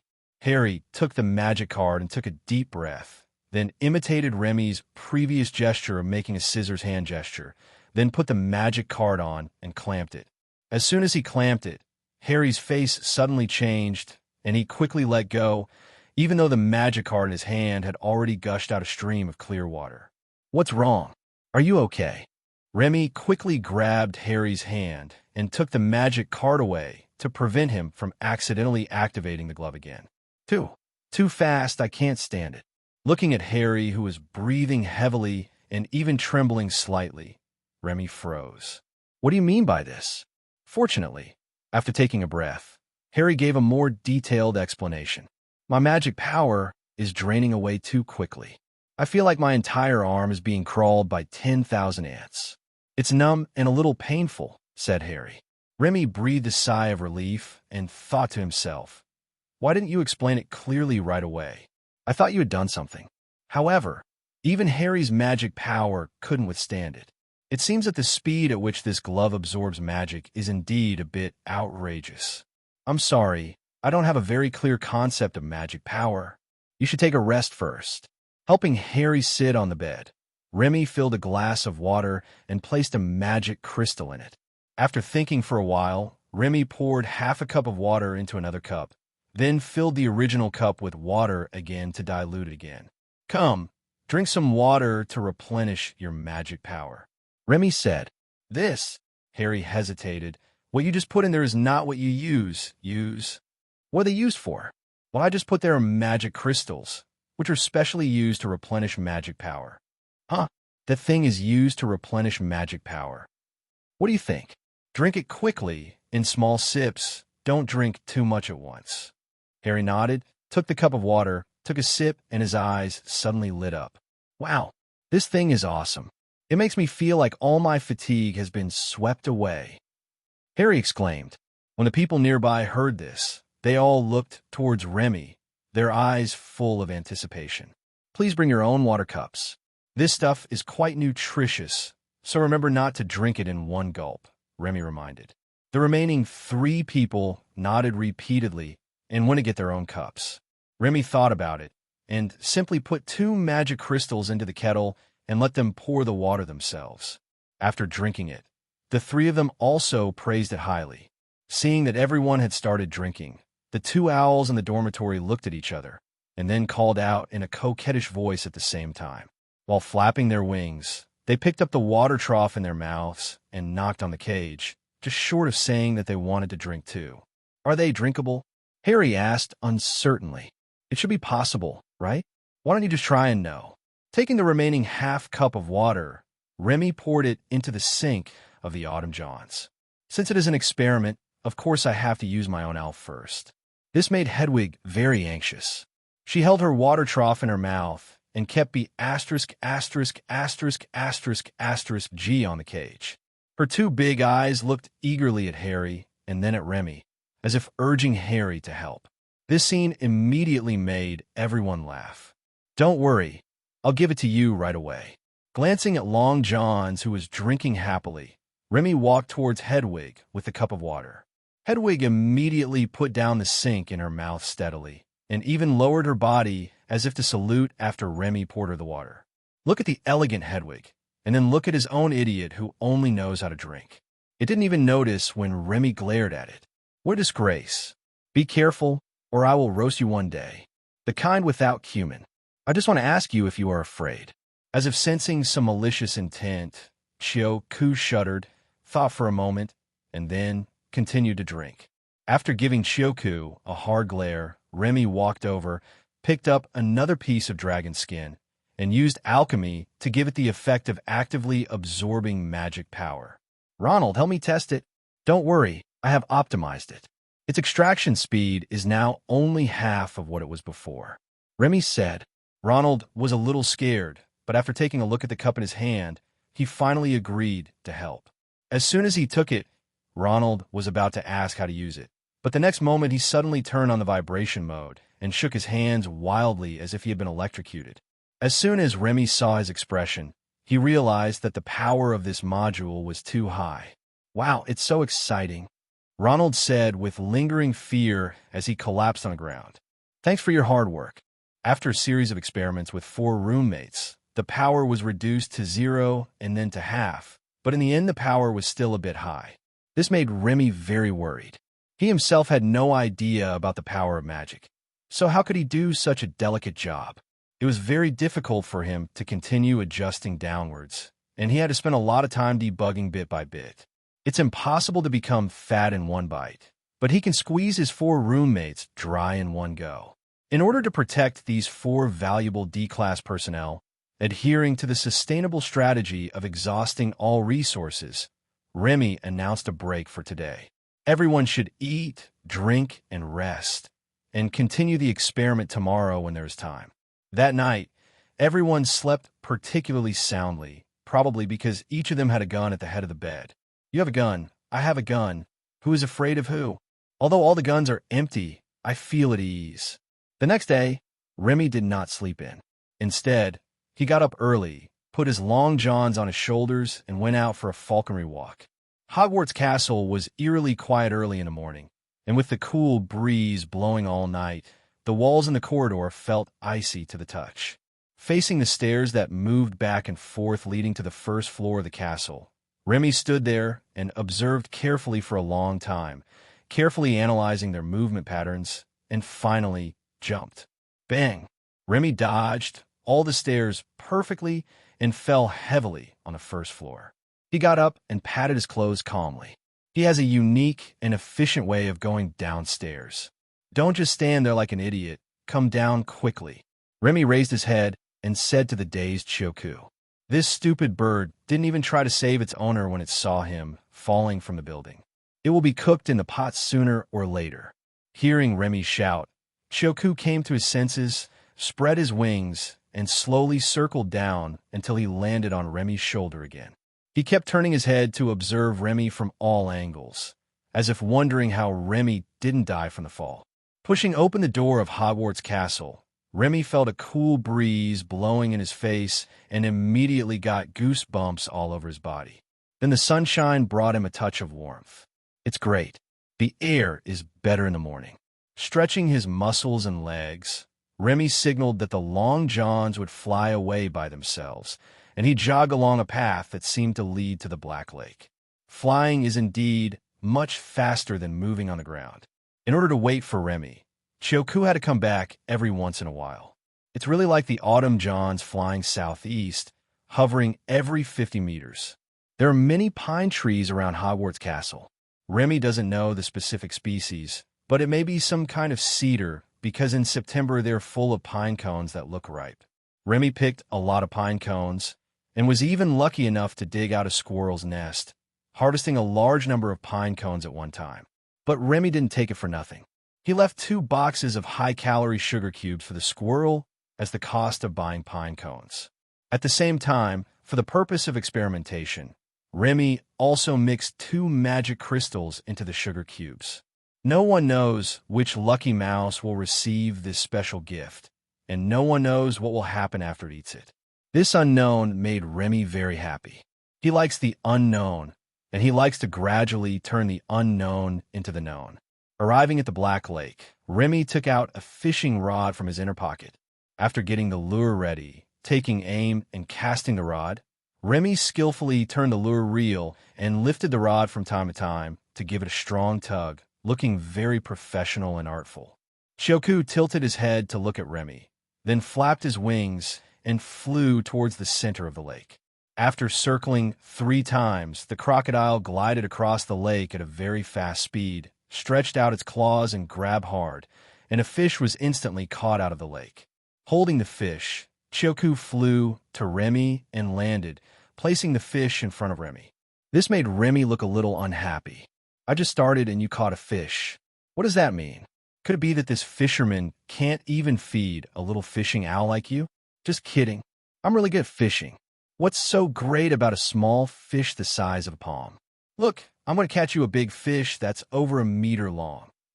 Remy said as he turned the lure reel to reel in the fishing line, then cast the rod again. This time, he used all his strength to throw the bait as far as possible, vowing to catch a big fish. The autumn trousers beside him seemed to understand what Remy said. It lowered its head and ate the palm-sized fish it had caught in a few bites. Then it flapped its wings again and flew towards the Black Lake. After a while, when Remy cast the rod for the 5th time, Chioku brought back another fish. This fish was much bigger than the previous one, as long as Remy's forearm. Remy was silent for a moment, then shook his head in disdain. Too small, look, I'll catch you a 1.5-meter big fish. Chioku tilted his head to look at Remy, then suddenly lowered his head and pecked the caught fish to death. Just when Remy thought Chioku was going to eat it, he saw Chioku grab the fish and fly to the Black Lake again. He dropped the fish nearly 100 meters away from the shore and then circled nearby. When Remy cast the 14th rod, Chioku dived toward the lake, grabbed a fish that was almost as big as its body, and flew into the air. The fish kept swinging its body, and the huge force even caused the long johns in the air to sway. Fortunately, it was still able to maintain its balance, and finally returned to Remy with its excellent gliding skills. Looking at the fish that Chioku brought back, which was already over 1/2 meter long and heading straight for 1 meter, and then looking at Chioku, who was holding his head high as if seeking credit, Remy's face turned pale, and he felt like he had been slapped in the face. Well, you did perform very well, but Remy, who was about to compliment the long johns, was suddenly startled and quickly grabbed the fishing rod. A big shipment of goods, Remy was ecstatic and held the fishing rod tightly. He turned the lure wheel as fast as he could to reel in the line, and at the same time lifted the fishing rod with force. It didn't matter if I lifted it up, but with a bang I saw, Shoku tilted his head and looked at the water, as if he didn't understand why his owner suddenly jumped into the lake. Did he commit suicide out of shame because he couldn't catch any fish? After staring at the lake for 3 seconds, Shoku shook his head vigorously and suddenly realized that his master did not jump into the water by himself. He took off quickly, staring at Remy, who was swimming quickly under the water with his big, kiss eyes and following his movements, ready to rush down to help at any time. At this moment, Remy, who was underwater, had excitement written all over his face. Although he was underwater, his body did not touch the water. All the water was blocked by an invisible barrier about 10 centimeters away from his body. Run? If I let you run away, I will never rest in peace. Holding the fishing rod tightly with one hand and both feet, Remy used his other hand to vigorously shake the lure reel to continue reeling in the line. As the lure reel turned, the big fish was getting closer and closer to...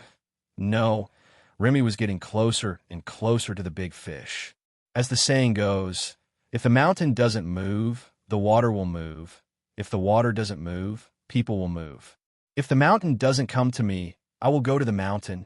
Fishing is like a love relationship, which is not a two-way street. If the other person doesn't come towards me, can I still run towards him? As long as you have perseverance and persistence, a mace can be sharpened into an embroidery needle. It's impossible to cut the line. Not in this lifetime. My fishing line can even catch a whale. Shake. I shake it hard. Shake it until Grandma sees me and says it's wonderful. Remy shook the lure wheel vigorously and continuously, gradually closing the distance between himself and the prey. But underwater was not his home ground. Before he could get close enough to see the prey clearly, the prey had already dragged him to the deep, dark bottom of the lake. But Remy did not give up. He continued to reel in the lure in the darkness. After an unknown amount of time, Remy suddenly felt something was wrong. A turbulent current of water suddenly hit Remy, and then he felt as if he was thrown into a toilet and spun rapidly, making him dizzy and disoriented. On the water's surface, when Remy could no longer be seen, Shoku circled anxiously and kept chirping. Its cry attracted many owls, which hooted for a while, and then a group of owls flew towards the interior of Hogwarts Castle. After entering the castle, the owls split into 2 groups. One group went to Vice Principal McGonagall's office, and the other group went all the way up to the principal's office. 2 groups of owls held a concert in front of the doors of the 2 offices and used a noisy noise to call out the owners of the 2 offices, who then rushed to report to the 2 men one after another. However, both Headmaster Dumbledore and Vice Headmaster McGonagall said they could not understand what they were saying. In desperation, Shoku, who had followed his compatriots to find Dumbledore, stretched out his claws to grab Dumbledore's robe and flapped his wings vigorously, as if he wanted to take Dumbledore away directly. Wait, I think I understand. You said you want to take me somewhere, right? And there is some emergency there that needs my urgent attention. Dumbledore asked. A group of owls nodded quickly and chirped continuously. Okay, be quiet. You lead the way, and I'll go with you, Dumbledore said. Walking forward with Dumbledore, Shoku felt a little anxious at Dumbledore's speed. He stretched out his claws to Dumbledore again and barked a few more times. After a moment's hesitation, the other owls rushed forward, stretched out their claws to grab Dumbledore's robes, and worked together to pull Dumbledore off the ground. Dumbledore sighed in frustration, but this time he didn't stop him. As the owl carried him out of the castle through the window, Dumbledore suddenly felt happy. Not far away, Professor McGonagall was also being held by the owls and flying in the air with a helpless look on his face. Minerva, where is your beloved broom? Are you reluctant to use it? Dumbledore joked. Professor McGonagall sighed helplessly. They are too anxious. What happened? I'm not sure, but Dumbledore glanced at the long johns. Maybe something happened to Remy. This owl seems to be his. It's really big. Its claws are very powerful. Professor McGonagall, is this what we should focus on now? Shouldn't the point be that something might happen to a Hogwarts student? At the same time, Remy Underwater finally got rid of the double debuffs of dizziness and confusion and managed to sit up. Etc. Sit up. Remy sat cross-legged on the ground with one hand on his chin and thought for 2 seconds, then took out a flashlight from his inner pocket. As the switch was turned on, Remy nodded with satisfaction as he looked at the wet and sticky unknown liquid everywhere. Sure enough, just as I guessed, I was swallowed. Remy was very happy to have successfully verified his guess, and then he jumped up and down in the belly of this unknown creature. You are so brave. How dare you swallow me? Don't you have any idea who is the hunter and who is the prey? Who gave you the courage to think you were a hunter? You are not courting death. I think you are clearly seeking death. While cursing, Remy took out a bunch of cute little round things and a ball of sewing thread from his pocket. After tying up the chubby little cuties one by one with string, Remy shone the flashlight around and found that he was not in the stomach filled with a large amount of corrosive liquid. So Remy took out a bottle and 2 magic cards. Using the Transfiguration magic card, Remy transformed the bottle into a large glass barrel and then used another spring spell magic card to fill it with water. Remy then took out another bottle. This time, Remy moved carefully. Carefully opened the bottle with the words sulfuric acid on the label and carefully pour the liquid inside into the bucket. Although the bottle is small, the liquid inside seems to be inexhaustible and it has not reached the bottom even after pouring for a long time. Well, that should be about right. Putting away the bottles, Remy picked up a bunch of little cuties and put them all into the bucket. The little cuties tied up with ropes were immediately freed as they entered the sulfuric acid solution. They had been tied up with ropes and opened their arms one after another, counting down the seconds to give light and warmth to the world. At the same time, Dumbledore and Professor McGonagall landed safely on the shore of Black Lake. Looking at the traces of people walking on the ground and an obvious sliding mark, Dumbledore and Professor McGonagall frowned. Did Remy fall into the water accidentally? I'll contact the fishmen and ask them to help find him, Professor McGonagall said. Dumbledore nodded, his brow still furrowed. If you fall into the water, does that count as being in danger?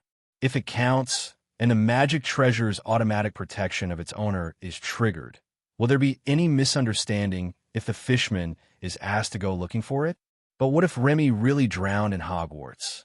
Just as Dumbledore was struggling with his dilemma, suddenly there was a loud noise that scared both of them and a group of owls.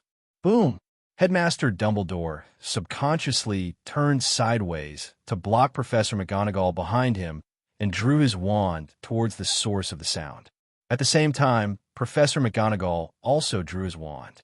As the two men stared in shock, they saw a huge column of water rising into the sky, at least 10 meters high.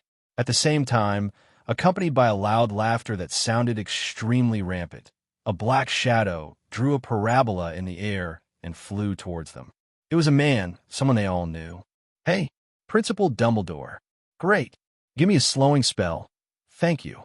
Dumbledore's mouth twitched, and he silently put away his wand, while using his other hand to press down Professor McGonagall's raised wand. 2 seconds later, bang! Remy dove into the soft mud by the lake, and before he could pull himself out, he immediately raised a finger to express his most sincere gratitude to Dumbledore. Dumbledore's expression looked very unhappy, not because of Remy's current behavior, but because the huge explosion just now had attracted the attention of many students in the castle. Remy, I think you need to give me an explanation. What happened to the explosion just now? Do you have any weapons from the Muggle world on you? Dumbledore asked Remy, who was pulled out by his long johns. Professor McGonagall's face turned serious when he heard Dumbledore mention the weapons in the Muggle world and saw that Remy was not injured. Impossible. Am I the kind of person who hides things secretly? I definitely don't hide Muggle weapons. Remy wiped his face and said righteously, By the way, I added in my heart. I always carry it openly. Yeah. Dumbledore glanced at Remy, then turned and gestured to Professor McGonagall. Wingardium Leviosa. Professor McGonagall waved his wand, and Remy immediately flew out of the water, floated in the air, and slowly moved in front of Headmaster Dumbledore.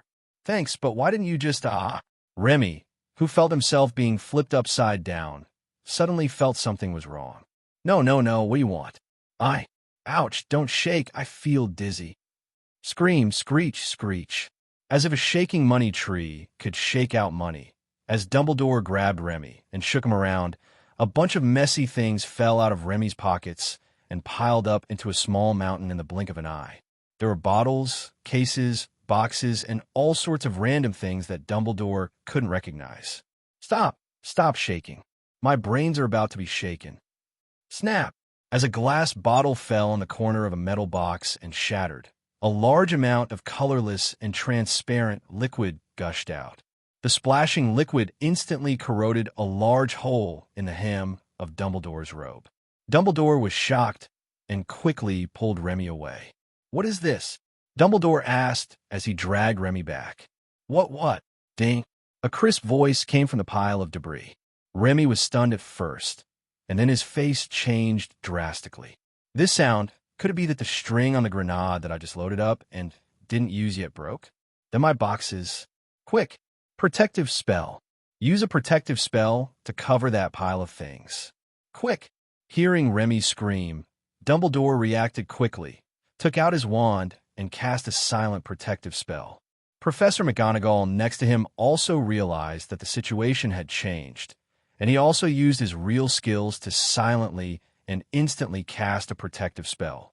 "What's going on?" "Now you can." Boom! Blocked by the protective spell, the huge explosion instantly shattered the ground. This is not the end. After a big pit was blown out, explosions occurred one after another in various places in the pit. Some were big, some were small. The only thing they had in common was that they were all continuing to expand the pit. Dumbledore's pupils shrank suddenly, and he quickly used the speed of his god's hand that had enabled him to be single all his life to cast 5 protective spells in succession in an instant, protecting a large area of the nearby ground. The rumbling sound continued, and Remy felt a chill in his heart. It's over. Barbie Q is in big trouble now. Moreover, my family assets were also destroyed. Remy, who had already fallen to the ground, looked at the surging lake water and silently shed sad tears. Dumbledore waited for a while until there were no more explosions before putting away his wand, looking at the huge pit in front of him with a grim face. Not to mention Professor McGonagall, the bottom of the century-old pot is whiter, rosier, and more lustrous than her current complexion. In the castle in the distance, many students were attracted by the explosion and crowded around the windows to watch curiously. Some even brought out the astronomical telescopes used in astrology class. Suddenly, Remy's face changed, and he rushed towards the huge hole created by the explosion, wailing, "Magic crystal! My magic crystal! I saved up this magic crystal with great difficulty by living frugally." Falling beside the pit, Remy scooped up the lake water, his hands shaking. "This is not water at all. It is clearly magic crystal solution. It's really a failure." Looking at the distraught Remy, and then at the lake water whose magical aura was becoming increasingly strong, Dumbledore frowned even more tightly. He could feel that this pit was not the place with the strongest magical aura. The place with the strongest magical aura was in the real Black Lake. There should be more magic crystals that were blown away by the explosion just now. Forget it. There's no good way to recycle it all now. Besides, the Black Lake is big enough, so it should be able to be diluted. Let's first deal with the problem of Remy, the source of the unrest. Thinking of this, Dumbledore breathed a sigh of relief and told Professor McGonagall to arrange for someone to keep a close eye on the Black Lake and report to him immediately if anything unusual was found. Then, Dumbledore grabbed Remy's shoulders and the two of them disappeared in an instant, only to reappear in the headmaster's office.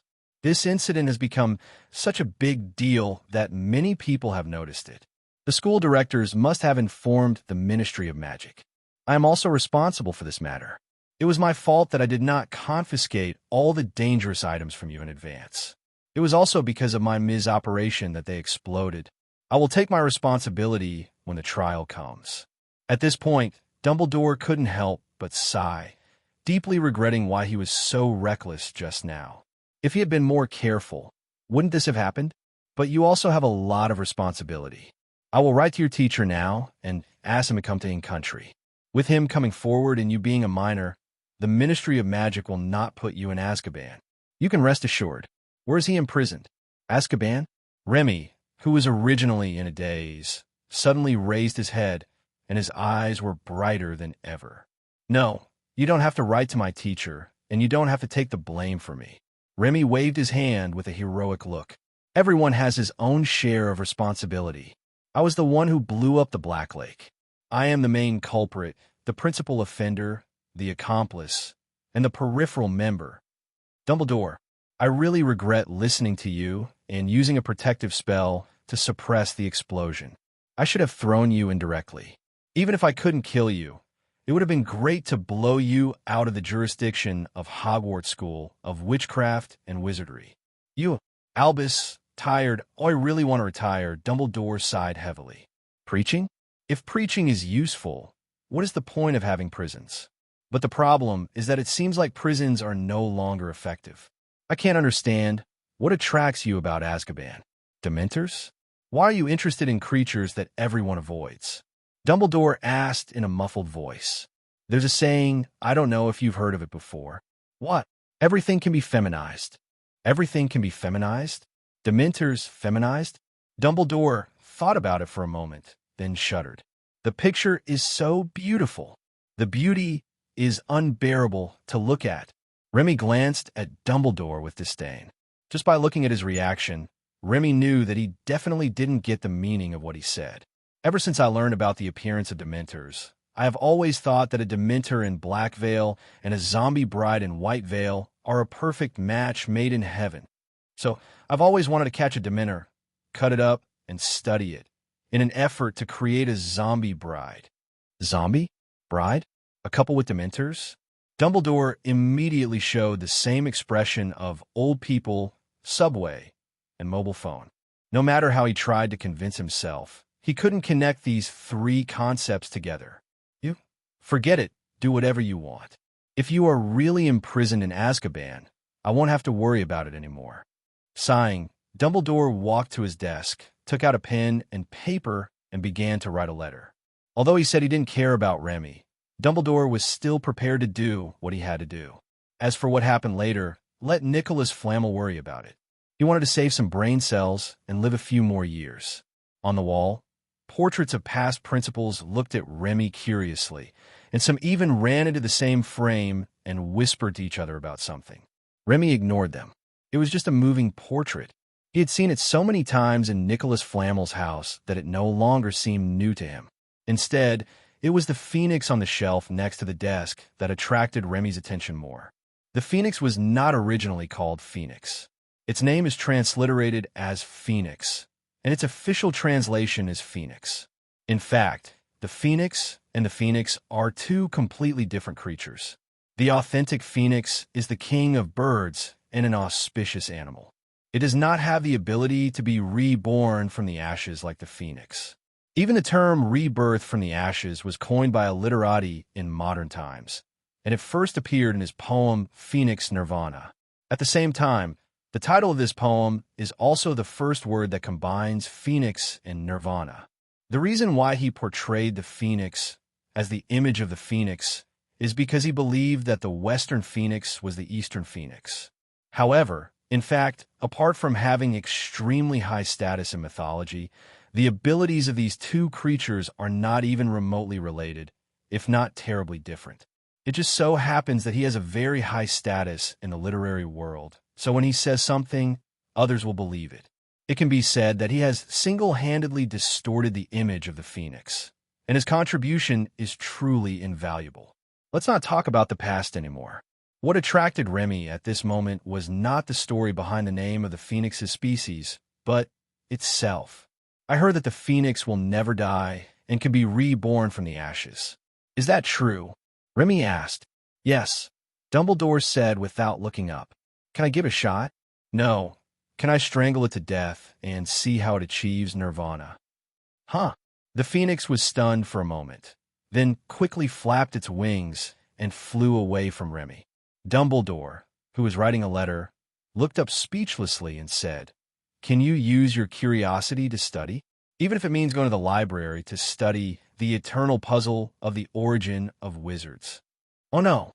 Remy raised an eyebrow. "How did you know I was interested in the origins of wizards?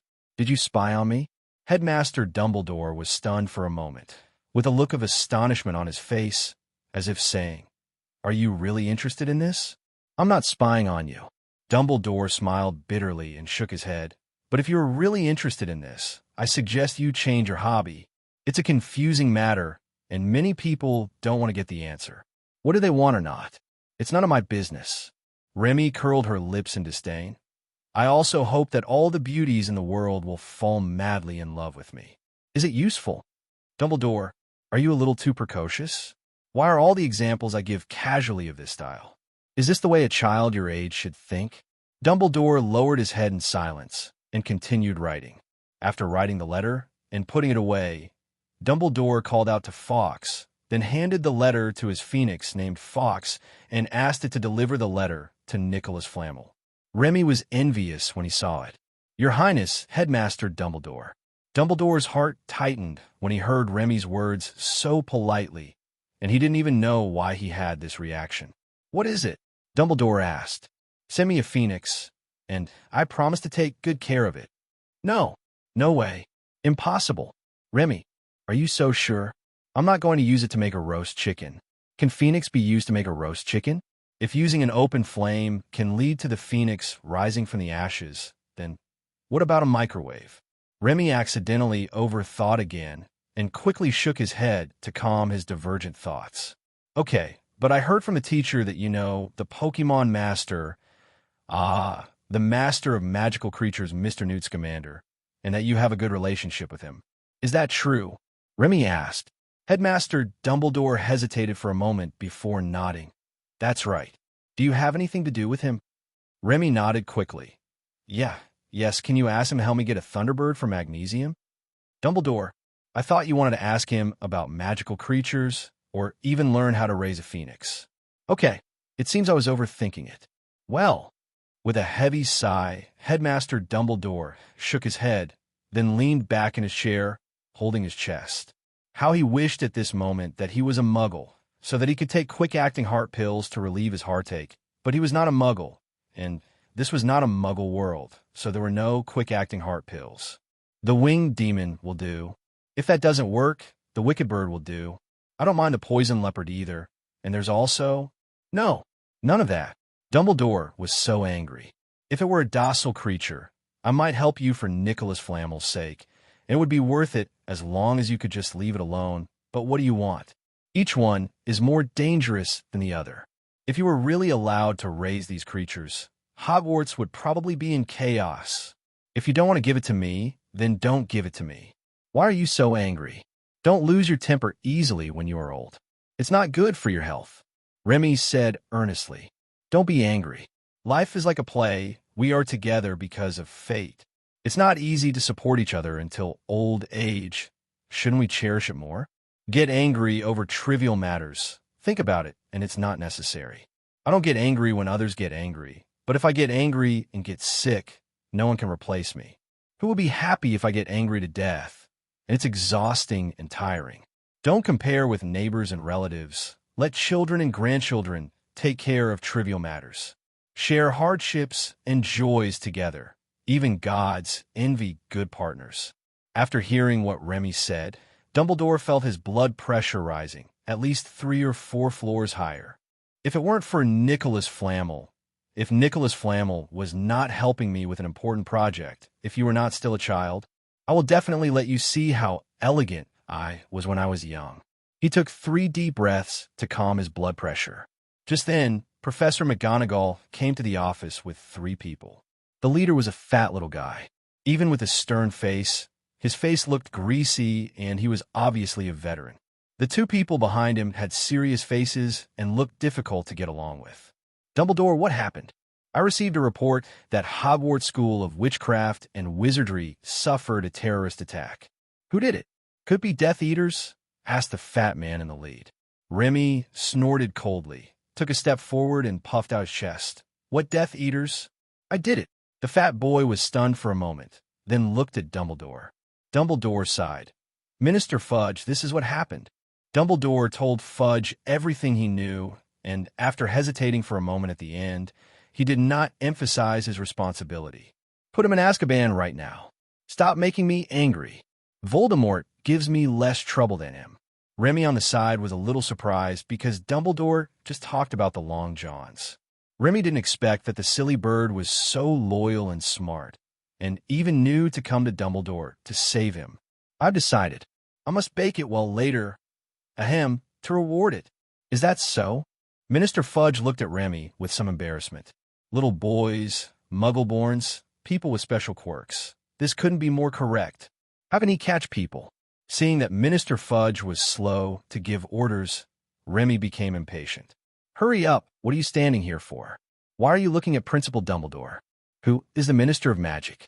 The old ladies at Centenary Mountain are more decisive than you. Or are you from Brokeback Mountain? Remy sneered. Fudge's face suddenly turned dark. He wanted to ask Dumbledore again, but it was not a good idea to go and see Dumbledore at this moment. Okay, Minister Fudge, let's follow the rules. Dumbledore waved his hand tiredly and walked out first. Fudge nodded, raised his hand, and waved gently. Two members of the Ministry of Magic who were suspected to be Aurors walked up to Remy, and each of them held Remy's shoulders with one hand. Don't grab my shoulders. I hate it when people press my shoulders. It makes me feel like a prisoner. Oh, sorry, I forgot that I am a prisoner now. Go on, go on. Everyone, you are really self-aware. As Remy was escorted out of the headmaster's office, and on the way out of Hogwarts Castle, there were curious little wizards everywhere along the way. As a prisoner being watched, Remy felt that he should act more ashamed, but he tried hard and found that his performance level was a bit poor. So, Remy held his head high and chest puffed out like a winner about to step onto the podium, striding forward with high spirits and confidence. As they walked, Remy's eyes suddenly lit up. He saw his dear D-class roommates. Harry, I still have 2 boxes of magic crystals in my suitcase. Please take care of my autumn johns for me. Remy shouted. Oh, okay. I will take good care of it for you, said Harry. Remy tilted his head, feeling that what Harry said was a little strange. Fortunately, I didn't ask you to take care of Hermione, otherwise it would have sounded even weirder. Remy thought so and saw Hermione the next second. Surprised, stunned, confused, and full of worry, Remy smiled slightly when meeting Hermione's complicated gaze. Don't worry, I'm just going out to play for a few days. You should study hard during this time and wait for me to come back. Remy raised his hand and blew Hermione a kiss. Remy thought Hermione would run away shyly, but he could still see Hermione until he was pushed out of the gate of Hogwarts Castle. After leaving Hogwarts Castle, Professor McGonagall, who had been following them, clapped his hands and closed the door, and at the same time closed the curiosity of the little wizards. No. How are you going to escort me to Azkaban? In a prison van? Remy asked curiously. No, we will send you to the Wisengamot for trial. If the trial finds you guilty, we will put you in Azkaban. Just after he finished explaining, Minister Fudge suddenly felt something was wrong. What do you mean by, I'll put you in Azkaban? How come saying it doesn't have any deterrent effect? Thinking of this, Minister Fudge hastily added, I know that little wizards like you are curious about everything and will also question those rumors. But I can assure you that once you go to Azkaban, you will regret it for the rest of your life. Remy blinked, then looked at Dumbledore and pointed at Minister Fudge. Principal Dumbledore, this man threatened and intimidated me. I will sue him. Dumbledore, Fudge, are you looking a little scared now? When he came to his senses, Fudge no longer wanted to talk to Remy, not even a word. Principal Dumbledore, I'll see you at the Ministry of Magic. As he spoke, Minister Fudge signaled the 2 Aurors to let go, then reached out and placed his hand on Remy's shoulder, preparing to use the apparition to apparate Remy to the Ministry of Magic. Unexpectedly, just as he put his hand on Remy's shoulder, Remy suddenly screamed, and he quickly let go of his hand in fright. It's indecent. Bang! Dumbledore covered his forehead helplessly, and after a long while he sighed heavily. Minister Fudge, although it is a bit against the rules, I will still take him there, said Dumbledore. Minister Fudge thought for a moment with a dark face and shook his head. Let's just follow the rules. With that, Minister Fudge pressed down on Remy's shoulder again. This time, Remy didn't scream, but, Minister Fudge, seriously, I really want to sue you, but I don't know where to sue the Minister of Magic. Remy asked, the Wisengamot. Is this true? That would be perfect. Why, vomit. Minister Fudge felt relieved at once when he saw Remy suddenly falling to the ground and retching. Don't worry. The first experience of using apparition to move long distances is always unpleasant, especially for a young wizard like you. You will get better after experiencing it a few more times, Minister Fudge said meaningfully. Minister Fudge's comfort did not have any effect. Not only did Remy not get better, but his body began to tremble, and the trembling became more and more severe. Minister Fudge's heart tightened when he realized something was wrong, and he quickly squatted down and hugged Remy. What's wrong with you? Is it? Go. Quickly, go. Evacuate everyone. My magic is disrupted. Dumbledore, who just arrived? There are two kinds of magic in Remy's body. One is his own, and the other is Mawbow's. Normally, Remy can mobilize the magic power of the magic treasure at will for his own use, as if he were controlling it with his own arms. But after experiencing what was probably a lousy apparition, some unexpected changes occurred in the magic in Remy's body. Minister Fudge was stunned by the terrifyingly powerful magic of Remy, and only came to his senses when he was pushed aside by Dumbledore. Fudge, his magic is so strong that even I am not sure I can suppress it. Go, and notify everyone to evacuate, Dumbledore said in a deep voice. Okay. Minister Fudge nodded vigorously. Realizing the seriousness of the situation, he directed his men to notify people nearby to evacuate while regretting it deeply in his heart. Why didn't you agree to let Dumbledore bring the child to the Ministry of Magic? If something went wrong, the main responsibility would be on Dumbledore. Now, the responsibility is all on you. I regret what I did. Next to Remy, Dumbledore, with a serious expression, cast a series of protective spells around Remy, and after learning from his mistakes, he also cast protective spells on the floor. After a while, a team of elite Aurors, led by a lame Mad-Eye, apparat to Dumbledore's side. After seeing the situation clearly, they hurriedly cooperated with Dumbledore to cast protective magic around Remy. There is no need to say or ask. Anyone who is not blind can see the terrifying and almost tangible magical power emanating from Remy, and anyone who is not a fool knows what to do at this moment. The magic in Remy's body was becoming stronger and more violent. The Aurors and Dumbledore raced against time to cast protective spells to increase the protection as much as possible. Just as an Auror stumbled to the ground due to exhaustion, suddenly, a dazzling bright blue light emanated from Remy.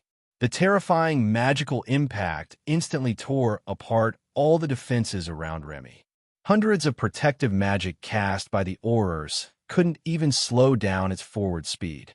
Only the protective magic cast by Dumbledore could resist it a little.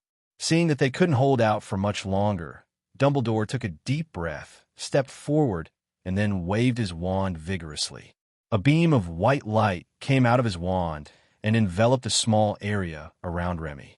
White light continued to emanate from Dumbledore's wand, struggling against the turmoil of magical power that enveloped him.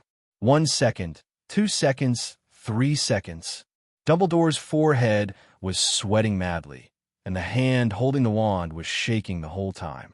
Don't cast the protective spell yourself. Our protective spell is useless. Let's all work together to strengthen Dumbledore's protective spell, Mad-Eye yelled, then took the lead in waving his wand. The Aurors behind also mobilized their remaining magical power to help. 8 seconds, 9 seconds, 10 seconds. Seeing the range of the blue light shrinking little by little, and even Remy in the middle could be seen gradually, everyone breathed a sigh of relief. Just when everyone thought victory was in sight, Suddenly, the blue light transformed into a deeper purple light. Not good. Snap! In just a moment, the sudden surge of purple light broke through the restraints. Dumbledore's eyes were about to burst. How dare you pretend to be a pig and eat the tiger to launch a sneak attack? You have no martial ethics. You are really too babyish. He only had time to cast a protective spell around him to protect the people around him. And the next moment, Dumbledore and all the Aurors were instantly enveloped by a vast ocean of purple. Boom! Whoosh! Dang! Mad Eye appeared on the floor with Dumbledore on his shoulders and bent down to let Dumbledore, whose magic power was exhausted, sit down. Then he picked up the wand on the ground and put it back into Dumbledore's still trembling hand. Sniff, sniff, sniff, sniff. Figures appeared around them, and everyone fell silent as they looked at the huge pit in front of them. Standing up and looking around at everyone, the lame man breathed a sigh of relief. Thanks to Dumbledore for protecting them just now. Everyone is safe, and there are no casualties. Fortunately, everyone else is evacuated. But what exactly happened? Professor Dumbledore, Mad Eye asked. It should be the first time he used apparition, and it disrupted the magic power in his body. Dumbledore struggled to stand up after catching his breath. Mad Eye saw him and hurriedly supported him. They walked to the edge together and looked at Remy at the bottom of the pit. Remy has a magical creature in his body that is more special and more terrifying than the Obscurus. He has always had two kinds of magic in his body. Just as they used their profound knowledge to speculate the cause of the incident, before everyone could express their surprise, several figures appeared beside them. Oh, thank God you're all okay. Under my command, everyone evacuated in time. There were no casualties, not even pets. And it didn't have much impact on the Muggle world above. At most, tomorrow's newspaper headlines will report a sudden but not serious earthquake. Are you listening to me? Dumbledore, what are you looking at? Minister Fudge, who was talking incessantly, suddenly froze when he saw Remy at the bottom of the pit. Are you still alive? This is really great. Someone, capture the terrorist who attacked the Ministry of Magic below. Send him to Azkaban immediately. With that, Minister Fudge turned to look at Dumbledore. Principal Dumbledore, this matter is of great importance. Please provide detailed information about this person, including his family members and detailed address. The Ministry of Magic must conduct the most stringent investigation on him. Well, Dumbledore sighed, looking at Fudge with undisguised disappointment in his eyes. This guy must be thinking about how to pass the buck. At least he's thinking about how to put the main responsibility on Remy. But Dumbledore glanced at Remy at the bottom of the pit again. At this moment, Remy was not without any magic in his body. On the contrary, the magic power in his body was still amazing. I think even if I was imprisoned in Azkaban, it wouldn't be too dangerous. At most, I would suffer a little. Thinking of this, Dumbledore nodded to Minister Fudge and said, I will give you the information later. Now, I need a rest. Okay. Thank you for your cooperation, Headmaster Dumbledore. Go and arrange a lounge for Dumbledore that can still be used. No, I'll just take Professor Dumbledore. Mad Eye glanced at Fudge and helped Dumbledore away from this troubled place. After watching the two figures disappear completely, Minister Fudge used all his power to direct everyone to clean up the scene and repair as much as possible with the repair spell. When they heard Fudge's request to clean and repair the giant pit from top to bottom, everyone cursed in their hearts. What a pity. Iron doors, iron windows, iron chains. Holding onto the iron window, I looked outside. What a wonderful life outside. When will I return to my home? When will you return to my... Ban. Remy, who was howling like a ghost, suddenly stopped howling and turned around to slap the Dementor next to him. Where are you running to? You want to escape from prison without a fight in 3 minutes? Are you getting carried away? Remy asked with his eyes wide open. The Dementor looked down at his feet in grievance. It was indeed floating, but this was not something it could control. It was born to float, floating back to the corner silently. The Dementor felt regretful in his heart. A day ago, it was working as usual, diligently patrolling Azkaban prison with its colleagues, when it discovered a new arrival with a tempting aroma of food that had never been seen before. It was lucky enough to be the first to enter the cell and the first to enjoy the food. It flew over the food, lifted its veil, and prepared to give him a long and lasting French kiss. However, after sucking for a long time, it could not suck out a trace of sweetness, and instead woke the food up. Then the nightmare began. The awakened food did not choose to run away. Instead, it pinned the 12-foot-tall cat to the ground with great ferocity, rode on it, and delivered a series of punches to its head. While beating it, he was cursing, saying things like, "Hey, I jumped. Don't you know you have severe bad breath? How dare you get close to this handsome guy when you're so ugly?" In other words that the dog couldn't understand, which caused great harm to its body and mind. But its unethical colleague locked the prison door to prevent the food from escaping. God knows how it got through the whole day. It swore that if it was allowed to go out, it would throw the colleague who locked the door in and lock him up together with the food. "Hey, who allowed you to go there facing the wall? Come here," Remy said. The Dementor hesitated for a moment, then slowly floated towards Remy. Before it reached Remy, Remy kicked it back. "Do you understand that I must follow orders? Do it again. Come here," Remy said sternly. This time, the Dementors learned their lesson and came very quickly. "Get down." "Well, that's right." Patting the Dementor's head, which was now shorter than him, with satisfaction, Remy walked around the Dementor and looked at it carefully. This Dementor is scary, and it does look quite frightening. Its overall shape is similar to the first time Dementors appeared in Remy's memory, just like a little girl who is just about to get married, shyly covering her whole body, and wearing a headscarf that covers her entire face, but it's all black. Unlike after the rebellion, they dressed as revealingly as possible and had no sense of shame at all. The Dementor was tall and thin, and under his black robe, he was not just skin and bones, but just some rotten flesh on his bones, which looked disgusting. Fortunately, there was no rotten smell on it, otherwise Remy would definitely kick it out and make it roll as far away as possible.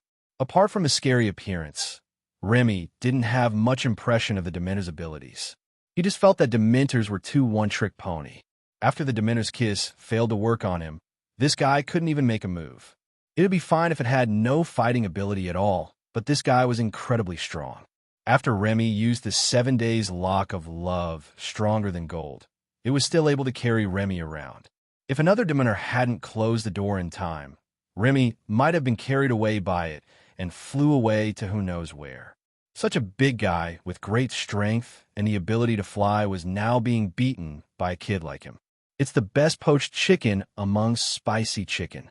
Originally, Remy still had illusions about the strength of the Dementors and wanted to raise one for fun. Now that he has seen the true strength level of the Dementors, or the true intelligence level, Remy only wants to say to the Dementors, "Sons, Dad is very disappointed in you. Tell me about you. You are so ugly and have such a great reputation. Why are you so useless?"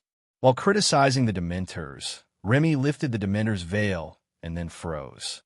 There was no face under the veil, at least no facial features. There was only a faint outline where one could vaguely discern the positions of the facial features. It was as pale as a mannequin used in an unfinished clothing store. There was a hole where the mouth should have been, and no teeth. Looking at the hole, Remy suddenly had a bold idea. Ahem. No, it was a question. Why can this mouth absorb people's emotions and only absorb positive emotions? What is the principle? "Open your mouth wider so I can study it better," Remy said. After waiting for a while and seeing no response, Remy raised his hand to hit the Dementor, which was so scared that it quickly dodged and used its skinny big hand, which was twice as big as Remy's head, to open its mouth, and then waved its hands, as if to say, "My mouth can only open so wide. It can really only open this wide." Remy asked, still unconvinced. The Dementor nodded hastily and vigorously. "I don't believe it." With a sneer, Remy reached out to pry open the Dementor's mouth without caring whether it was clean or not. However, no matter how hard Remy tried, he was unable to open the Dementor's mouth even a millimeter larger. "Okay, I believe it." Remy sighed and picked up the Dementor's robe to wipe his hands. You know what? Although the Dementor looked sloppy, Its robe is very clean and of good texture. Seeing that Remy finally believed and gave up torturing himself, the Dementor breathed a sigh of relief, and the strong sense of humiliation made it lower its head involuntarily. It is the number one evil creature in the wizarding world, the Dementor, whose Dementor's kiss makes countless people shudder, and it is easy for it to stop a child from crying. But today, someone actually forced its mouth open, and when its mouth was pried open, it didn't even have the courage to take advantage of the opportunity to use the Dementor's kiss. It's so. Sniff, what is this? It smells so good. The Dementor raised its head suddenly and inhaled madly at the magic crystal that Remy had just created in his hand. If Remy hadn't known and confirmed that Dementors were blind, he would have doubted whether it was staring at him at this moment. Are you interested in this thing? Want to eat it? Remy asked. Yeah. The Dementor nodded like a chicken pecking at rice. It's not impossible to give it to you, but you can't get it for free, right? Remy grinned and reached out to pat the soul monster on the head. How about this? If you let me out, I will give you the magic crystal. The Dementor was obviously stunned for a moment, then lowered his head and never raised it again, as if to silently express his refusal. No, I didn't realize you were so dedicated to your duties. Remy casually threw a magic crystal in front of the Dementor, walked to the corner, and sat down, watching quietly as the Dementor impatiently pinched the magic crystal with his incredibly long fingers and swallowed it in one gulp. I'm giving you two choices now. One is to leave here, I won't stop you. The other is to work for me. I have plenty of magic crystals, and you don't need to violate your professional ethics. Remy said with a smile. The Dementor floated up and looked at the cell door, then turned around and looked at Remy, and finally floated in front of Remy and squatted down. Although it is humiliating to follow Remy, but the magic crystal is so fragrant. Click! As the cell door opened, a Dementor floated out of the cell and closed the door in an extremely fast time. Feeling that Remy had not moved, the Dementor breathed a sigh of relief and then floated forward along the passage. When passing by the third cell, the person inside suddenly roared for some reason. The Dementor, who had just come out of Remy's cell, suddenly turned black in face, opened the cell door angrily, went in, and started sucking the person hard. If you can't afford to offend that little devil, can I punish you? Snort. The door slammed shut, and the Dementor continued to move forward. After a while, the author didn't know how Dementors communicated with each other, but it successfully found its compatriots and persuaded one of them to have dinner with it. It brought its compatriots to the cell where Remy was imprisoned, opened the door, and invited its compatriots to enjoy it first. When its compatriot rushed into the cell and pounced on Remy in the corner, it was not in a hurry, but its hands were still quick to close and lock the cell door. After a while, there were sounds of "ada," coming from the cell, as well as endless curses that only the Dementors could hear. About 10 minutes later, it reached out and knocked on the cell door. After attracting Remy's attention, it pointed at its mouth through the window and tried to make a cube with its stiff, slender fingers. Don't worry, I'm a person who values honesty the most. Remy released his grip on the Dementor's neck and rubbed it against his body before walking over to the cell door. One magic crystal for each Dementor. Here you go. Handing the magic crystal to the Dementor, Remy thought for a moment and handed it another handful of magic crystals and patted its head. I now officially confers upon you. Well, I now officially bestow upon you a name, Soul Bullet, and confers upon you the title of Commander of the Soul Bullet Corps. Work hard, and I will not treat you unfairly. Until Remy retracted his hand and turned around to continue educating the Dementors inside.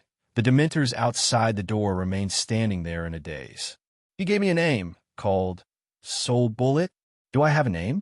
After more than 400 years since it was created in the 15th century, I finally have my own name?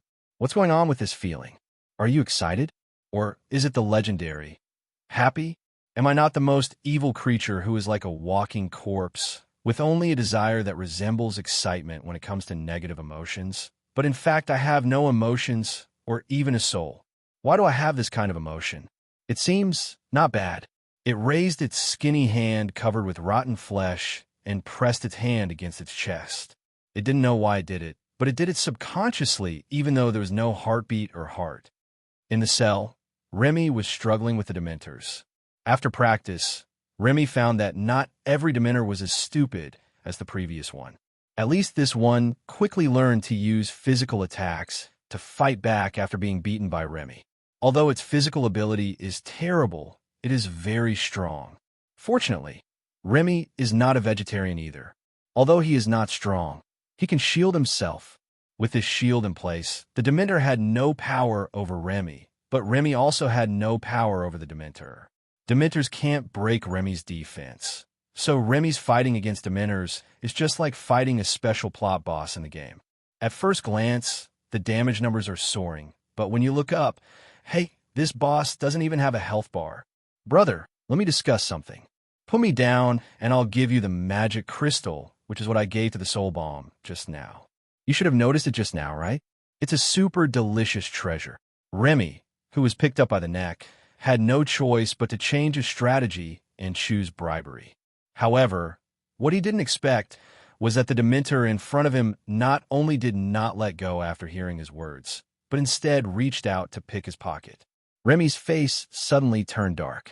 The current situation reminded him of what happened before, and then he thought of his belongings that had turned into nothing.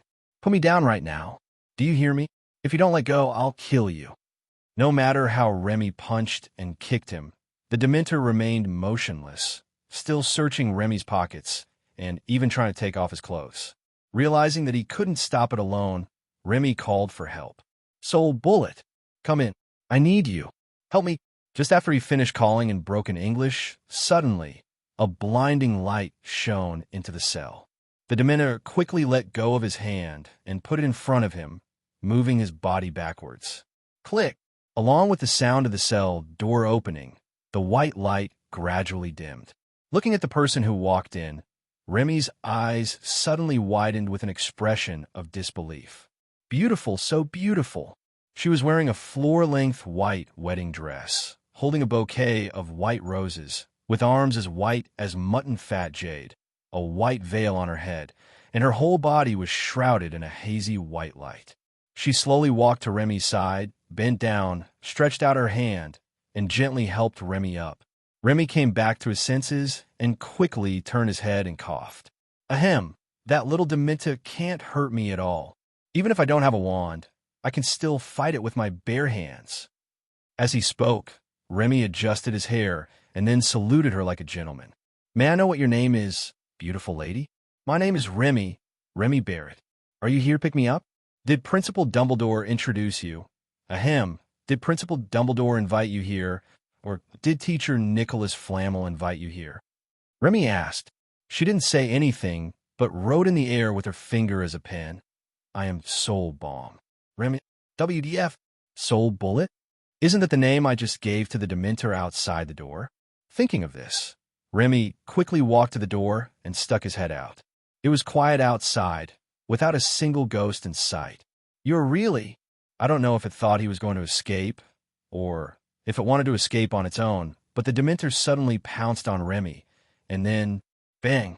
The unidentified woman in a wedding dress who claimed to be the Soul Bullet swung the white rose in her hand and hit the Dementor against the south wall with a bang like hitting a baseball. The huge force even knocked the Dementor directly into the wall. Remy, who witnessed all this, suddenly twitched his mouth. Wow! Not only is she a mute bride, but she's also an iron lady who doesn't like red makeup and prefers weapons. Remy took a deep breath, closed the door, then walked to the woman in the wedding dress and looked at her. The more Remy looked at him, the more he felt that the other party was fooling him. Can a Dementor become so beautiful? Cheating children?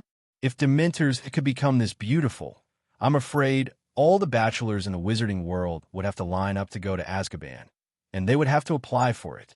What's more, Dementors are 15 feet tall, which is a little over 4.5 meters, close to 4.6 meters.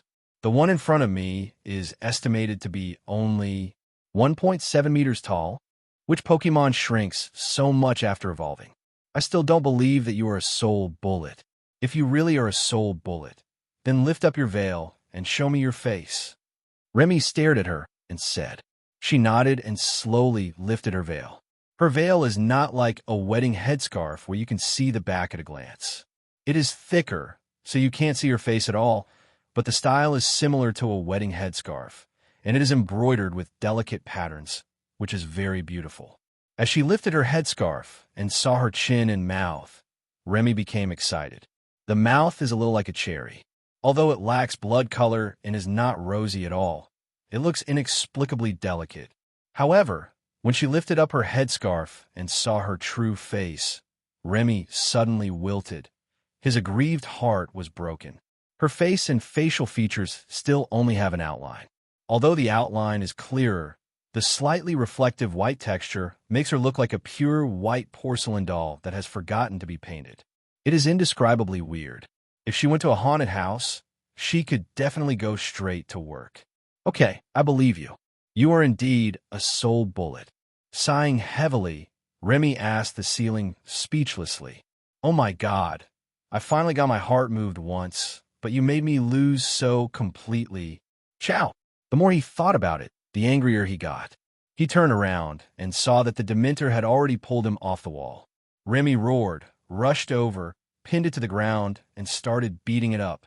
The Dementor covered his head and remained motionless, allowing Remy to vent his emotions on him. Remy stopped only after he was tired. "I'm so P*****************. Come on, why don't you evolve your face first? How can I wait?" Remy hurriedly ran to the soul bomb and lifted the soul bomb's veil, but not completely. He only lifted it to the height of revealing its mouth. "Open your mouth, ah." The soul bomb opened its mouth obediently. Its mouth is like a black hole, pitch black, and you can't see anything. It's okay. Although it's a bit soulless without a tongue, it's still usable. Remy calmly loosened her headscarf and made a comment, then walked to the wall and banged on it. "I'm so angry. Why is it that the head hasn't evolved well? Even if you can't open your mouth, as long as your face is beautiful, it will still be pleasing to the eye, right? Now, looking at the appearance makes me feel itchy, but when I think of that face and mouth, my heart becomes cold. Okay." Before he hit the wall, Remy had already calmed down. He sat down against the wall and waved to the soul bullet. "It's not appropriate for you to call it soul bullet now. I'll change your name. From now on, you can call."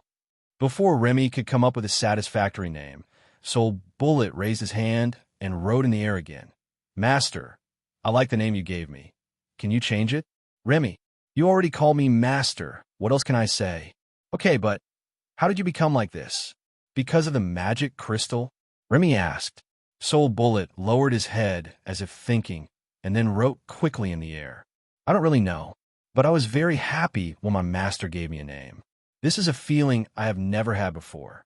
Moreover, the master also rewarded me with many magic crystals, which made me feel that you are very good to me. When I eat the magic crystals rewarded by the master, I feel very sweet in my heart. When I heard you, Master, call my name and saying that you needed me and needed my help, I was very excited, and then I became like this now. I'm sorry that I couldn't become someone that satisfied my master. No, I'm very happy with you now. I was just having a seizure just now.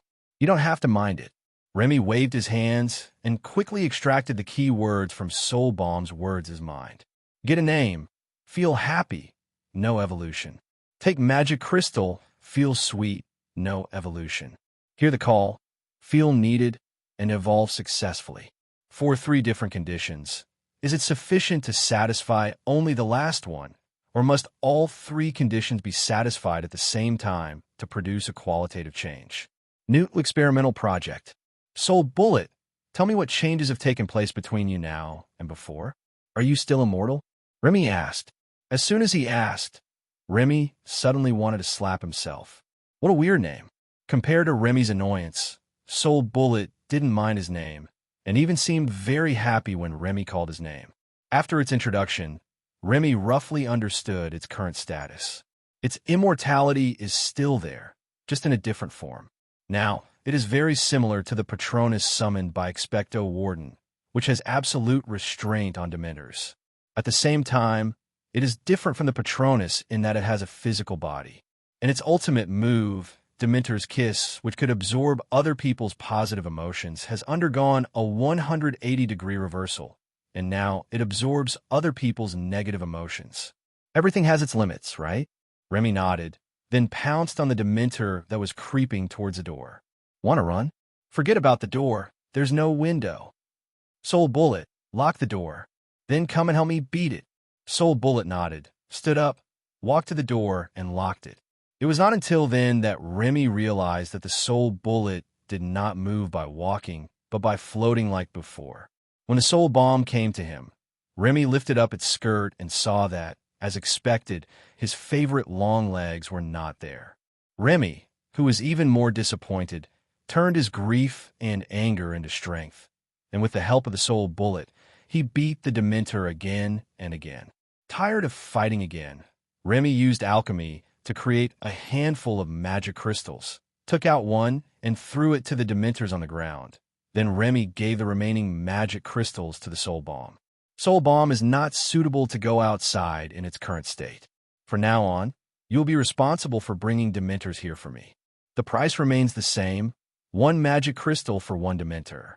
If you dare to go out and not come back, I will let Soul Bomb go out and beat you. Do you understand? Remy said. The Dementor picked up the magic crystal and swallowed it. His body suddenly shook, and he nodded repeatedly, thinking in his heart, let alone giving the magic crystal. Even if I don't give it to you, I will pull other Dementors over. I can't be the only one who is unlucky. Let the Soul Bullet release the Dementors. Remy walked to the bed and lay on it, thinking about how to do the experiment and how to take the Soul Bullet away. This is the only Dementor in the world with a limited edition newlywed skin. It's super rare, still obedient. Such a wonderful magical creature.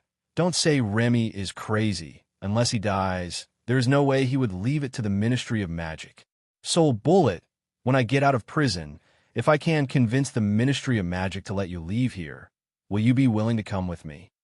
Remy asked. Wherever the Master goes, I will go. The Soul Bullet floated over and rode in front of Remy. If the Master needs me, I can let you out now. It would be easy as long as you are willing to go with me. But now is not the time to leave, said Remy. Turning over, Remy lay on the bed and pointed at his back. Come and give me a back rub and a shoulder massage. Thinking of the miserable state of the Dementors just now, Remy quickly added another sentence. Don't use too much force.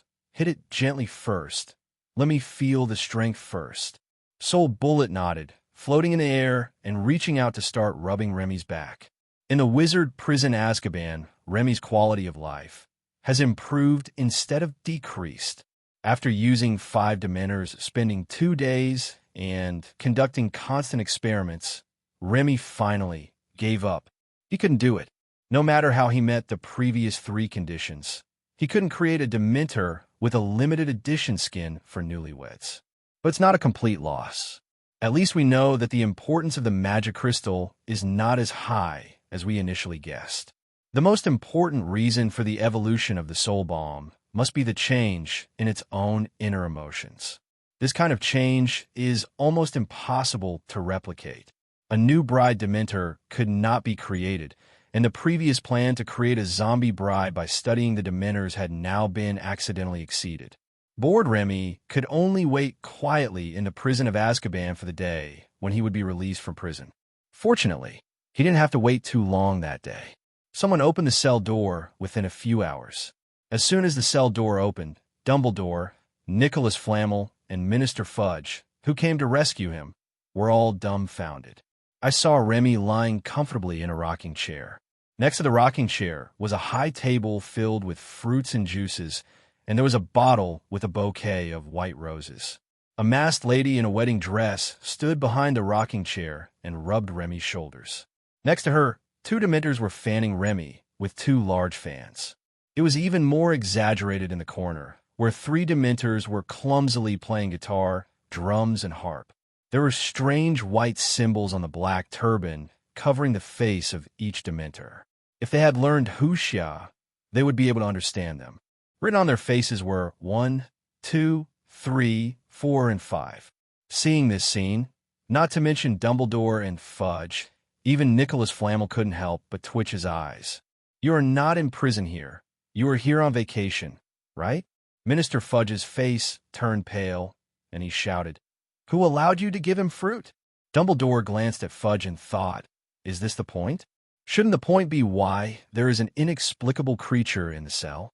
With his keen eyesight, he could tell at first sight that the soul bullet was not a human. But because he had never seen it before, he didn't know what kind of monster it was. Hey, why are you making so much noise? Can't you let people have a good rest? Hermione, go and bring the fruit plate to that little fat boy. Look how greedy he is, Remy said.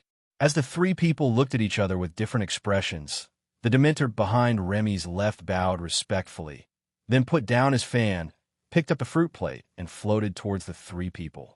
Seeing the Dementors floating over, Fudge took a step back in fright, but he quickly reacted and hurried back to his original position. Okay, you can go out now. The prisoner can be released now. There is nothing for you to do now, Fudge said. However, the Dementor ignored him and turned around and floated over to Remy, picked up the fan, and returned to his original position to continue fanning Remy. Fudge's face darkened instantly. Are you G going to rebel? Didn't you hear what I said? I, the Minister of Magic, now order you all to get out, Fudge roared. However, not even the Dementors, let alone the humans, paid any attention to him. Remy, Dumbledore, pushed up his glasses and walked into the cell. Who is this behind you? How's the new maid from Azkaban? Is she okay? Remy said. Dumbledore nodded. It is indeed very beautiful, but what kind of magical creature is it? Dementors. Dementors? Yes, mutant Dementors. Mutated Dementors? Dumbledore was stunned for a moment, and suddenly remembered what Remy had told him before about creating a zombie bride by studying Dementors. Has it really been researched? It's only been a few days? You are too fast. See, I told you Remy has the power to change the world, right? Nicholas Flamel walked forward with a smile and looked at the soul bullet, nodding from time to time. It was unknown whether he saw something or was very satisfied with the appearance of the soul bullet. Taking this opportunity, Remy quickly put forward his idea. Teacher, I want to take it with me. Is that okay? No. Before Nicholas Flamel could speak, Minister Fudge refused outright. Trespassing into Azkaban is the most serious of all crimes. Even if she didn't do anything bad, she will be locked up in Azkaban forever. Are you crazy? It's Remy. Nicholas Flamel interrupted Remy and then looked at Minister Fudge. Minister Fudge, conviction requires evidence.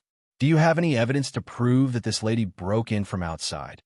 Isn't it evidence that she is not a prisoner in Azkaban, but is here? Fudge asked. Of course not. Nicholas Flamel smiled. My disciples' attainments in alchemy have surpassed mine to an unprecedented level, and he does not need a wand to use alchemy. This lady was created by him based on the Dementors, not from outside. That won't work. In Azkaban. I know that you're not allowed to cast spells in Azkaban, but this prohibition on casting spells requires the Dementors to keep a close watch on the prisoners. Nicholas Flamel interrupted Fudge again. Now that Remy still has the ability to cast spells, the responsibility does not lie with him, but with the Dementors. If you must punish someone, you should punish the Dementors. Well, by the way, you can also hold them responsible for giving Remy the fruit plate. After hearing what Nicholas Flamel said, especially when he heard about the fruit plate, Minister Fudge's face suddenly turned as dark as a black hole. Remy was surprised. He didn't understand how Nicholas Flamel could suddenly become as sharp-tongued as him and find legal loopholes. As a good student, he would ask questions if he had any, and Nicholas Flamel quickly told Remy the answers. I just learned this from your father recently. My father? Could it be that the Ministry of Magic has brought my father to the wizarding world because of me? The word catch isn't quite accurate. I just asked you to come over, Nicholas Flamel said with a smile. Your father really opened Dumbledore and me's eyes. He argued with the entire jury alone in the Wisingamot, not only leaving them speechless, but in the end he turned the tables and brought charges against Minister Fudge who was presiding over the trial in the Wisengamot, forcing Minister Fudge to temporarily adjourn the court. Minister Fudge's face suddenly turned darker. After a temporary recess, your father asked me for 5,000 galleons, saying that he was going to bribe the jurors, and finally returned me nearly 4,000. In the afternoon, the trial continued, and in just 1 hour, a resolution to acquit you was passed by a high vote, on the condition that you pay in excess of the losses suffered by the Ministry of Magic and Hogwarts School of Witchcraft and Wizardry. Even Minister Fudge voted in favor. He seemed to have reached some kind of cooperation with your father in private. Your father's really amazing. Nicholas Flamel exclaimed. Remy glanced at Fudge, who was so embarrassed that he turned to look out the door, and smiled smugly. Of course, my father graduated from Oxford Law School and then went to London School of Economics for further studies. He has been dealing with politicians since he started working. Bribery is as easy for him as eating and drinking. You are so proud of yourself. And you, Nicholas Flamel, what's so praiseworthy about a man who loves to exploit loopholes and bribe? Dumbledore felt really tired. The parent is a litigator. The teacher has distorted values. The Minister of Magic accepts bribes, and Remy himself is so lawless that he is on vacation in Azkaban. Even the Dementors rebelled. As the only normal person, Dumbledore felt out of tune with these half-human and half-human creatures around him, and even their styles were different. Remy is like a ray of light shining in the darkest place in the wizarding world, but unfortunately, he is a black light. Under his shining, the dark place becomes even darker. Now that everything has been settled, let's leave here first and talk about anything on the way. Dumbledore said tiredly. Yes, this is not a good place to chat. Nicholas Flamel smiled and signaled Remy to leave. Remy looked at Fudge, who walked aside silently to make way for the door, and immediately felt relieved. Soul 1, 2, 3, 4, and 5. You 5 must listen carefully to Minister Fudge in Azkaban and assist him in managing the prisoners in Azkaban prison while also assisting him in managing the other Dementors. Do you hear me? Remy said. The 5 Dementors bowed 90 degrees in unison, causing Dumbledore's eyes to twitch again. I really don't know what these 5 Dementors have been through in the past few days to make them so respectful to Remy. However, based on the past inference that Remy was about to destroy Fawkes as soon as he saw it for the experiment, one thing is certain. Remy will never use positive means such as truth, goodness, and beauty to influence them. Following Nicholas Flamel and Dumbledore, Remy leisurely left the dreaded prison of Azkaban with the Soul Bullet and boarded the flying carriage brought by Nicholas Flamel to Hogwarts School of Witchcraft and Wizardry. Flying carriage, okay. Flying cars, no. On the one hand, they emphasize the nobility of wizards and look down on muggles, and on the other hand, they are afraid of things invented by muggles. The magical world is so wonderful and absurd. I suddenly feel that inventing a kind of protective gear that can automatically defend against thermal weapons is more important than magic firearms. If every wizard can walk in a hail of bullets, the magic world may not be so averse to items made by muggles. Remy suddenly said with deep emotion, It's a good idea for you, but right now you need to protect the lady next to you. Nicholas Flamel said as he glanced at Soulbaum, who was serving tea to Remy. Remy shook his head. It doesn't need my protection. It is actually an evolution of the Dementors. Like the Dementors, it has immortality.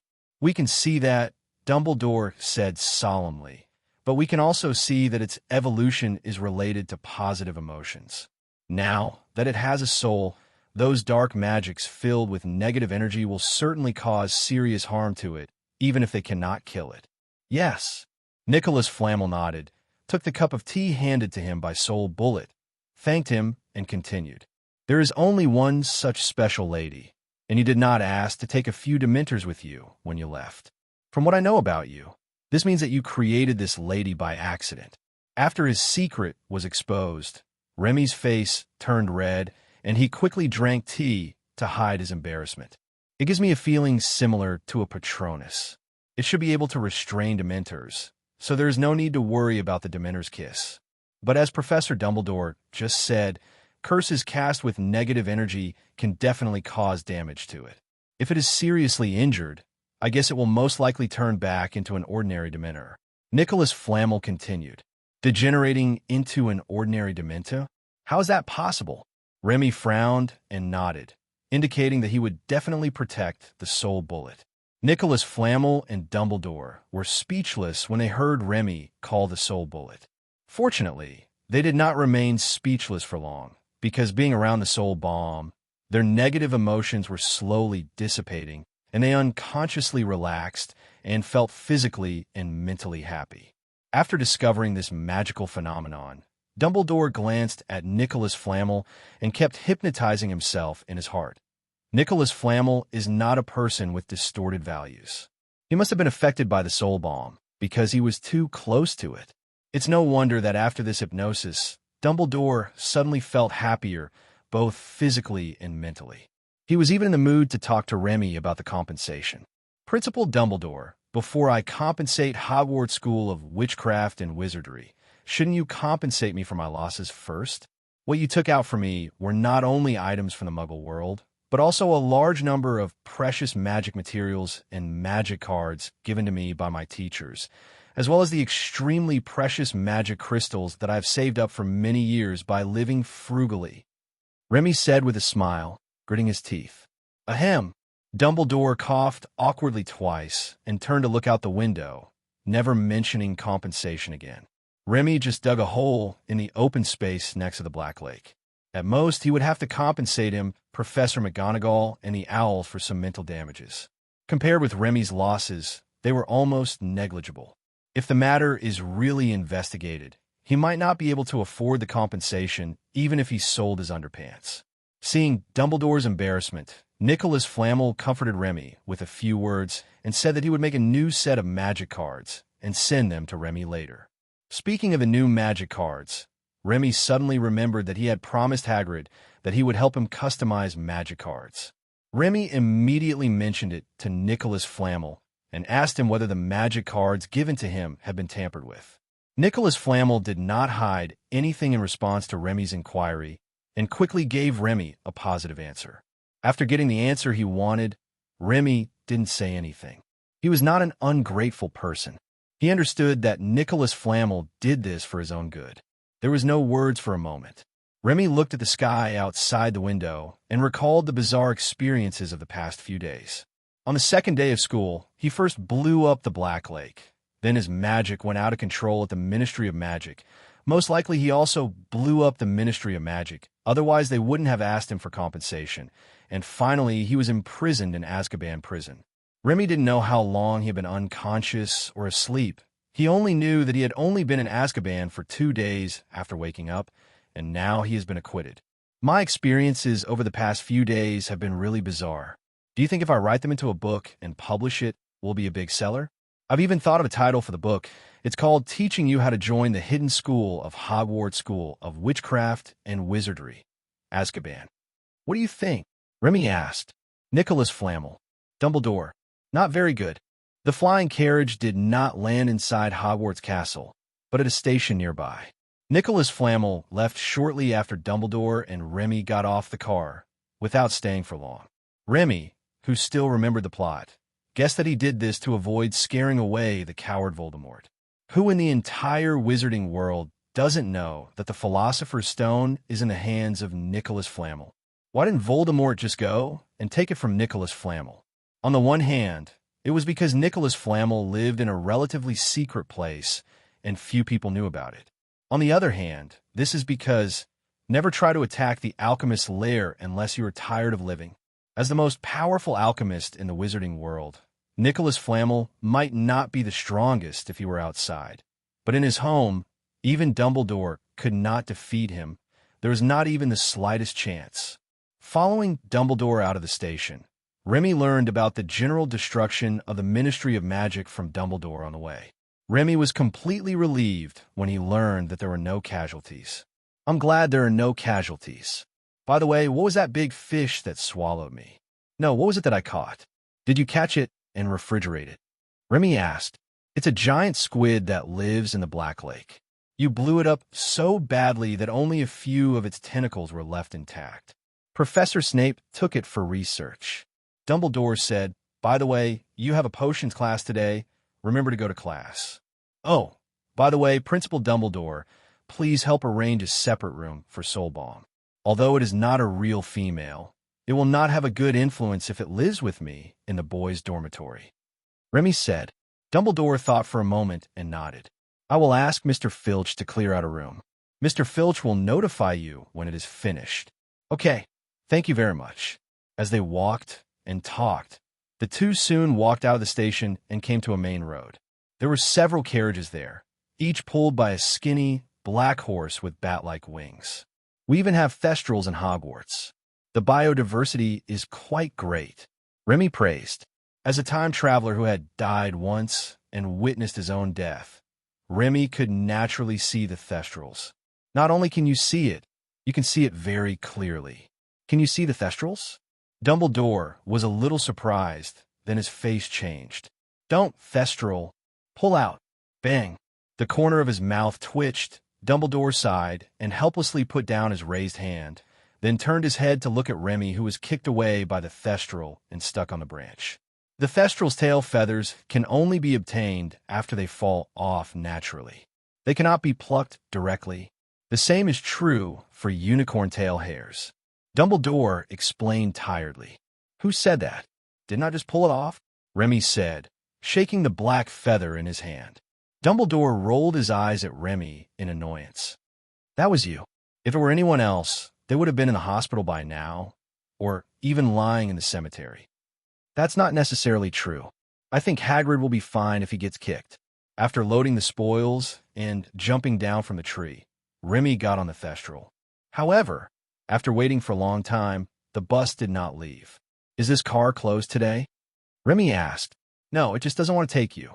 "How about you get off?" Dumbledore asked. "Go down. Walk." What a joke. He scratched his head and just happened to scratch off a leaf. Remy's eyes suddenly lit up. Remy put the leaves in the air. In about 3 seconds, the leaves disappeared and a set of fishing gear appeared in the air. Fishing rods and fishing lines are all available. Dumbledore watched curiously, not understanding what Remy was trying to do. At this moment, Remy started alchemy again, and this time he made magic crystals. As soon as the magic crystal appeared, Yichi immediately turned his head and stared at the magic crystal with his 2 empty eyes. Remy grinned, tied the magic crystal to the fishing line, and then cast the fishing rod. The straight pole was placed right on the Night Thestral's head, and the magic crystal was not far in front of it. "You're welcome, as long as you can catch up with it. It's yours," said Remy. The hollow eyes suddenly burst into a blazing light, and the next moment, whoosh, I'm boiling. Remy, who was almost shaken off, quickly grabbed the railing, and Dumbledore next to him was also almost shaken off. "Haha, I didn't expect that Yi Chi, who is so skinny, could run so fast. It's just a little silly, but I like it so much. It's decided. From today on, you'll be Yi Chi Mo Jiao Ban Li Lai Chilin. I am Yuan Bali. Someone, bring up my Lei Gu Wan Jin Shui." Remy laughed as he controlled the fishing rod to jump left and right, and moved serpentinely on the road with the thestral that was chasing the magic crystal, making Dumbledore behind him turn pale. He never expected that Remy could have so much fun just riding in a carriage to Hogwarts Castle. At the same time, in Azkaban, Minister Fudge severely reprimanded the 5 Dementors and then helplessly let the Dementors do what they were supposed to do without any punishment. Although the Dementors listened to the Ministry of Magic, they are after all very different from Real Ministry of Magic employees. The Dementors only have a cooperative relationship with the Ministry of Magic. The Ministry of Magic provides food for the Dementors, and the Dementors help the Ministry of Magic guard and punish extremely vicious criminals. This partnership may seem simple, but it is actually very complex. It is difficult to distinguish between them who is Party A and who is Party B. In theory, providing food is equivalent to paying compensation, and the Ministry of Magic should be Party A. But if the Ministry of Magic does not provide food, the extremely hungry Dementors are likely to cause trouble. It's more of a compromise than a cooperation. Therefore, after being severely reprimanded by Minister Fudge, the 5 Dementors did not care at all, and even ignored Fudge during the reprimand. After Minister Fudge left, the Dementor with the number 1 written on his face pointed and instructed the remaining 4 Dementors to move away everything Remy had made, and then floated forward along the passage. It floated all the way to the door of a cell and opened it. With a click, a disheveled man in the cell looked at the Dementor that appeared at the door, screamed in fear, and crawled towards the corner using his hands and feet. He huddled in a corner, holding his head tightly with his arms, shaking all over, looking extremely frightened. Click! Another sound was heard, and the man felt something was wrong. He quietly raised his head and took a look. The Dementor closed the cell door, then floated in front of him and bent down. The man suddenly let out another scream of terror. Just when he thought he was going to suffer torture again today, he suddenly saw a letter in front of him, a letter handed to him by a Dementor. He stared at the letter blankly, completely confused for a moment. How could anyone write to him? Or was it sent by the Dementors? Could it be that this letter is for me? The man asked in a trembling voice. The Dementor nodded and held the letter forward again, which startled the man again. Seeing that the Dementors did not attack, he no longer hesitated, snatched the letter at an extremely fast speed, and opened it immediately. If it is a blessing, it will not be a disaster. If it is a disaster, it cannot be avoided. He has been imprisoned in Azkaban. What is there to be afraid of? Maybe someone is coming to rescue him. I opened the envelope and took out the letter. As soon as I saw the beginning, this man started crying. Dear Mr. Black, hello. I am Harry Potter's classmate. I have been interested in him for a long time, so I have investigated his past. During the investigation, I found many suspicious points, among which the most suspicious point is you, Sirius Black, who was directly imprisoned in Azkaban prison without trial. I have investigated your past. You were born into the Black family, which is the most fanatical about bloodline theory. You were born into a noble family and have the pride and arrogance of an old noble. But you betrayed your family's ideals a long time ago and became enemies with other family members. It's impossible for someone like you to change your ways and join Voldemort. Finally someone is willing to believe me. Someone is willing to believe me. And it has the ability to deliver the letter to Azkaban, to me. I can finally go out. Excitedly wiping away the tears that were blocking his vision, Sirius continued to watch with full anticipation. And then he was dumbfounded. But as a law-abiding citizen, if I help you escape from prison, I will become your accomplice, and I will also be breaking the law. Therefore, I can't help you escape from prison, not in this life. Sirius? But I'm happy to use legal loopholes to help you improve your living conditions in Azkaban. The Dementors with white words on their faces are my recently recruited younger brothers. With them around, you don't have to worry about being kissed by Dementors anymore. Of course, if you like being kissed by Dementors, you can tell them or hint to them, and they will satisfy your request. Sirius' mouth twitched, and he almost tore up the letter. Holy shit, what kind of pervert would like to be kissed by a Dementor? And it was a Dementor's kiss. Not a Dementor's kiss. I was just ravaged by Dementors, not ruined by them. I will have the Dementors deliver some daily necessities to you in a while. I wish you a happy life in Azkaban. Live, happy. In Azkaban, Sirius' eyes were red, and he was breathing heavily. For a moment, he couldn't tell whether the person who wrote to him was really trying to help him or was just mocking him. Click! Hearing the sound of the cell door opening, Sirius was startled, turned around quickly, and stuffed the letter and envelope into his mouth. He swallowed a large ball of paper with great effort. Just after swallowing, he suddenly felt someone tapping his shoulder. Taking a deep breath, Sirius turned his head with a stern face. Looking at the fruit plate brought to him by the Dementors, Sirius started crying again. What the hell is going on here? On the other hand, because he accidentally had too much fun and wasted some time, after temporarily entrusting the soul bullet to the care of Headmaster Dumbledore, Remy trotted all the way to the potions class. What? You ask why not bring the soul bomb with you, class? Please, your question is very tricky. If Remy goes to class dressed in a wedding dress and is misunderstood by female classmates, how will he pick up girls in the future? I can't live with ghosts for the rest of my life, right? That would be no different from dying alone. Walking through the east alley and the west alley, after running in the wrong direction 3 times, Remy finally arrived at the potions class in the basement with the help of the portrait. Report. Bang. Aya. Professor Snape, who was patrolling back and forth, was stunned for a moment, then hurriedly walked to Neville, who had fallen to the ground. After inspection, Professor Snape breathed a sigh of relief at first, but his face immediately turned stern the next moment. I will send Mr. Longbottom to the school hospital for treatment first. You guys continue, but don't make the same mistake as Mr. Longbottom. Potions is a very precise subject. Even if the sky falls, you must not tremble when administering the potion. After warning everyone in a deep voice, Professor Snape picked up Neville. As he passed by Remy, Professor Snape suddenly spoke again. Remy Barrett, Gryffindor House will be deducted 2 points for your tardiness, and 3 more points for your loud noises that caused Mr. Longbottom to injure himself by mistake, for a total of 5 points. Professor Snape said. Remy, who was originally looking at the blushing Neville with curiosity, suddenly became unhappy after hearing this. Are you kidding me? I just got released from Azkaban. It's not easy for me to come to class, and you still want to count me as late. Remy said indignantly. That's your business, not my business, Snape said. What do you mean it's my business? Do you have the ethics of a teacher? Is someone like you who is looking for trouble qualified to be a teacher? Questioning the teacher will result in another 5 points deduction. Hey, you little hot-tempered one. Say that to me again. Talk back to the teacher and lose another 5 points. Can you be a human being? If you really can't learn, why don't you go back to school and be retrained? Another 5 points will be deducted for insulting the teacher. Let me go. I want to fight him one-on-one.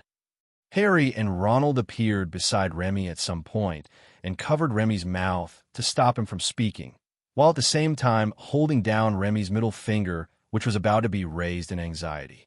If he keeps talking, Gryffindor's house score might actually become negative. Snort. With a sneer, Professor Snape shook his shiny hair. Finish your potions before I return. That includes you, Mr. Barrett. After leaving a few words, Professor Snape carried Neville out of the classroom, while Remy was forcibly dragged to the table by Harry and Ronald.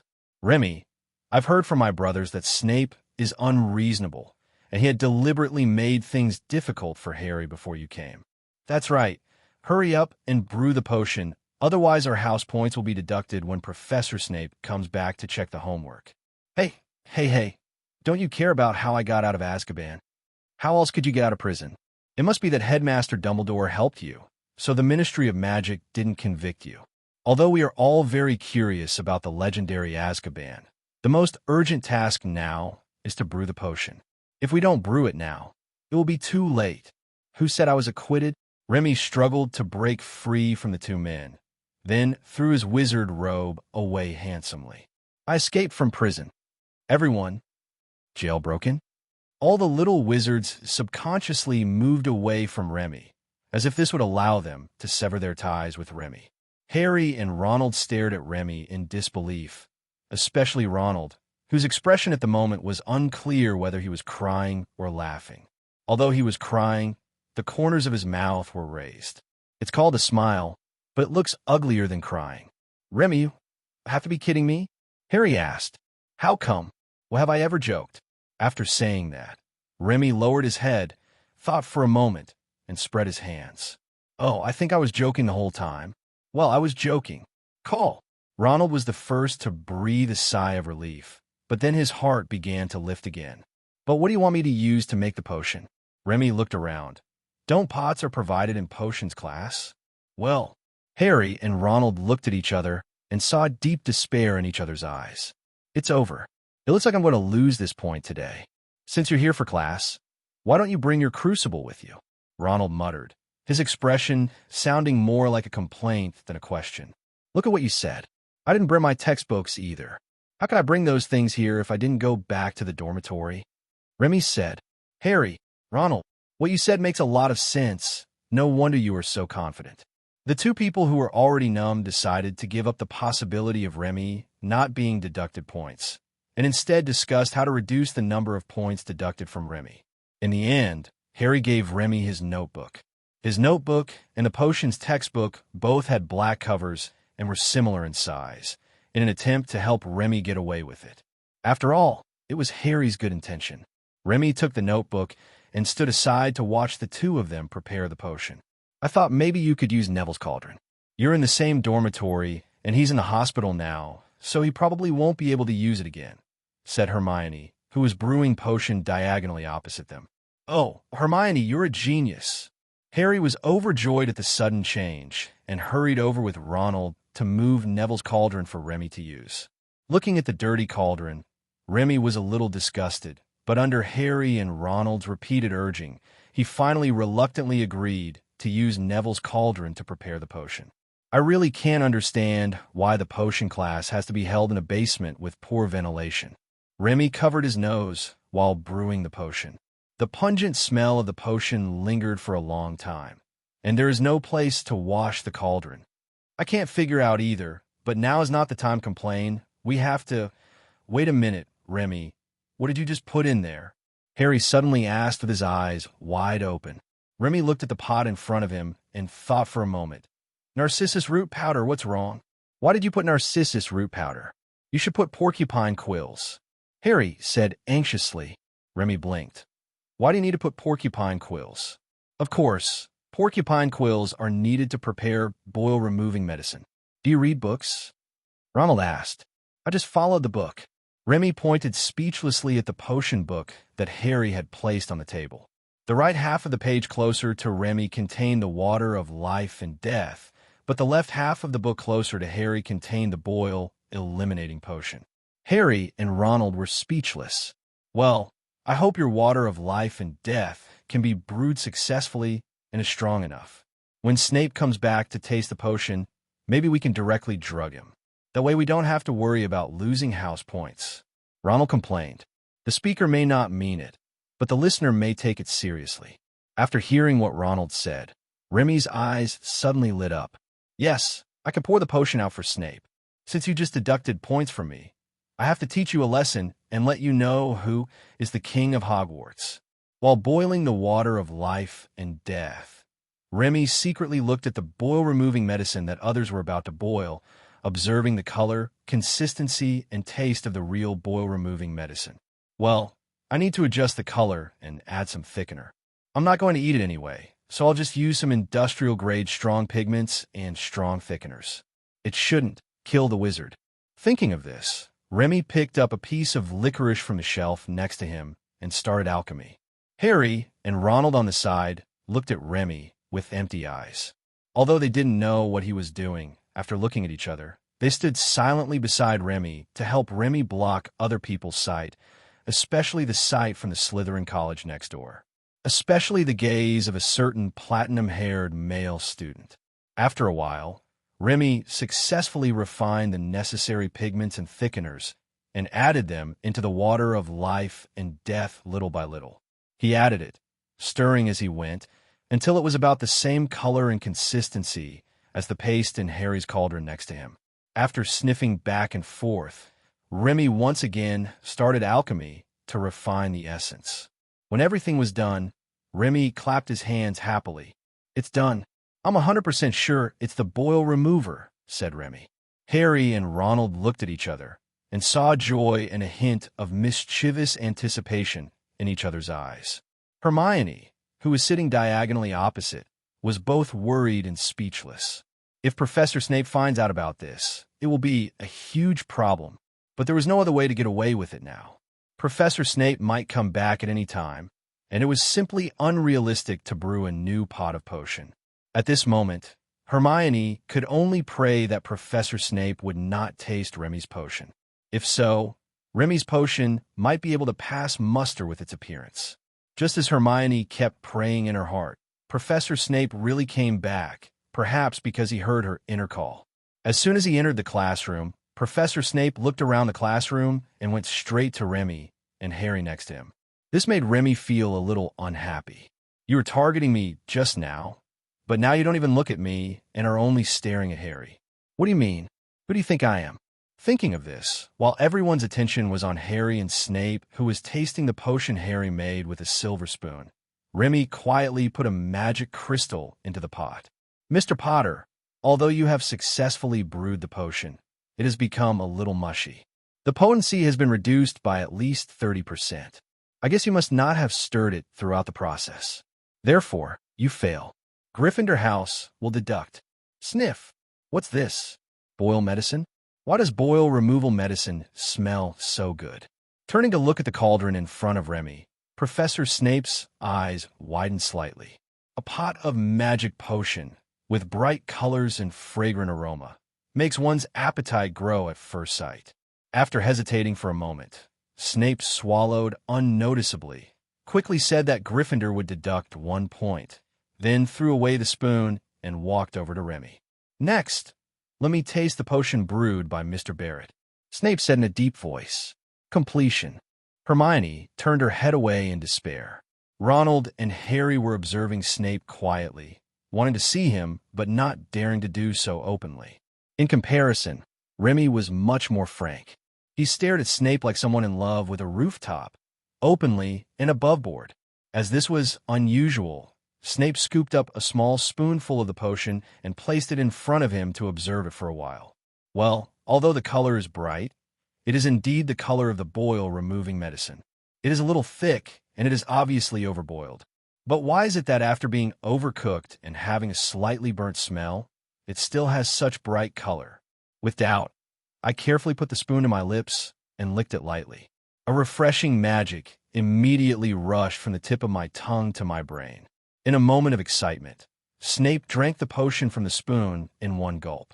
Mr. Barrett, your potion is with Potter. Before he could finish his sentence, Snape suddenly felt as if his brain was under a dementia spell, and his body was shaking and out of control. He quickly held onto the table with his hands, but his hand was only halfway out when he pressed it down hard. The press missed, and Snape fell to the ground with a thud. It was as if God had pressed the pause button in the classroom, and everyone was stunned.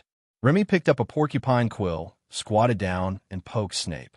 After confirming that Snape had really fainted, Remy kicked Snape hard with a bang. It's your due. I'll let you deduct points from me randomly. Now I am getting my retribution, right? Deduct points from him? There has to be a price to pay for that. Remy stood up and looked at all the classmates who took a step back in fear, feeling a little puzzled. Why are you looking at me? He's not dead. He just drank the water of life and death. After explaining casually, Remy straightened his clothes and waved to Harry and Ronald. Don't stand there like an idiot. Are you going to wait here for him to wake up? Let's go. Get out of class is over. Remy said, Oh, wait for me. When they heard the get out of class was over and looked at Snape lying on the ground, most of the young wizards, led by Remy, packed up their things and left. Only some Slytherin students discussed whether they should find a way to send their headmaster to the school hospital. Hey, you're really amazing. You actually created the water of life and death. It's so satisfying. Snape has lost all his face now. That's right, being poisoned by a student's potion in potions class is so embarrassing. I guarantee that it won't be long before word of Snape's potion skills spreads throughout Hogwarts and even the entire wizarding world. Maybe other potion masters will use me as a negative example. The little Gryffindor wizards were chatting excitedly around Remy, when suddenly a very unsociable voice poured cold water on them. You're just kidding. He's the head of Slytherin House. When he wakes up, he will definitely deduct even more points from our house. Hermione said with a cold face. The little wizards calmed down immediately and realized how serious the consequences of Remy's actions today would be. However, Remy, the person involved, shook his head disapprovingly. It's as if he won't deduct points from us if we behave ourselves. If we will be found guilty and deducted points no matter what we do, why should we put ourselves in such a difficult position? The little wizard's eyes suddenly lit up. Oh yes, since they will be deducted points no matter how well they perform, why not take it easy? However, Hermione disagreed. At least that way we can reduce the points deducted and we still have a chance to win the House Cup. If you keep making trouble like this, our house will have no chance of winning the House Cup, said Hermione. That makes sense, but Remy looked at Hermione and spread his hands. So what if you win the House Cup? Honor? There are many kinds of honor, not just the House Cup. For example, you can strive for the title of the top student in the grade. First in the grade? Hermione's eyes lit up, and she was immediately distracted by Remy. It was getting late, so after leaving the potions classroom, the group went to the dining hall to eat. The house elves had already prepared a sumptuous meal for them. While eating, Remy shared with the people around him his holiday experience in Azkaban and his interesting experience of teaching the Dementors to play musical instruments. Some people didn't believe what Remy said and thought he was bragging. They even used the legends about Dementors they heard from their parents to refute Remy. Remy didn't argue, but just laughed it off. Facts speak louder than words. When the Dementors come to Hogwarts Castle one day, the cruel facts will slap them in the face. Even if Sirius doesn't escape from prison or the Ministry of Magic doesn't send Dementors to Hogwarts, he can command the Dementors to come and show up himself. As they were chatting, there was a sudden silence around them, and then a big skinny hand pressed on Remy's shoulder. Remy turned around and saw that it was Mr. Filch, the castle manager. "Mr. Filch, what do you want from me? I don't need a massage right now. Even if I did, I wouldn't ask you, let alone extend the time," said Remy. Mr. Filch grinned in a frightening way. "Principal Dumbledore wants to see you. I think it's about Professor Snape's admission to the hospital. You seem very happy. Do you have a grudge against Professor Snape?" Remy asked. "Don't thank me. I didn't do anything. He brought this upon himself. Humph. I'm just excited that the chains in the cell can finally be put to use." "Come with me," said Filch. "Just go, it's no big deal. I just got out of Azkaban. Do you think you can scare me?" Giving Filch a blank look, Remy signaled to Harry and the others not to worry about him, then wiped his mouth, stood up, and followed Filch out of the cafeteria and into the headmaster's office. After taking Remy into the headmaster's office, Filch left, but said he would wait outside the door. In the headmaster's office, Dumbledore had been writing with his head down. He didn't even look at Remy or say a word the whole time. Seeing that Dumbledore ignored him, Remy was neither anxious nor reserved. After teasing Fawkes until he became so impatient that he flew out of the principal's office, Remy walked leisurely to the bookshelf to choose a magic book. After waiting for a while, Dumbledore heard only the sound of flipping pages. He raised his head slightly and glanced at Remy. Then his mouth twitched suddenly. He saw Remy reading a book with great interest. The name of the book was The Complete Book of Ancient Black Magic. "Damn it, I kept silent in order to create an atmosphere and put pressure on you, but you turned the tables and put pressure on me." Cough, cough. Clearing his throat hastily, Dumbledore put down the pen in his hand.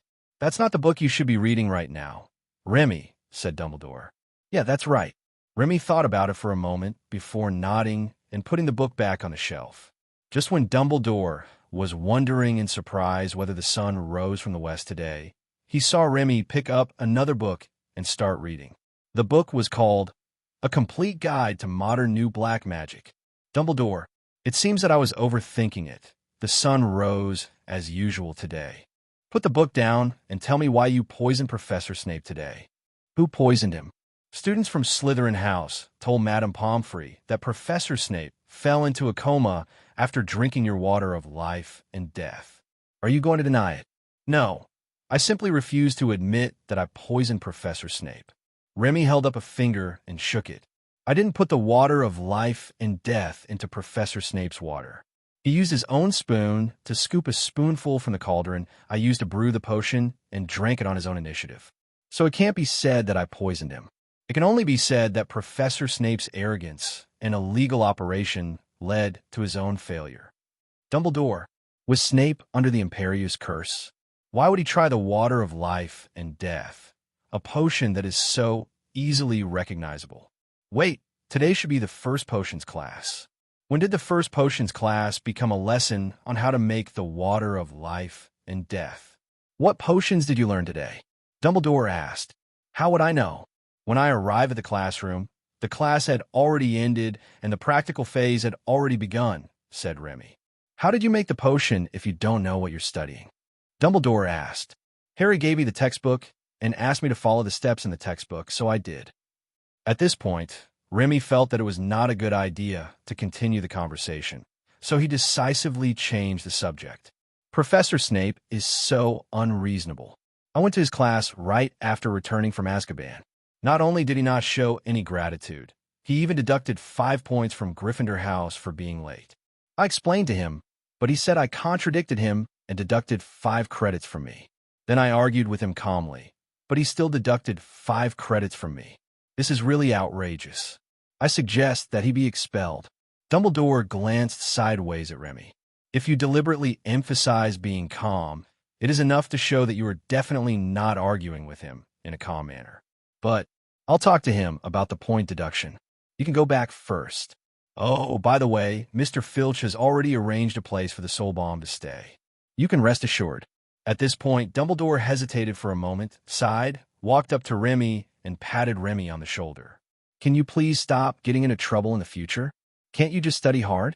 If that doesn't work, you can also study magic items that can defend against firearms. I specially asked Mr. Filch to clean a big house for you. Oh no, it turns out my little thoughts were seen through long ago. Remy was a little surprised. He proposed to let Soul Bomb live alone just so that he could have a laboratory of his own. He thought he was a smart guy, but he didn't expect that he was seen through early on. But it doesn't matter if you see through it. At least the house has been approved. I don't really want to cause trouble, but what Professor Snape did was really too much. Why can the dean of a college deduct other people's points at will? Then why set up the house cup? Wouldn't it be better to just compare which dean of a college is more shameless? Remy pouted indignantly, then continued in a solemn and rich baritone. Gryffindor deducts 10,000 points. Ravenclaw deducts 10,000 points. Hufflepuff deducts 10,000 points, and Slytherin adds 100 million points. I declare that the winner of this school year's House Cup is Slytherin. Dumbledore looked at Remy speechlessly, thinking that Snape was not so shameless as to be this way. Just as he was about to say something nice to Snape in order to prevent Remy from targeting him, Remy's next words made his eyes light up. I propose a reform of the College Cup. Each of the 4 major colleges can add or deduct a maximum of 100 points to one college per academic year, and the details of the points added or deducted by each dean to each college must be announced at the College Cup award ceremony. It must be fair, just and open. If anyone shamelessly targets us, he will be completely disgraced in Hogwarts, said Remy. Set a maximum limit for bonus points and deduction points, and make the scoring details public at the end? It seems feasible. Your suggestion is very good. I think it is feasible, but the upper limit of 100 points is a bit low. After all, the House Cup is not just a matter for you first-year students. It is the result of the joint efforts of students from all grades. Headmaster Dumbledore said, "You go back first. I will discuss the credit limit with the 4 deans. We should be able to implement the new rules next week." Remy was moved and asked quickly, since the new scoring rules are to be implemented, shouldn't the scores of the 4 major colleges be reset to 0 for the sake of fairness? Giving Remy an amused look, Headmaster Dumbledore nodded. He knew that Remy's real intention was to reduce the points he had been deducted to 0. But it is indeed fair this way. Yes, they will all be cleared, you can rest assured. Dumbledore said, "That's great." Remy nodded vigorously. "Then I won't bother you anymore. You can discuss it with the deans by—" Seeing Remy's mood suddenly brighten up, Dumbledore shook his head with amusement and then really thought about Remy's suggestion seriously. Remy's suggestion is feasible, but it needs to be further improved in details and also needs to be proposed by a suitable person. As the principal, he should have the final say rather than be the initiator of a proposal. On the other side, when Filch, who had been waiting at the door of the principal's office, saw Remy walking out of the principal's office happily alone, he snorted in disappointment. He understood that he might not be able to lock Remy in his beloved little dark room today. Principal Dumbledore said, "You found a big room for me. Could you please show me?" Remy said, "Come with me." Despite his bad mood, Filch was still prepared to do his job well. As for Remy, if he continues to seek death this way, he will fall into my hands sooner or later. Filch is confident of this. The detention cell has been abandoned for too long. There hasn't been a student worthy of using that detention cell in a long time. I have great confidence in you, Mr. Barrett. Please don't let me down, Filch said meaningfully. Remy smiled when he heard Filch's hidden meaning. I feel relieved when you say that. If I get into trouble again, I will say that you instigated and encouraged me to do it. Snort. With another cold snort, Filch stopped talking to Remy and continued walking forward with Remy in silence. After walking up 2 moving staircases and passing through 3 secret passages, Filch finally took Remy up a spiral staircase to a tower. At the top of the tower, there was a room of decent size with excellent lighting and ventilation. It's just a bit too good. Looks like I need to install a window here first, Remy commented. That's your business. I'm not responsible for these things. Filch sneered. Remy glanced at Filch and felt very amused. Do you think this kind of thing can stump me? Just kidding. I'm really good at pretending. In the empty room, only the bride in her wedding dress was standing quietly in front of the window. It was a picturesque scene, but Remy felt uncomfortable when he thought of the bride's face. No, it was constant awkwardness. Do you need anything? A bed? A table, chair, or bench? Remy asked. Soulbalm thought for a moment, shook her head, and wrote in the air that she didn't need anything.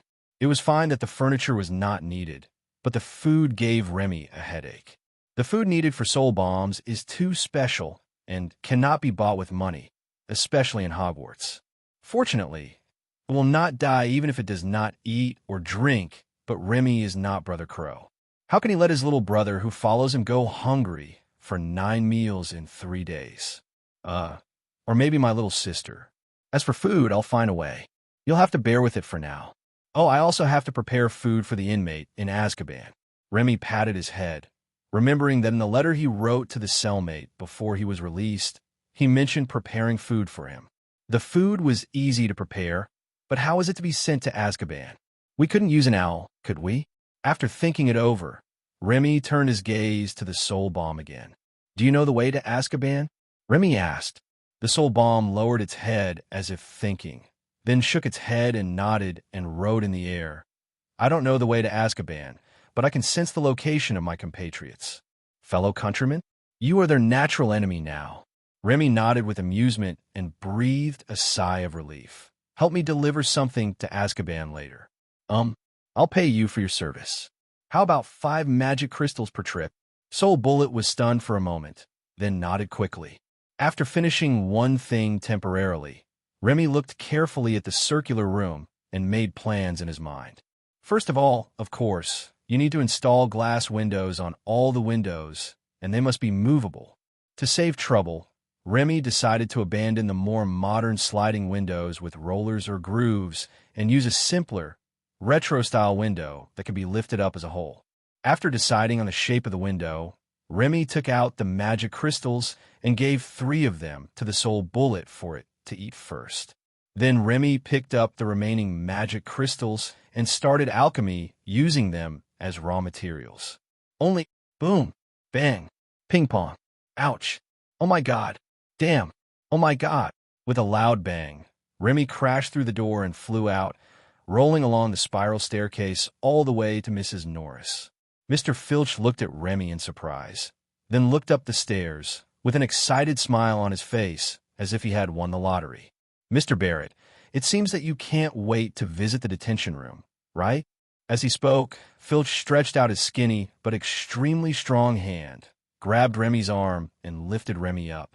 Remy, who hadn't recovered yet and hadn't heard Filch's words clearly, was about to say thank you, but something felt wrong. Why are you pulling me? Where are you taking me? Remy asked puzzledly. Take you to a good place. Oh, what good place? You'll know when you get there. Okay, I'm looking forward to it. Out of curiosity, Remy followed Filch out of the tower and headed for an unknown good place. On the way, Remy impatiently urged Filch to walk faster several times. Filch was very understanding, increasing his speed several times, even though he was already out of breath. What a nice person. Remy thought so. After a quick march, Remy discovered that Filch had brought him to a basement area that should be underground. The light here was very poor, and the humidity in the air increased as he walked forward. Where is this? The bottom of the Black Lake? Remy asked curiously. That's right, said Filch. Remy frowned when he got a positive answer. Are you going to take me to the Slytherin dormitory? Is there anything fun there? How is that possible? Why would I take you to the Slytherin dormitory? I was taking you to. Here we are, stopping in front of a room, looking at the mottled oak door full of history. Remy was full of curiosity about what was inside the door. However, when Filch opened the door, Remy's heart suddenly tightened. My goodness, tiger benches, pepper spray, and cupping with pliers. Are these really what school should have? Interrogating spies is just like this. As he was sighing, Filch suddenly pushed Remy's back into the room and immediately turned around to close the door. After closing the door, Filch turned to look at Remy with a sinister smile, and then was stunned. Suddenly, a pair of handcuffs were put on his hands, and he was dragged to the regret chair. Filch, something seems to be wrong, right? Shouldn't I be the one interrogating you? How come you are the one interrogating me? Is my memory wrong? What exactly went wrong? Click. With the sound of a door closing, Remy showed the same sinister smile as Filch just now, and there was nothing but ill intention in his eyes. In less than 5 seconds, the identities of the two people underwent a drastic reversal. It was not until then that Filch came to his senses. Facing Remy, he was not at all panicked, and even had a sarcastic sneer on his face. Do you know what you're doing? Wait until I tell Headmaster Dumbledore, and you will be expelled, said Filch. What am I doing? Remy stood up and touched his chin with a smile. Didn't you say you would take me to a nice place to play? I brought you here so that I can play with you, not so that you can play with me. Filch glared at Remy. I brought you here to punish you for breaking the school rules. And now, not only do you refuse to accept the punishment, you also tie me up. It seems that you can't wait to be expelled from Hogwarts School of Witchcraft and Wizardry. No. Remy held up a finger and shook it. Even though I'm late for class, blow things up after class, and tie up the castle administrator, I'm still a good student. Ahem. Sorry for interrupting. What I want to say is that even if I violated the school rules, it should be Principal Dumbledore or Vice Principal McGonagall who should convict me. It is definitely not your turn to convict me, right? You are at best an executor of the punishment, but now you want to be a judge. You are so bold. The sudden shout scared Filch, and after Remy's reminder, he also reacted. Oh, I was so excited just now that I forgot to find Headmaster Dumbledore to convict this kid. It's really... Wait. What do you want to do? Filch's eyes suddenly widened, and he looked at Remy in horror. No, don't do this to my cat. Back to the original place, standing in front of Dumbledore. Dumbledore was even more helpless than Remy. Remy, if I remember correctly, you should have been away from me less than 10 minutes ago. Can you give me an explanation? Dumbledore asked. Principal Dumbledore, I would like to apply to go to the school hospital for treatment first. I am currently an injured person. Remy raised his hand slightly embarrassedly. There were several scratches on his hand, all of which were caused by Mrs. Norris when he was scratching her. Not only his hands, but his face was also bruised. As for why he returned to Headmaster Dumbledore's office, it was a sad story that began with an experimental accident in his own laboratory. At that time, Remy was preparing to make top-grade windows that could withstand explosions. But because he was not clear enough when constructing the finished product in his mind, the alchemy failed and eventually an explosion occurred. After that, he was sent to the prison cell. Since he couldn't catch Mrs. Loris, Remy once again practiced alchemy to make a chain that could move as fast as a snake and on its own. But in order to have enough magic power to continue the experiment later, Remy saved a little. As a result, the alchemy failed again because the magic power paid was insufficient. Then Remy was blown away again and happened to be seen by a group of Slytherin students who were passing by and returning to the dormitory. Originally, Remy wanted to run away, but the students who bumped into him were members of the Slytherin House Quidditch team. Not only were they all tall and strong, they all had flying brooms. And then Remy was taken to the principal's office. Injured, Dumbledore pushed up his glasses. I don't think you're injured. You are a patient. Do you need me to find a psychologist for you? Or a psychiatrist? Or should I call a neurologist? Remy, who do you take me for? I'm not crazy. Why should I see a psychiatrist and a neurologist? Wait, a psychiatrist? Remy's eyes suddenly lit up. Well, I think I really need a psychiatrist, Remy said thoughtfully. Yo, huh? Dumbledore was visibly stunned, as if he had not expected Remy to be so self-aware. Then he heard Remy say, "But my condition is quite complicated. I'm afraid that ordinary psychologists won't be able to give me effective psychological treatment. Only a blonde, blue-eyed beauty psychologist between the ages of 25 and 30 with an intellectual beauty and a C cup or above can treat me. Dumbledore, I shouldn't have had any hope in you." Well, sighing heavily, Dumbledore didn't even want to continue asking. In fact, he had already learned the whole story from Mr. Filch before asking Remy, and Mr. Filch even apologized for exceeding his authority. "I will hire the psychiatrist you want if I have time. Now, Mr. Filch, take him to the detention room and lock him up for 3 days." Dumbledore waved his hand and said. Filch, who was standing nearby, was immediately delighted, but Remy's eyes suddenly widened. "Why do you want me to be in trouble?" Remy yelled. "Principal Dumbledore, you haven't even asked me yet, and you're listening to my excuses. Listen to my defense. Don't believe their slander. They're simply colluding to frame me. Especially those Slytherin students. They're clearly deliberately framing me because I poisoned their headmaster Snape and sent him to the hospital. And they chased me on broomsticks. Not only did they use broomsticks in the castle, but they also used broomsticks in the basement in dangerous areas. And a group of people used broomsticks. They committed a crime in a group. They violated school rules in a group. The nature of this is extremely bad. I suggest arresting them first, because I suspect they have colluded to subvert Principal Dumbledore's control over Hogwarts School of Witchcraft and Wizardry, and attempt to— Don't pull me. I haven't finished yet. I don't accept it. I want to see Professor McGonagall. I want to see the headmaster of Gryffindor House. I deducted too many points for Gryffindor. I held Gryffindor back. She should be the one to decide on the punishment. You can't set up a punishment hall privately."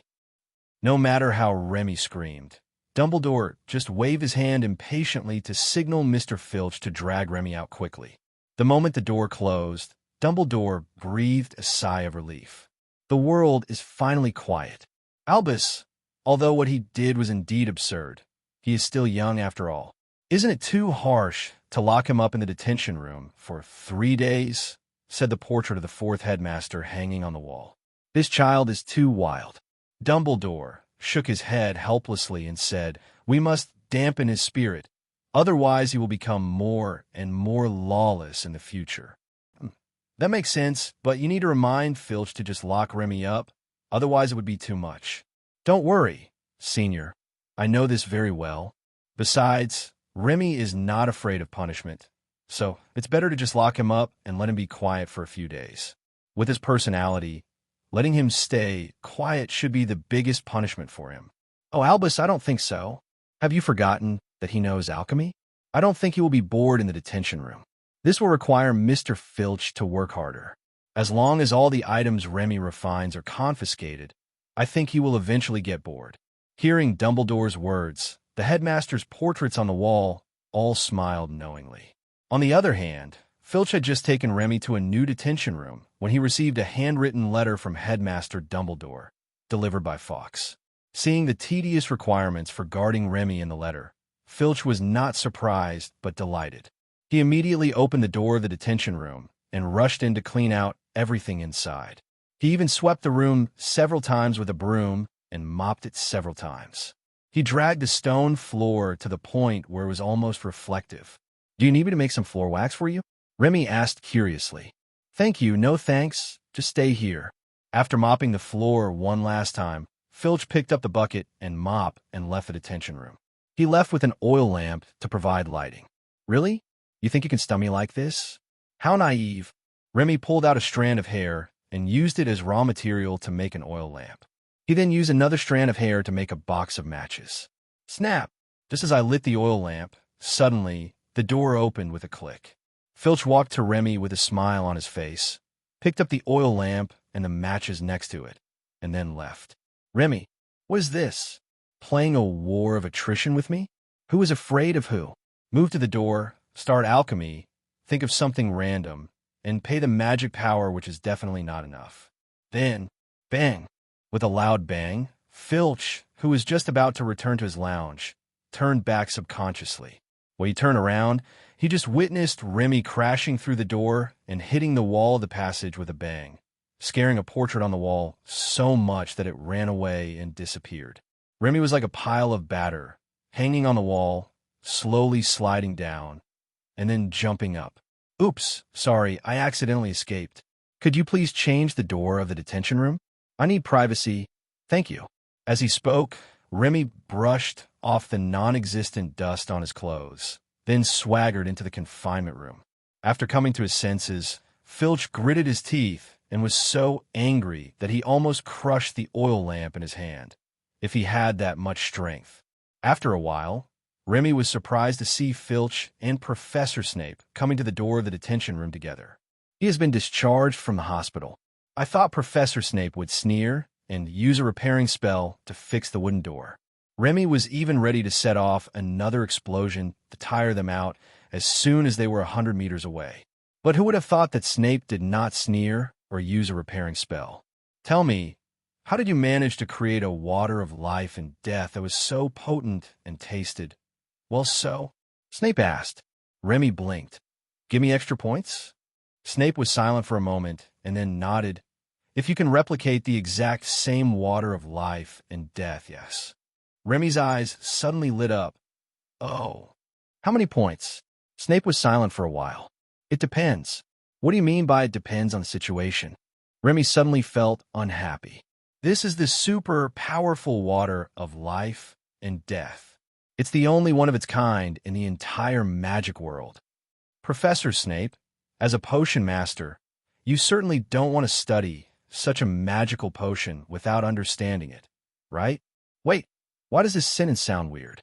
Realizing what was wrong, Remy coughed twice. "Ahem, I mean, you have to give me a minimum price before I decide whether to tell you the formula."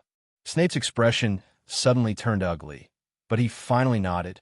"As long as it works, I can give Gryffindor a minimum of 5 points." "Only 5 points?" Remy raised his eyebrows. "You deducted 50 points from me today." 50 points deducted from you?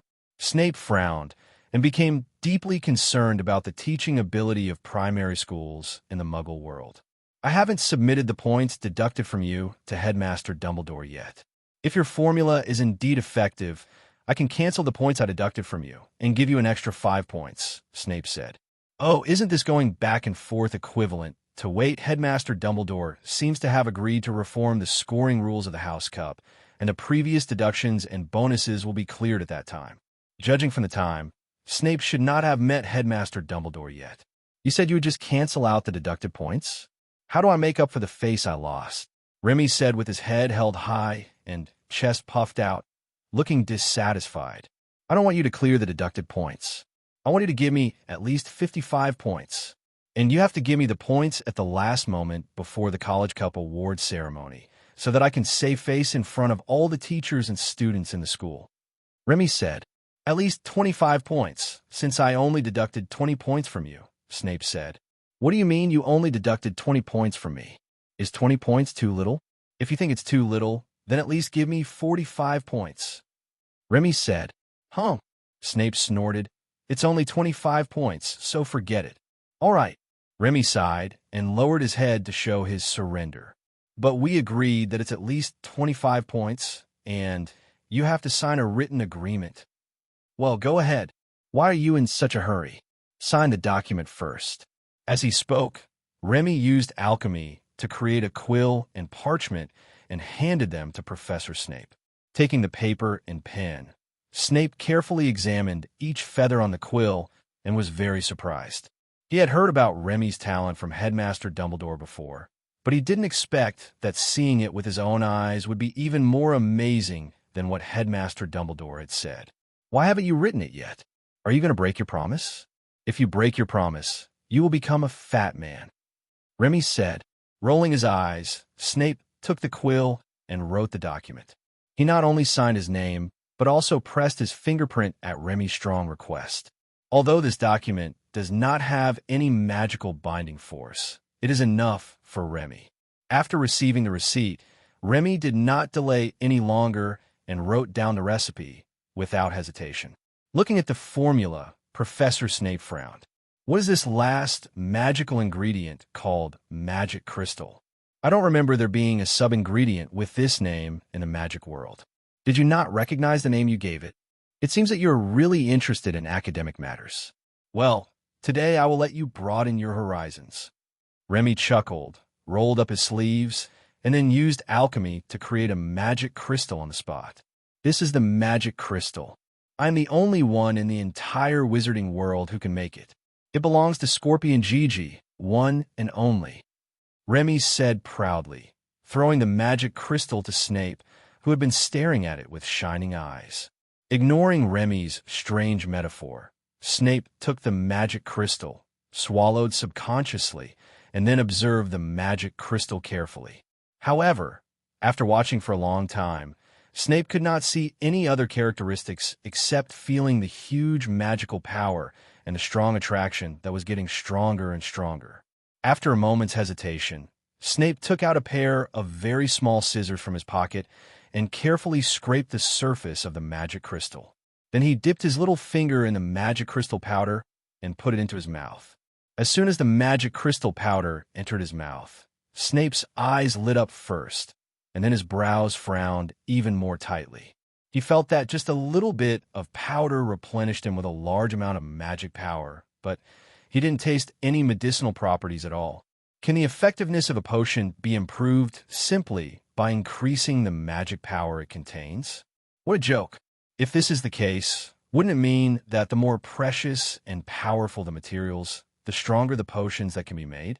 Then what is the point of studying potions? Wait, no medicinal properties at all? Snape suddenly had an idea, and he seemed to understand something. Other materials that contain a lot of magic power have different medicinal properties. If you add them randomly when brewing a potion, it will not only fail to enhance the effect of the potion, but may even destroy the original medicinal properties of the potion, causing the potion to fail. But this magic crystal does not have any medicinal properties at all. How many more magic crystals can you make? I need some to experiment and verify the rationality of your formula. Snape said. Remy's eyes lit up. 1 magic crystal is 5 credits. I'll give you as many as you want. Snape's face suddenly darkened. 5 credits? I only accept 5 credits and 5 magic crystals. Oh, okay then. 10 credits for 1 magic crystal. Snape, is there anyone who bargains like you? After some bargaining, Remy reluctantly agreed to sell 5 magic crystals to Professor Snape at the price of 2 credits each. This price is very low. After all, apart from gaining some honors by winning the college cup, the college points do not add any practical attributes. But Remy sold it anyway, because Remy felt that since he could enhance the effect of the water of life and death by just randomly placing magic crystals, and it was officially certified by Professor Snape, then the magic crystals should also have a strengthening effect on other potions. As a potion master, Professor Snape must have at least dozens of potions, if not hundreds or thousands, right? With such a magic crystal, he must experiment with all of it, right? That's a huge sum of money. Only by casting a long line can you catch a big fish. Professor Snape, let me make it clear first. This time I agreed to sell it to you at such a low price because I poisoned you before.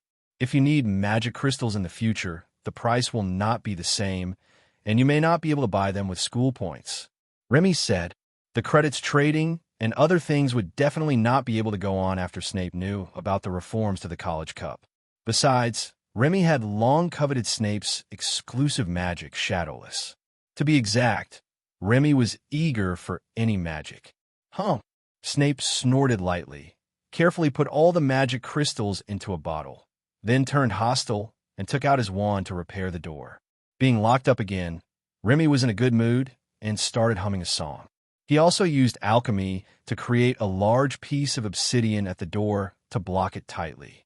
This time it's not that Remy was locked up in the detention room of Hogwarts Castle, but that Remy put Hogwarts Castle in detention.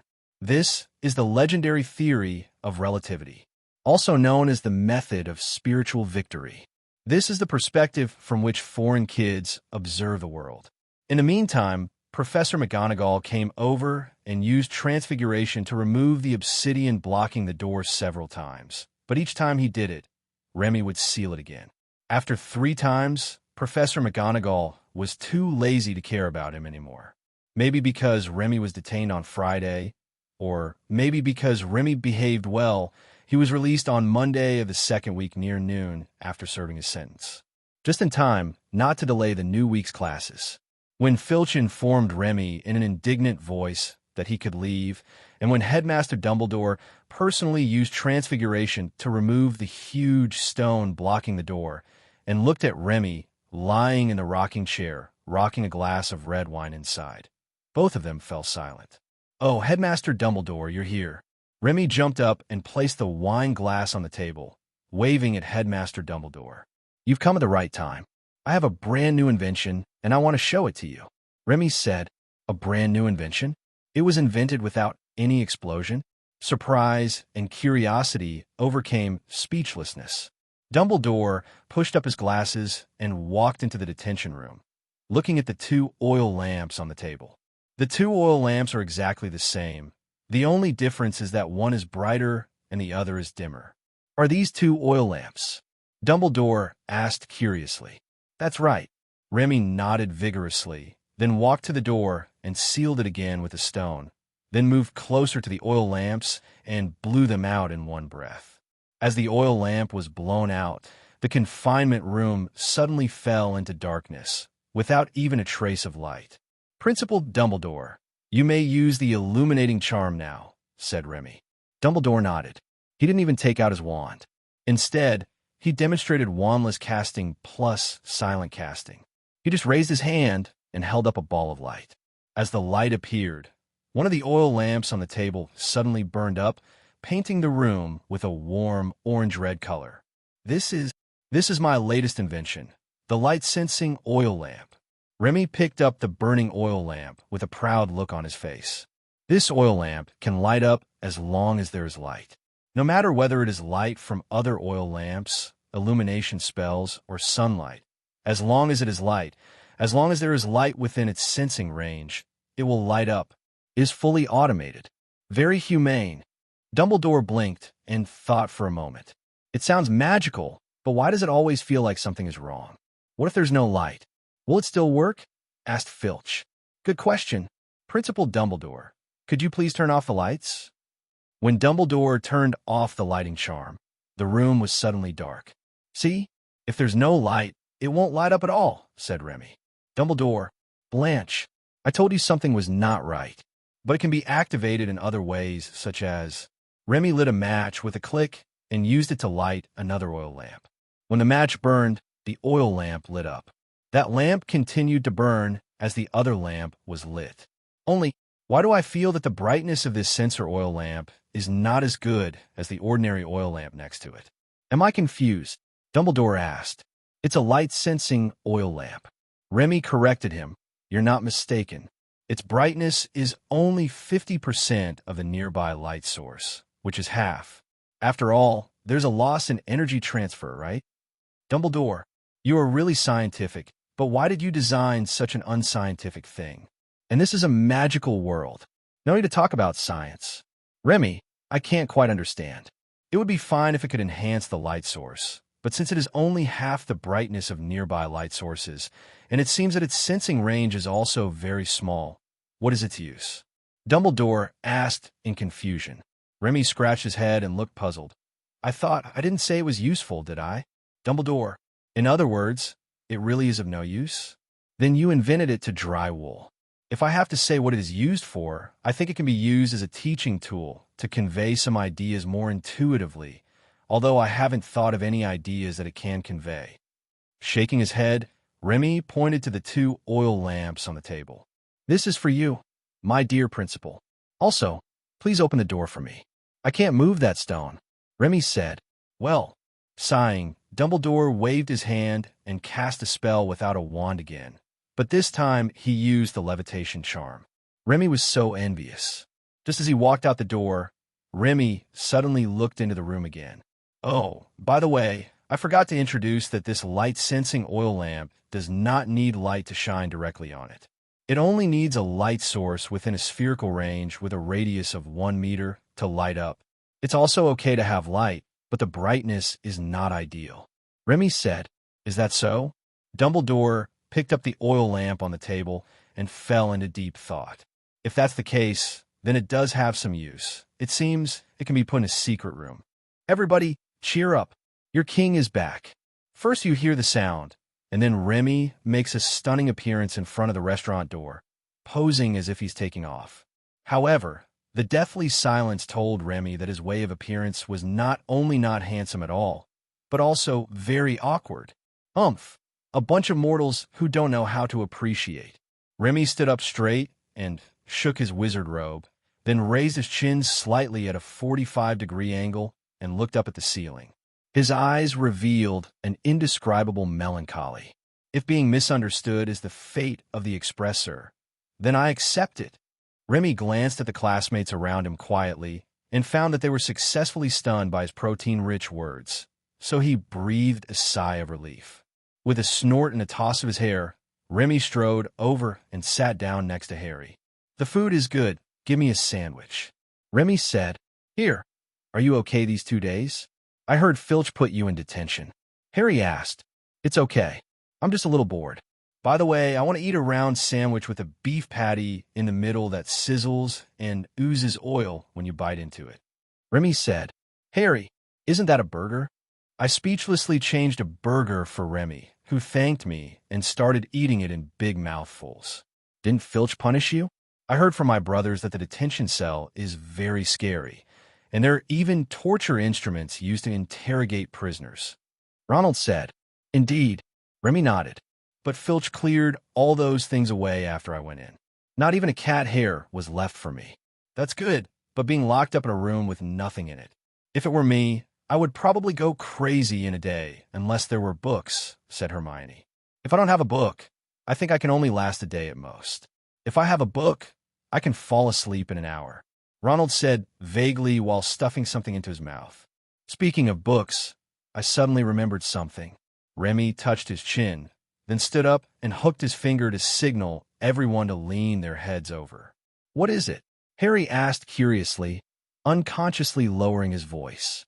"Let me tell you, before I was put in detention, I went to Headmaster Dumbledore's office.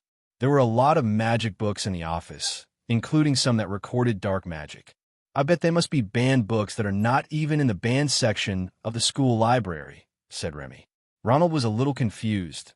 "So, when Principal Dumbledore is not around, we'll find a way to sneak into the principal's office and steal them," said Remy. "3 people. Are you crazy? You are interested in the dark arts?" Harry asked doubtfully.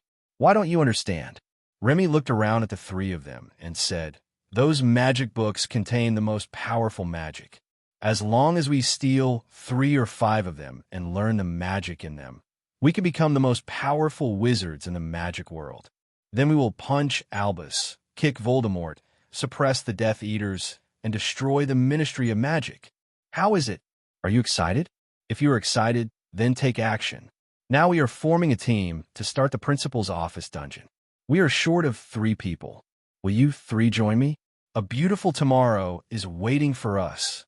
The 3 of them looked at each other, shook their heads wildly, and looked at Remy with an extremely strange look, which made Remy feel uncomfortable. "Remy, I think you may have been locked up for too long and are feeling bored.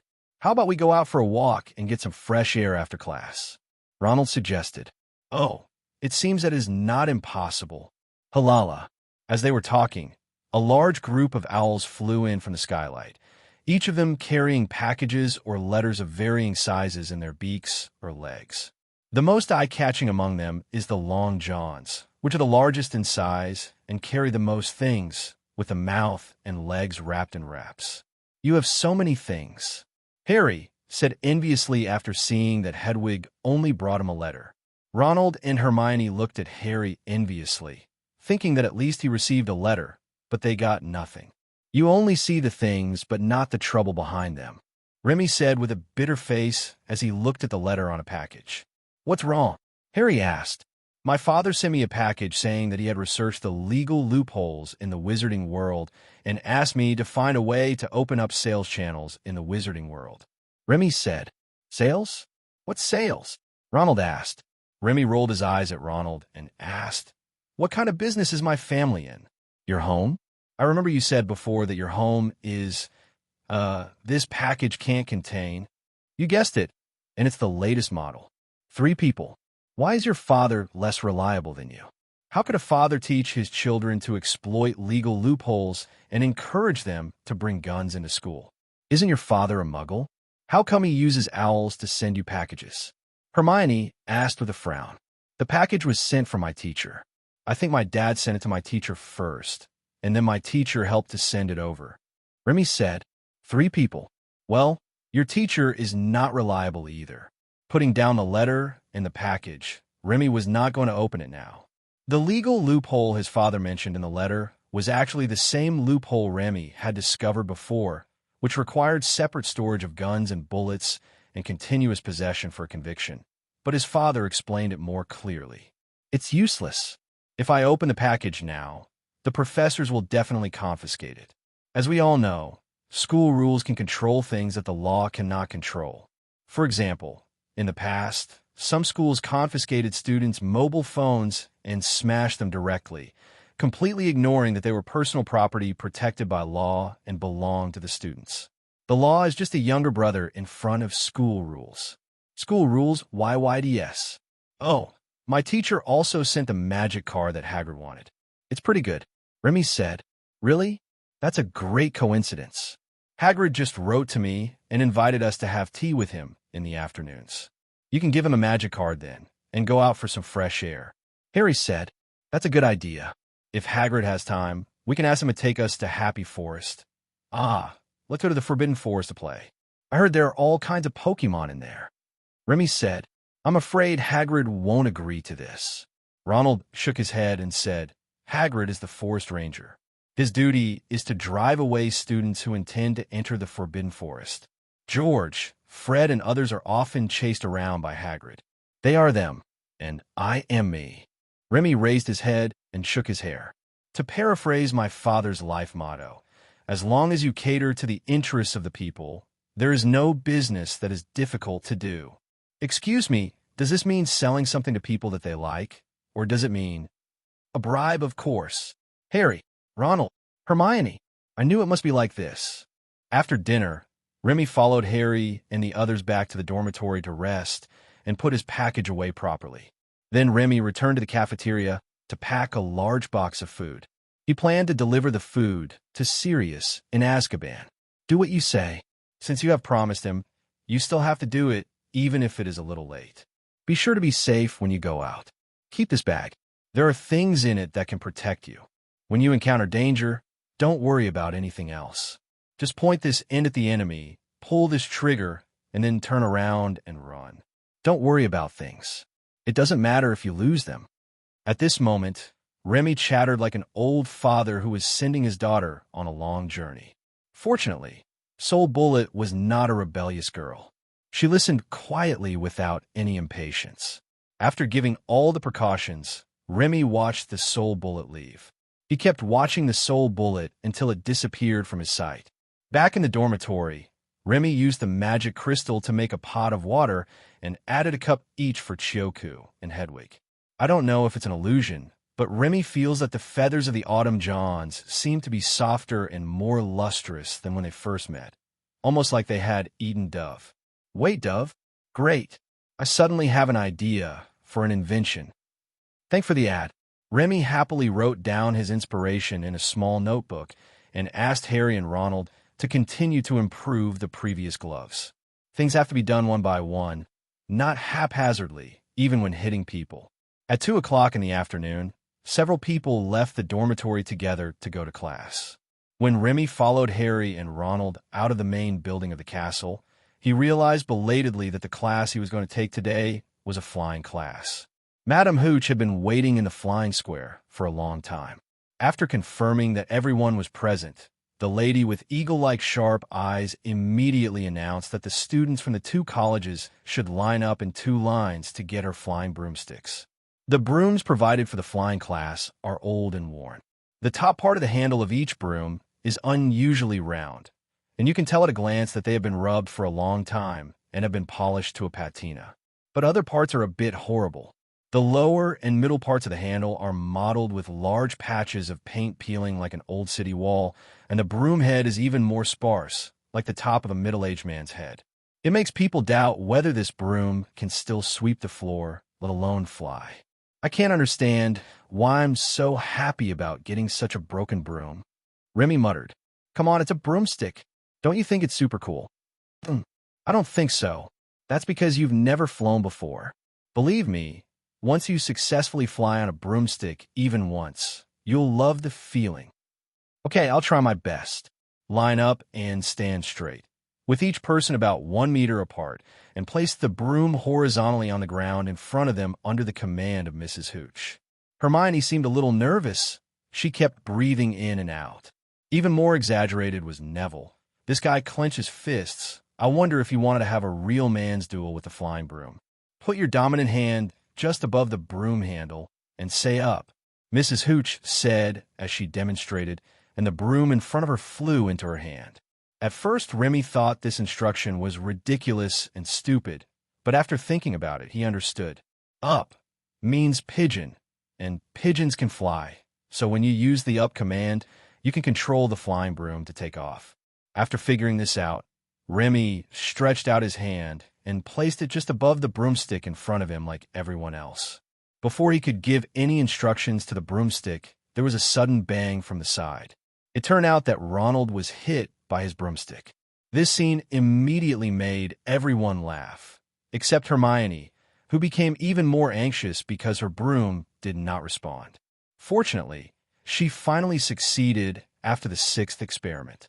Seeing that others, including students from Slytherin College across the street, had successfully passed the test one after another, Remy officially began to give commands to his broomstick. Up, whoosh. The flying broom took off vertically like a rocket and went straight into the sky. Its flight path was so fast that it was almost impossible to see clearly. Then it burned and disintegrated in midair.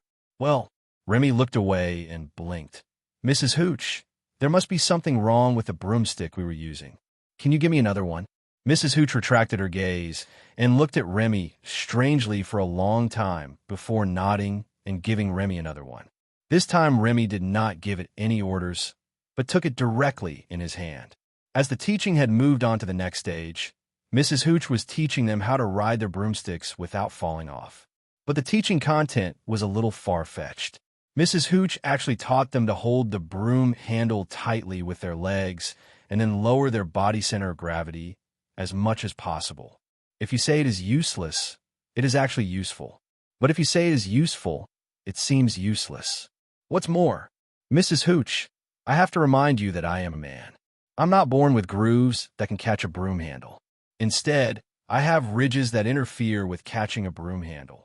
Remy said this when Madame Hooch came over to correct the way he was holding his broom, and Madame Hooch was dumbfounded. Is this really something a kid in his early teens should say? What are you thinking about at such a young age? Madame Hooch glared at Remy with eagle-like sharp eyes. Her face did not look good. Mr. Barrett, if you feel that the method I teach is not suitable for you, you can do it your own way, but I can't guarantee that you will not fall from the sky. Follow my method? Then I won't be polite. With a light flashing in his eyes, Remy nodded vigorously, then squatted down, grabbed a handful of grass, and started alchemy. Harry looked at Remy curiously, with a hint of anticipation in his eyes. He also felt that the posture of riding a broomstick taught by Madame Hooch was not very comfortable. At the same time, many male classmates looked at Remy.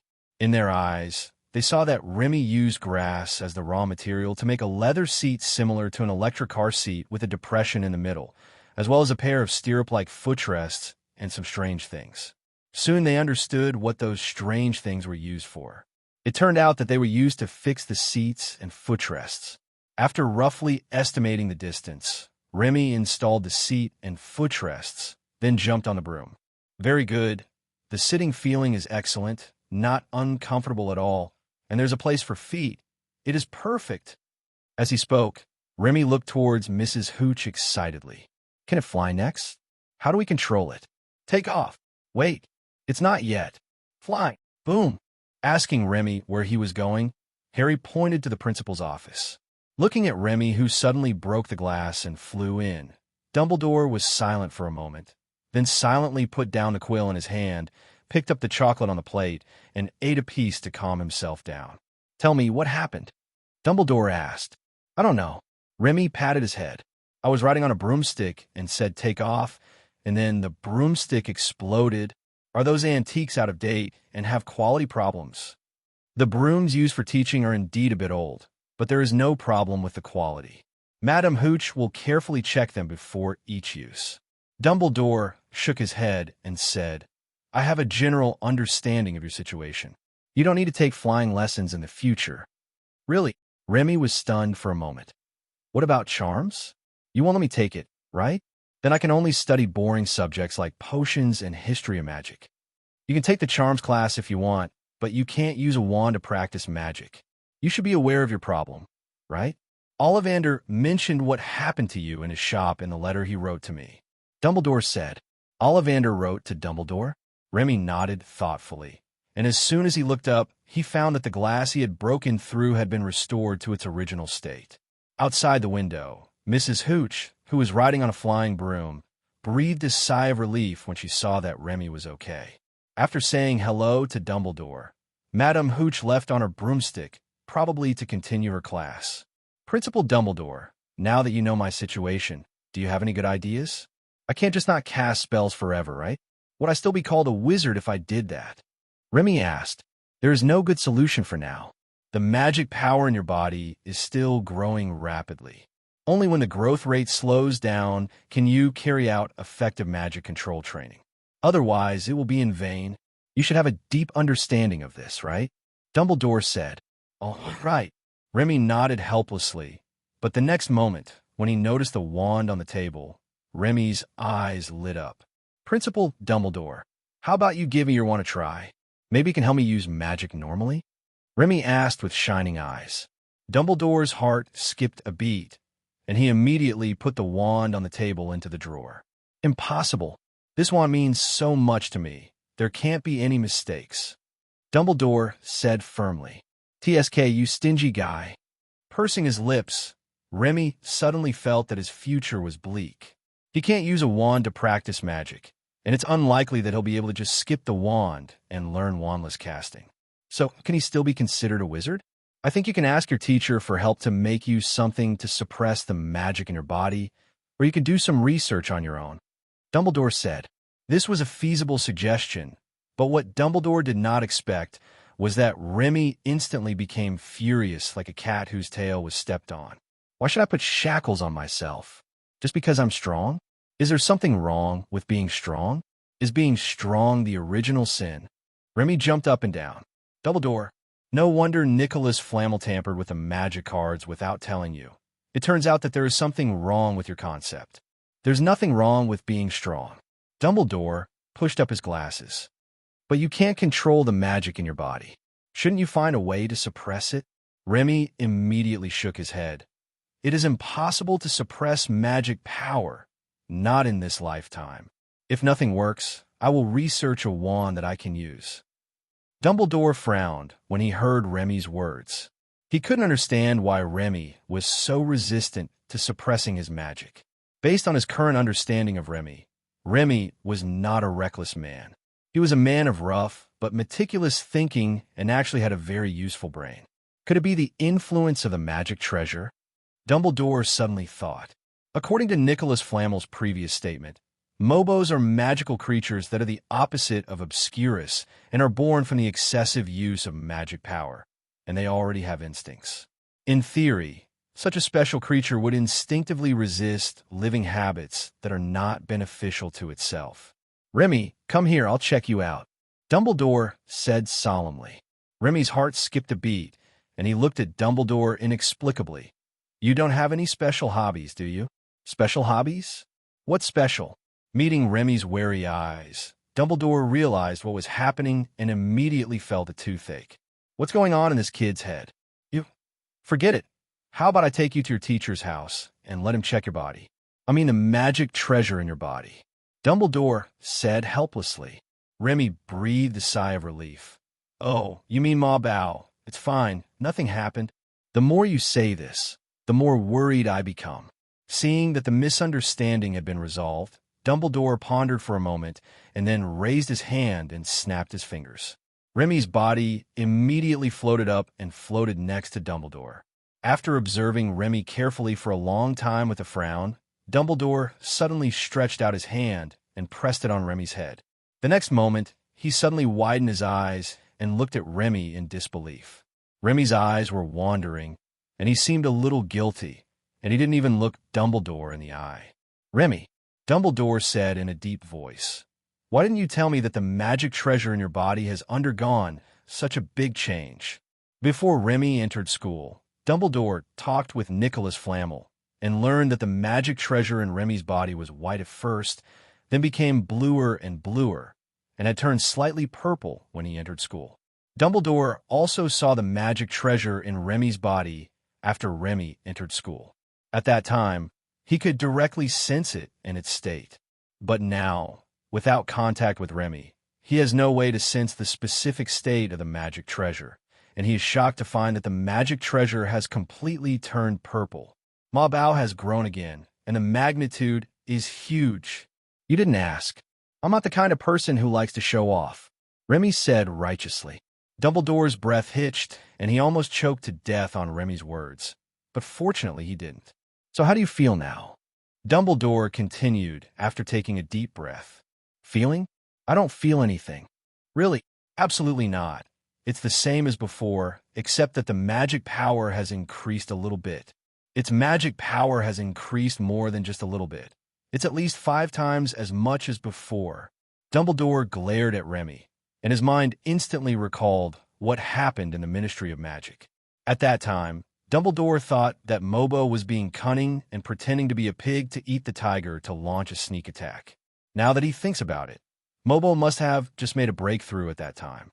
Recalling what happened in the Ministry of Magic, Dumbledore suddenly remembered Remy's extreme resistance to suppressing magic. He seemed to understand something.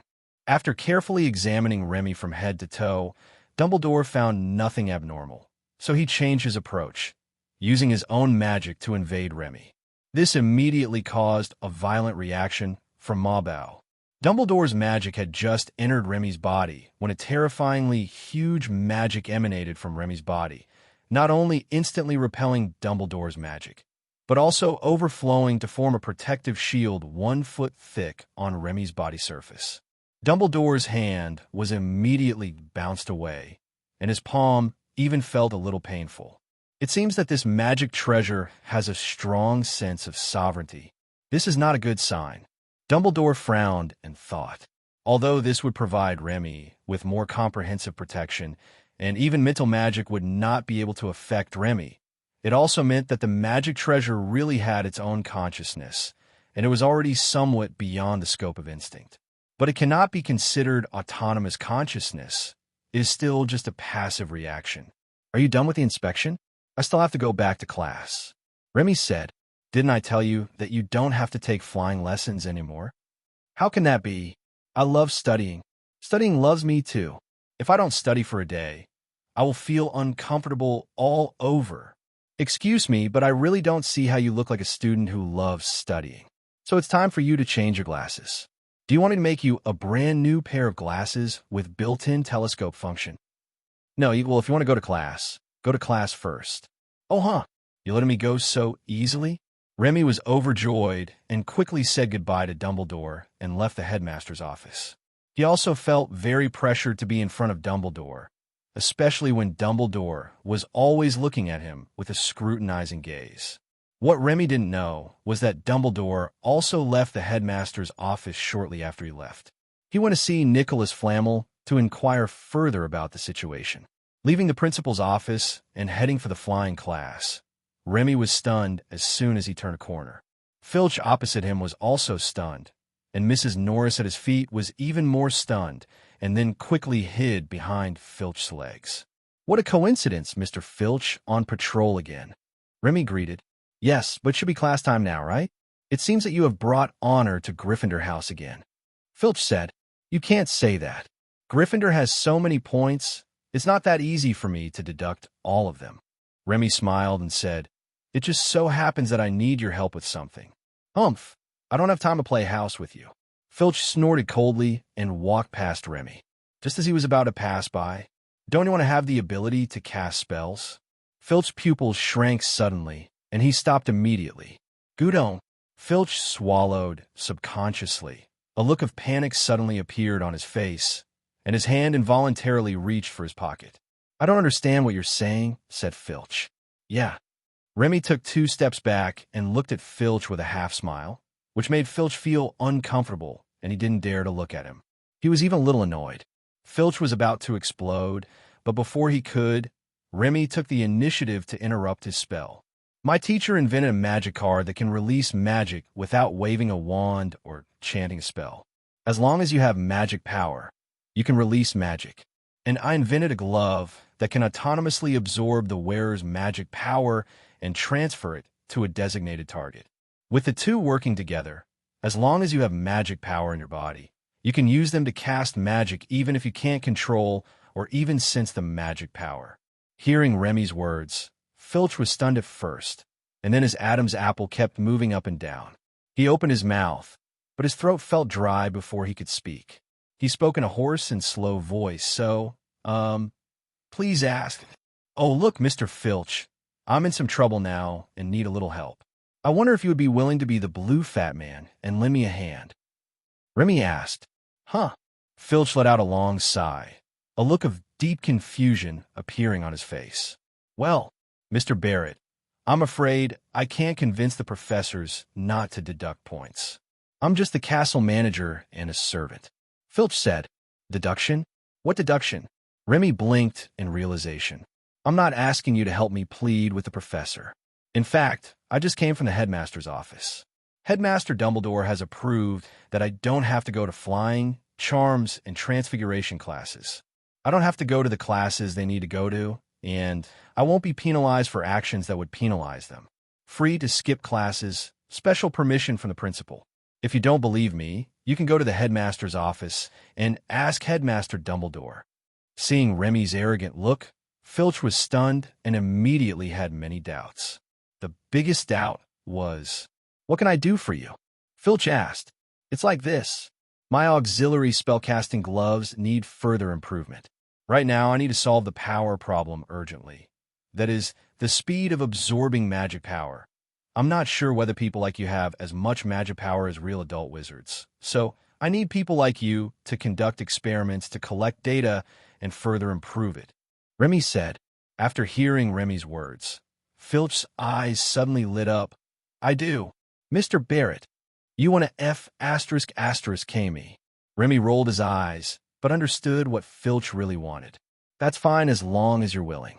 Once the product is perfected and goes into mass production, I'll put your name in the list of R&D personnel, and then you'll be remembered in history." Remy said, No need." Filch was flattered and waved his hands quickly. "As long as you can sell me one when the time comes, I'll be willing to pay any price." "Hey, I feel relieved when you say this." Remy's eyes lit up. He hadn't even taken out the product yet, let alone let Filch try it out.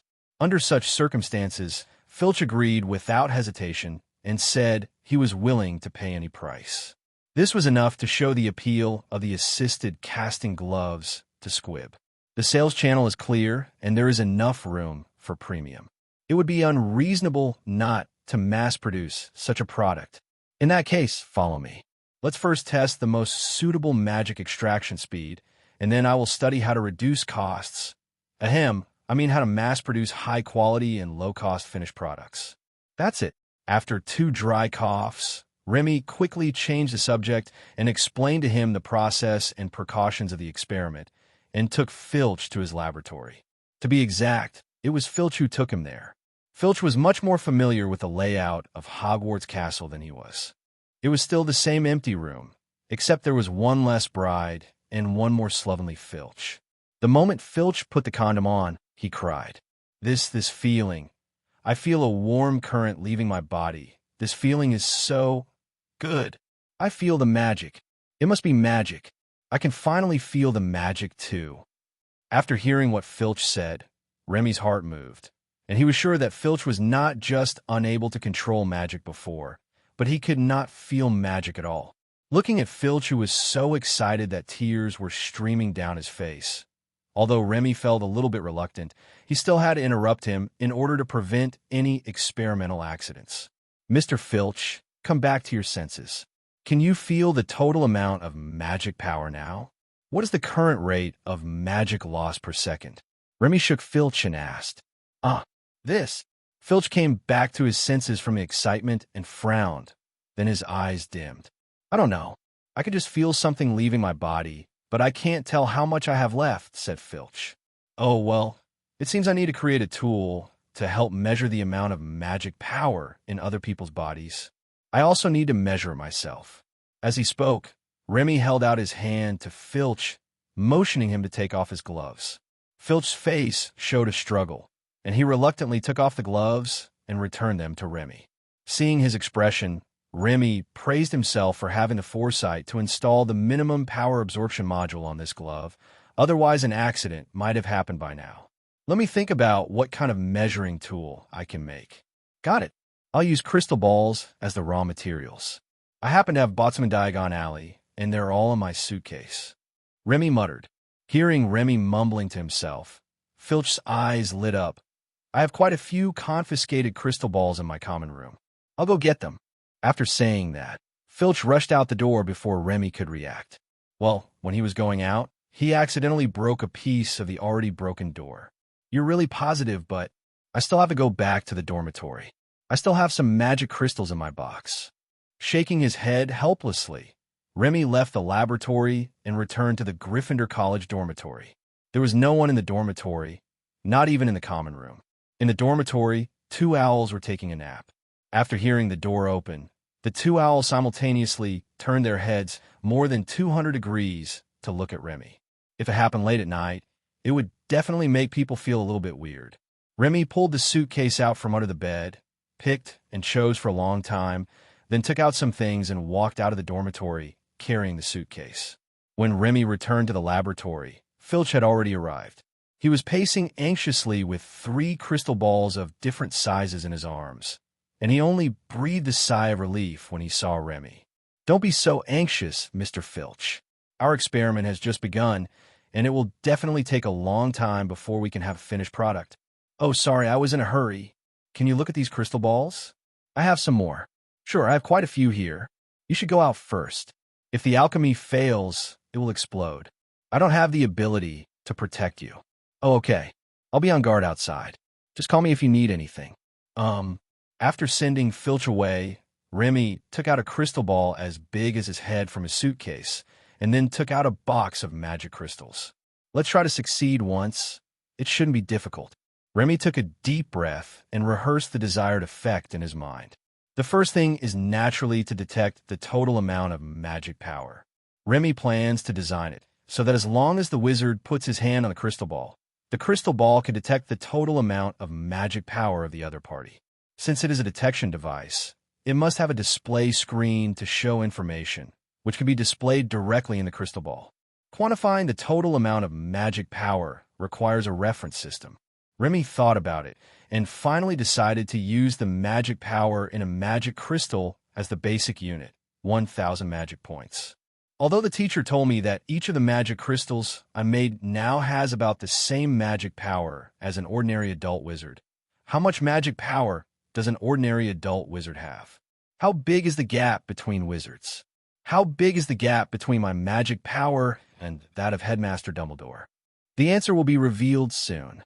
Taking a deep breath, Remy activated his innate alchemy and placed the crystal ball on the right side of the scale, then continuously injected magic power into the left side of the scale. When Remy felt that his magic power was less than half, he picked up the magic crystal and stuffed it into his mouth. If it is not mass production, there is no need to consider cost issues. As long as it is successful, everything is worth it. After eating more than 30 magic crystals in one breath and almost exhausting the magic power in his body, Remy stopped injecting magic power and started alchemy. Seeing a golden light coming out of the crystal ball, Remy's face lit up with joy. He knew that this meant he succeeded. He quickly reached out to catch the crystal ball. It had taken so much magic power to make it. If it broke, he would cry to death. As soon as he caught the crystal ball, a circle of golden rolling numbers appeared in the crystal ball, rotating at a constant speed around the surface of the crystal ball. 233,333. Oh my God, is it so auspicious? But isn't 230,000 a bit exaggerated? My magic power is 233.303 times that of an ordinary adult wizard. Could there be something wrong? Or does the magic crystal not actually have that much magic power? After thinking for a moment, Remy put the crystal ball into the suitcase, then ate some magic crystals to make a table and a soft black cushion with silver edges. Putting the mat on the table, and then placing the crystal ball that had been named Magic Detection Crystal Ball on the mat, Remy coughed twice to clear his throat. "Mr. Filch, come in. I need a little help from you," Remy said. "Here I come." Filch ran into the laboratory in a hurry and accidentally broke a small piece of the door panel when he entered. "What can I do for you?" Filch asked. Remy moved aside to reveal the table behind him, then pointed to the crystal ball on the table. "It's very simple. Just put your hand on the crystal ball." "Okay, no problem." While rubbing his hands on his clothes, Filch walked to the table, took a deep breath, rolled up his sleeves, and resolutely placed his hand on the crystal ball. If you didn't know, you might think Remy was going to chop off his hands. As Filch placed his hand on the crystal ball, numbers immediately appeared on the crystal ball, rotating at the same speed as before, but now they were white and displayed 326. Seeing this number, Remy curled his lips in disdain. Only 326, not even a fraction of his. Trash. Spicy chicken. 326 magic points, less than 1/3 of the preset standard unit. This total amount of magic can only be described as appalling, especially since Filch is already old, and it is estimated that it is impossible to increase it further. However, the premise of this evaluation is that the magic power contained in the magic crystal is not outrageously much. If the magic power contained in the magic crystal is outrageously much, then Remy's magic power value will only be even more outrageous. In order to verify this, Remy brought a magic power detection crystal ball to the flying class venue and measured the magic power of every classmate he met on the way. Some students were very uncooperative, but the vast majority of them cooperated with Remy to complete the test out of curiosity. More than 10 people were tested along the way, and no one's magic value exceeded 1,000. The one with the highest magic value was a 5th grade senior, who had more than 800 points of magic value. This made Remy more confident in the accuracy of the magic detection crystal ball. Just as they were about to leave the main building of the castle, Remy's eyes suddenly lit up. "Professor McGonagall!" Remy yelled. Professor McGonagall, who was walking hurriedly forward, stopped and turned to look at Remy when she heard someone calling her. "Oh, it's you. Professor McGonagall looked outside and then frowned. "Shouldn't you be taking flying lessons with Harry now? Are you skipping class?" "How could that be? I just had a talk with Headmaster Dumbledore." After explaining, Remy trotted over to Professor McGonagall and handed over the crystal ball on a cushion. "Please help me and press it," Remy said. "What is this? A crystal ball? For divination?" Professor McGonagall asked. No. It's just to detect the total amount of magic power in the wizard's body," Remy said. "Oh." Professor McGonagall pushed up his glasses, a hint of interest in his eyes. "Ow," Professor McGonagall asked. "Just put your hands on it, and don't do anything else," said Remy. So, as he spoke, Professor McGonagall placed his hand on the crystal ball, which quickly displayed numbers. Professor McGonagall tilted her head and read the number clearly, 10010. At the same time, Remy also saw it clearly, and couldn't help but admire in his heart that he was worthy of being the vice president. He actually possessed the legendary binary magic. No, he actually possessed so much magic power. Of course, it's still a little bit behind me. "What does this number mean?" Professor McGonagall asked curiously. "I set the magic power of an average adult wizard to 1,000 as the basic unit, but I'm not sure if it's accurate, so I'm doing experiments now," Remy explained. Professor McGonagall nodded. Oh, it should be about the same. Some average adult wizards may not have more magical power than the outstanding students in Hogwarts, especially those who are good at transfiguration. Especially students who are good at transfiguration? Remy was stunned for a moment. Is there a spell in transfiguration that can increase magic power? Armonigus? Remy asked with a frown. It's a Nimigus. Professor McGonagall corrected and then shook his head. It's not this magic, but, well, that magic is too far away from you, and, strictly speaking, it is actually a very dangerous black magic.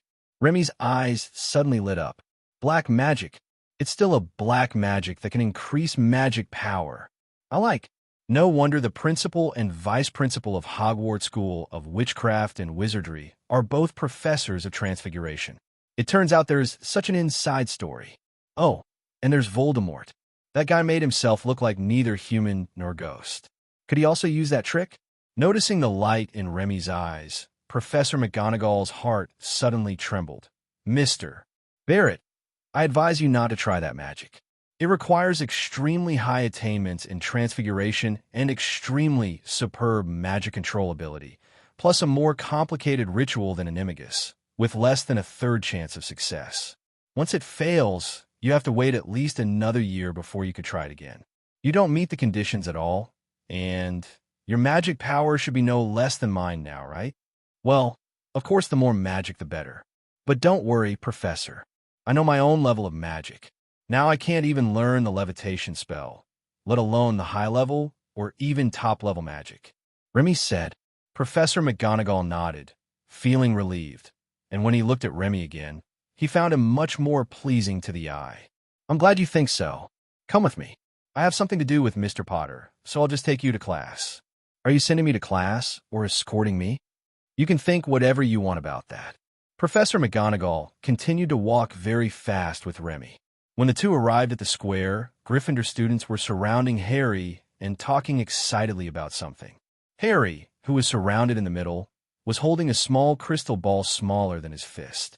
Remy remembers that it should be called the memory ball, but Remy thinks it should actually be called the amnesia ball. Because instead of helping people remember anything, it will always remind people that they have forgotten things. But it doesn't say what they have forgotten. Hey, it's just fun. If this thing were in Remy's hands, Remy felt that it would not survive more than 3 days before he would have to smash it. Mr. Potter, come with me for a moment. Professor McGonagall said sternly. The students who were originally surrounding Harry scattered instantly, truly living up to the old saying, husband and wife are birds of the same forest, but when disaster strikes, they fly away separately. On the contrary, the Slytherin students nearby all had expressions of gloating, especially a certain yellow-haired boy who was holding the broom handle tightly and taking out his anger on the flying broom. Remy, what's going on? Ronald came over and asked. I don't know. I just met Professor McGonagall at the door, but it should be a good thing. Remy said, do you have any misunderstanding about good things? Professor McGonagall looked so scary just now. How could it be a good thing? Seamus complained. I'm a master of fortune-telling. How can I not predict good or bad things? Come on, put your hand on this crystal ball. I'll tell your fortune for you. Remy said, is this true or false? Simo reached out his hand doubtfully and pressed it on the crystal ball, which immediately displayed his magic power, 404. What does this mean, no detection? Or is it really just 404 mana points? It shouldn't be like this. With Simo's extraordinary talent for blasting, how could he have only this little magic power? Could it be that the essence is concentrated? Or is it because he has not yet awakened his talent? Seeing Remy's expression change, Shima suddenly became nervous. What happened? Oh, nothing. Remy came back to his senses. Actually, this crystal ball is used to detect the magic power in a wizard's body. Your current magic power is 404 points, which is equivalent to 40.4% of an ordinary adult wizard. Oh, that scared me. But is my magic power too much or too little? Asked Seamus. But if we test them all, we should be able to compare them. Who else wants to test their magic power? I'll do it. I'll try. I'm sure I'm better than Simodo. Me.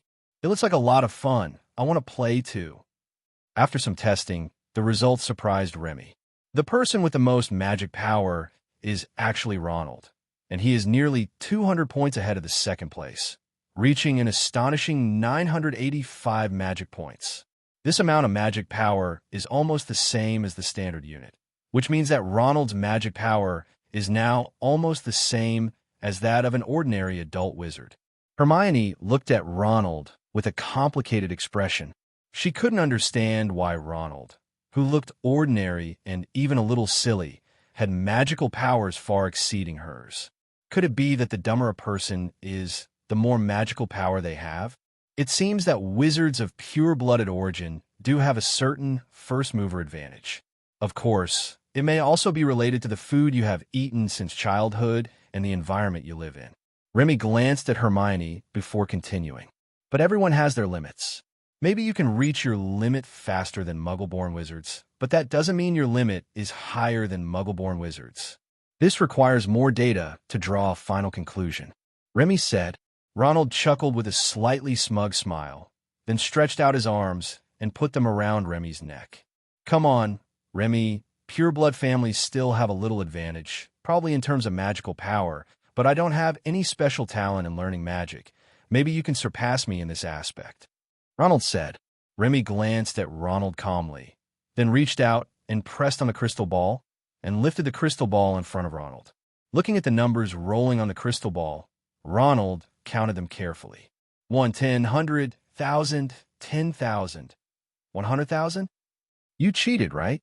230,000? How is that possible? Ronald asked in disbelief with his eyes wide open. How many? 230,000? How is this possible? We all only have 400 or 500, and Remy has 230,000? It must be cheating. After all, this crystal ball belongs to Remy. That's right. Wait, isn't this a prank toy? Maybe. The sudden questioning did not make Remy angry, but it aroused his competitive spirit. It would be fine if you didn't say it out loud and only questioned it in your heart, but now that you have said it out loud, and in front of me, I have to prove it to you today. As he spoke, Remy stuffed the crystal ball into his pocket and rolled up his sleeves. Today I will show you a kind of magic that is probably only wielded by me. As he spoke, Remy raised his hand and made a boxer's starting gesture. Waves of magic power surged into Remy's fist and condensed on Remy's fist. At first, the students around could only feel the magic, but soon they were shocked to find that they could not only feel the magic, but could even see the magic on Remy's fist. As if wearing a pair of purple boxing gloves, Remy Duang bumped his fists. This move was simple and unpretentious. It simply used the magic power gathered in the fist. Remy has always felt that it is a physical move rather than real magic, so he rarely uses it. But today, in order to prove that he has enough magic, Remy chose to use it.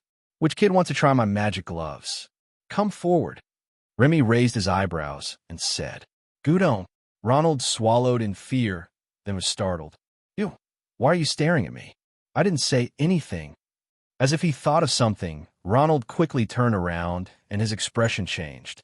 He saw that the classmates who were originally very close to him had moved away from him at some point, and now there were only him and Remy within a radius of 2 meters. With a twitch of his mouth, Ronald quickly retracted his arm and took a step back. I didn't go forward, you. According to the theory of relativity, you are still moving forward. Ronald. You can't be serious? What do you think? Wow, Boyle. Ronald quickly turned around and ran away. He ran and he chased, and soon the two disappeared in the square. Remy chased Ronald all the way into the castle and followed behind him, making a threatening gesture to scare Ronald. Suddenly, there was a bang and a scream that scared both of them. Remy quickly stopped and turned to look. He thought he had accidentally hit someone and was about to apologize, but when Remy saw clearly who was hit, he suddenly laughed. Hey, isn't this Peeves? Remy said with a smile. Peeves was floating in the air, holding his nose. He looked at Remy's fist and suddenly let out a scream. Then his body suddenly disappeared. This startled Remy, and he subconsciously looked at his fist. What happened? Why did it run away? Ronald walked over and said, But you have to be careful. Peeves is very vindictive. Okay, I get it.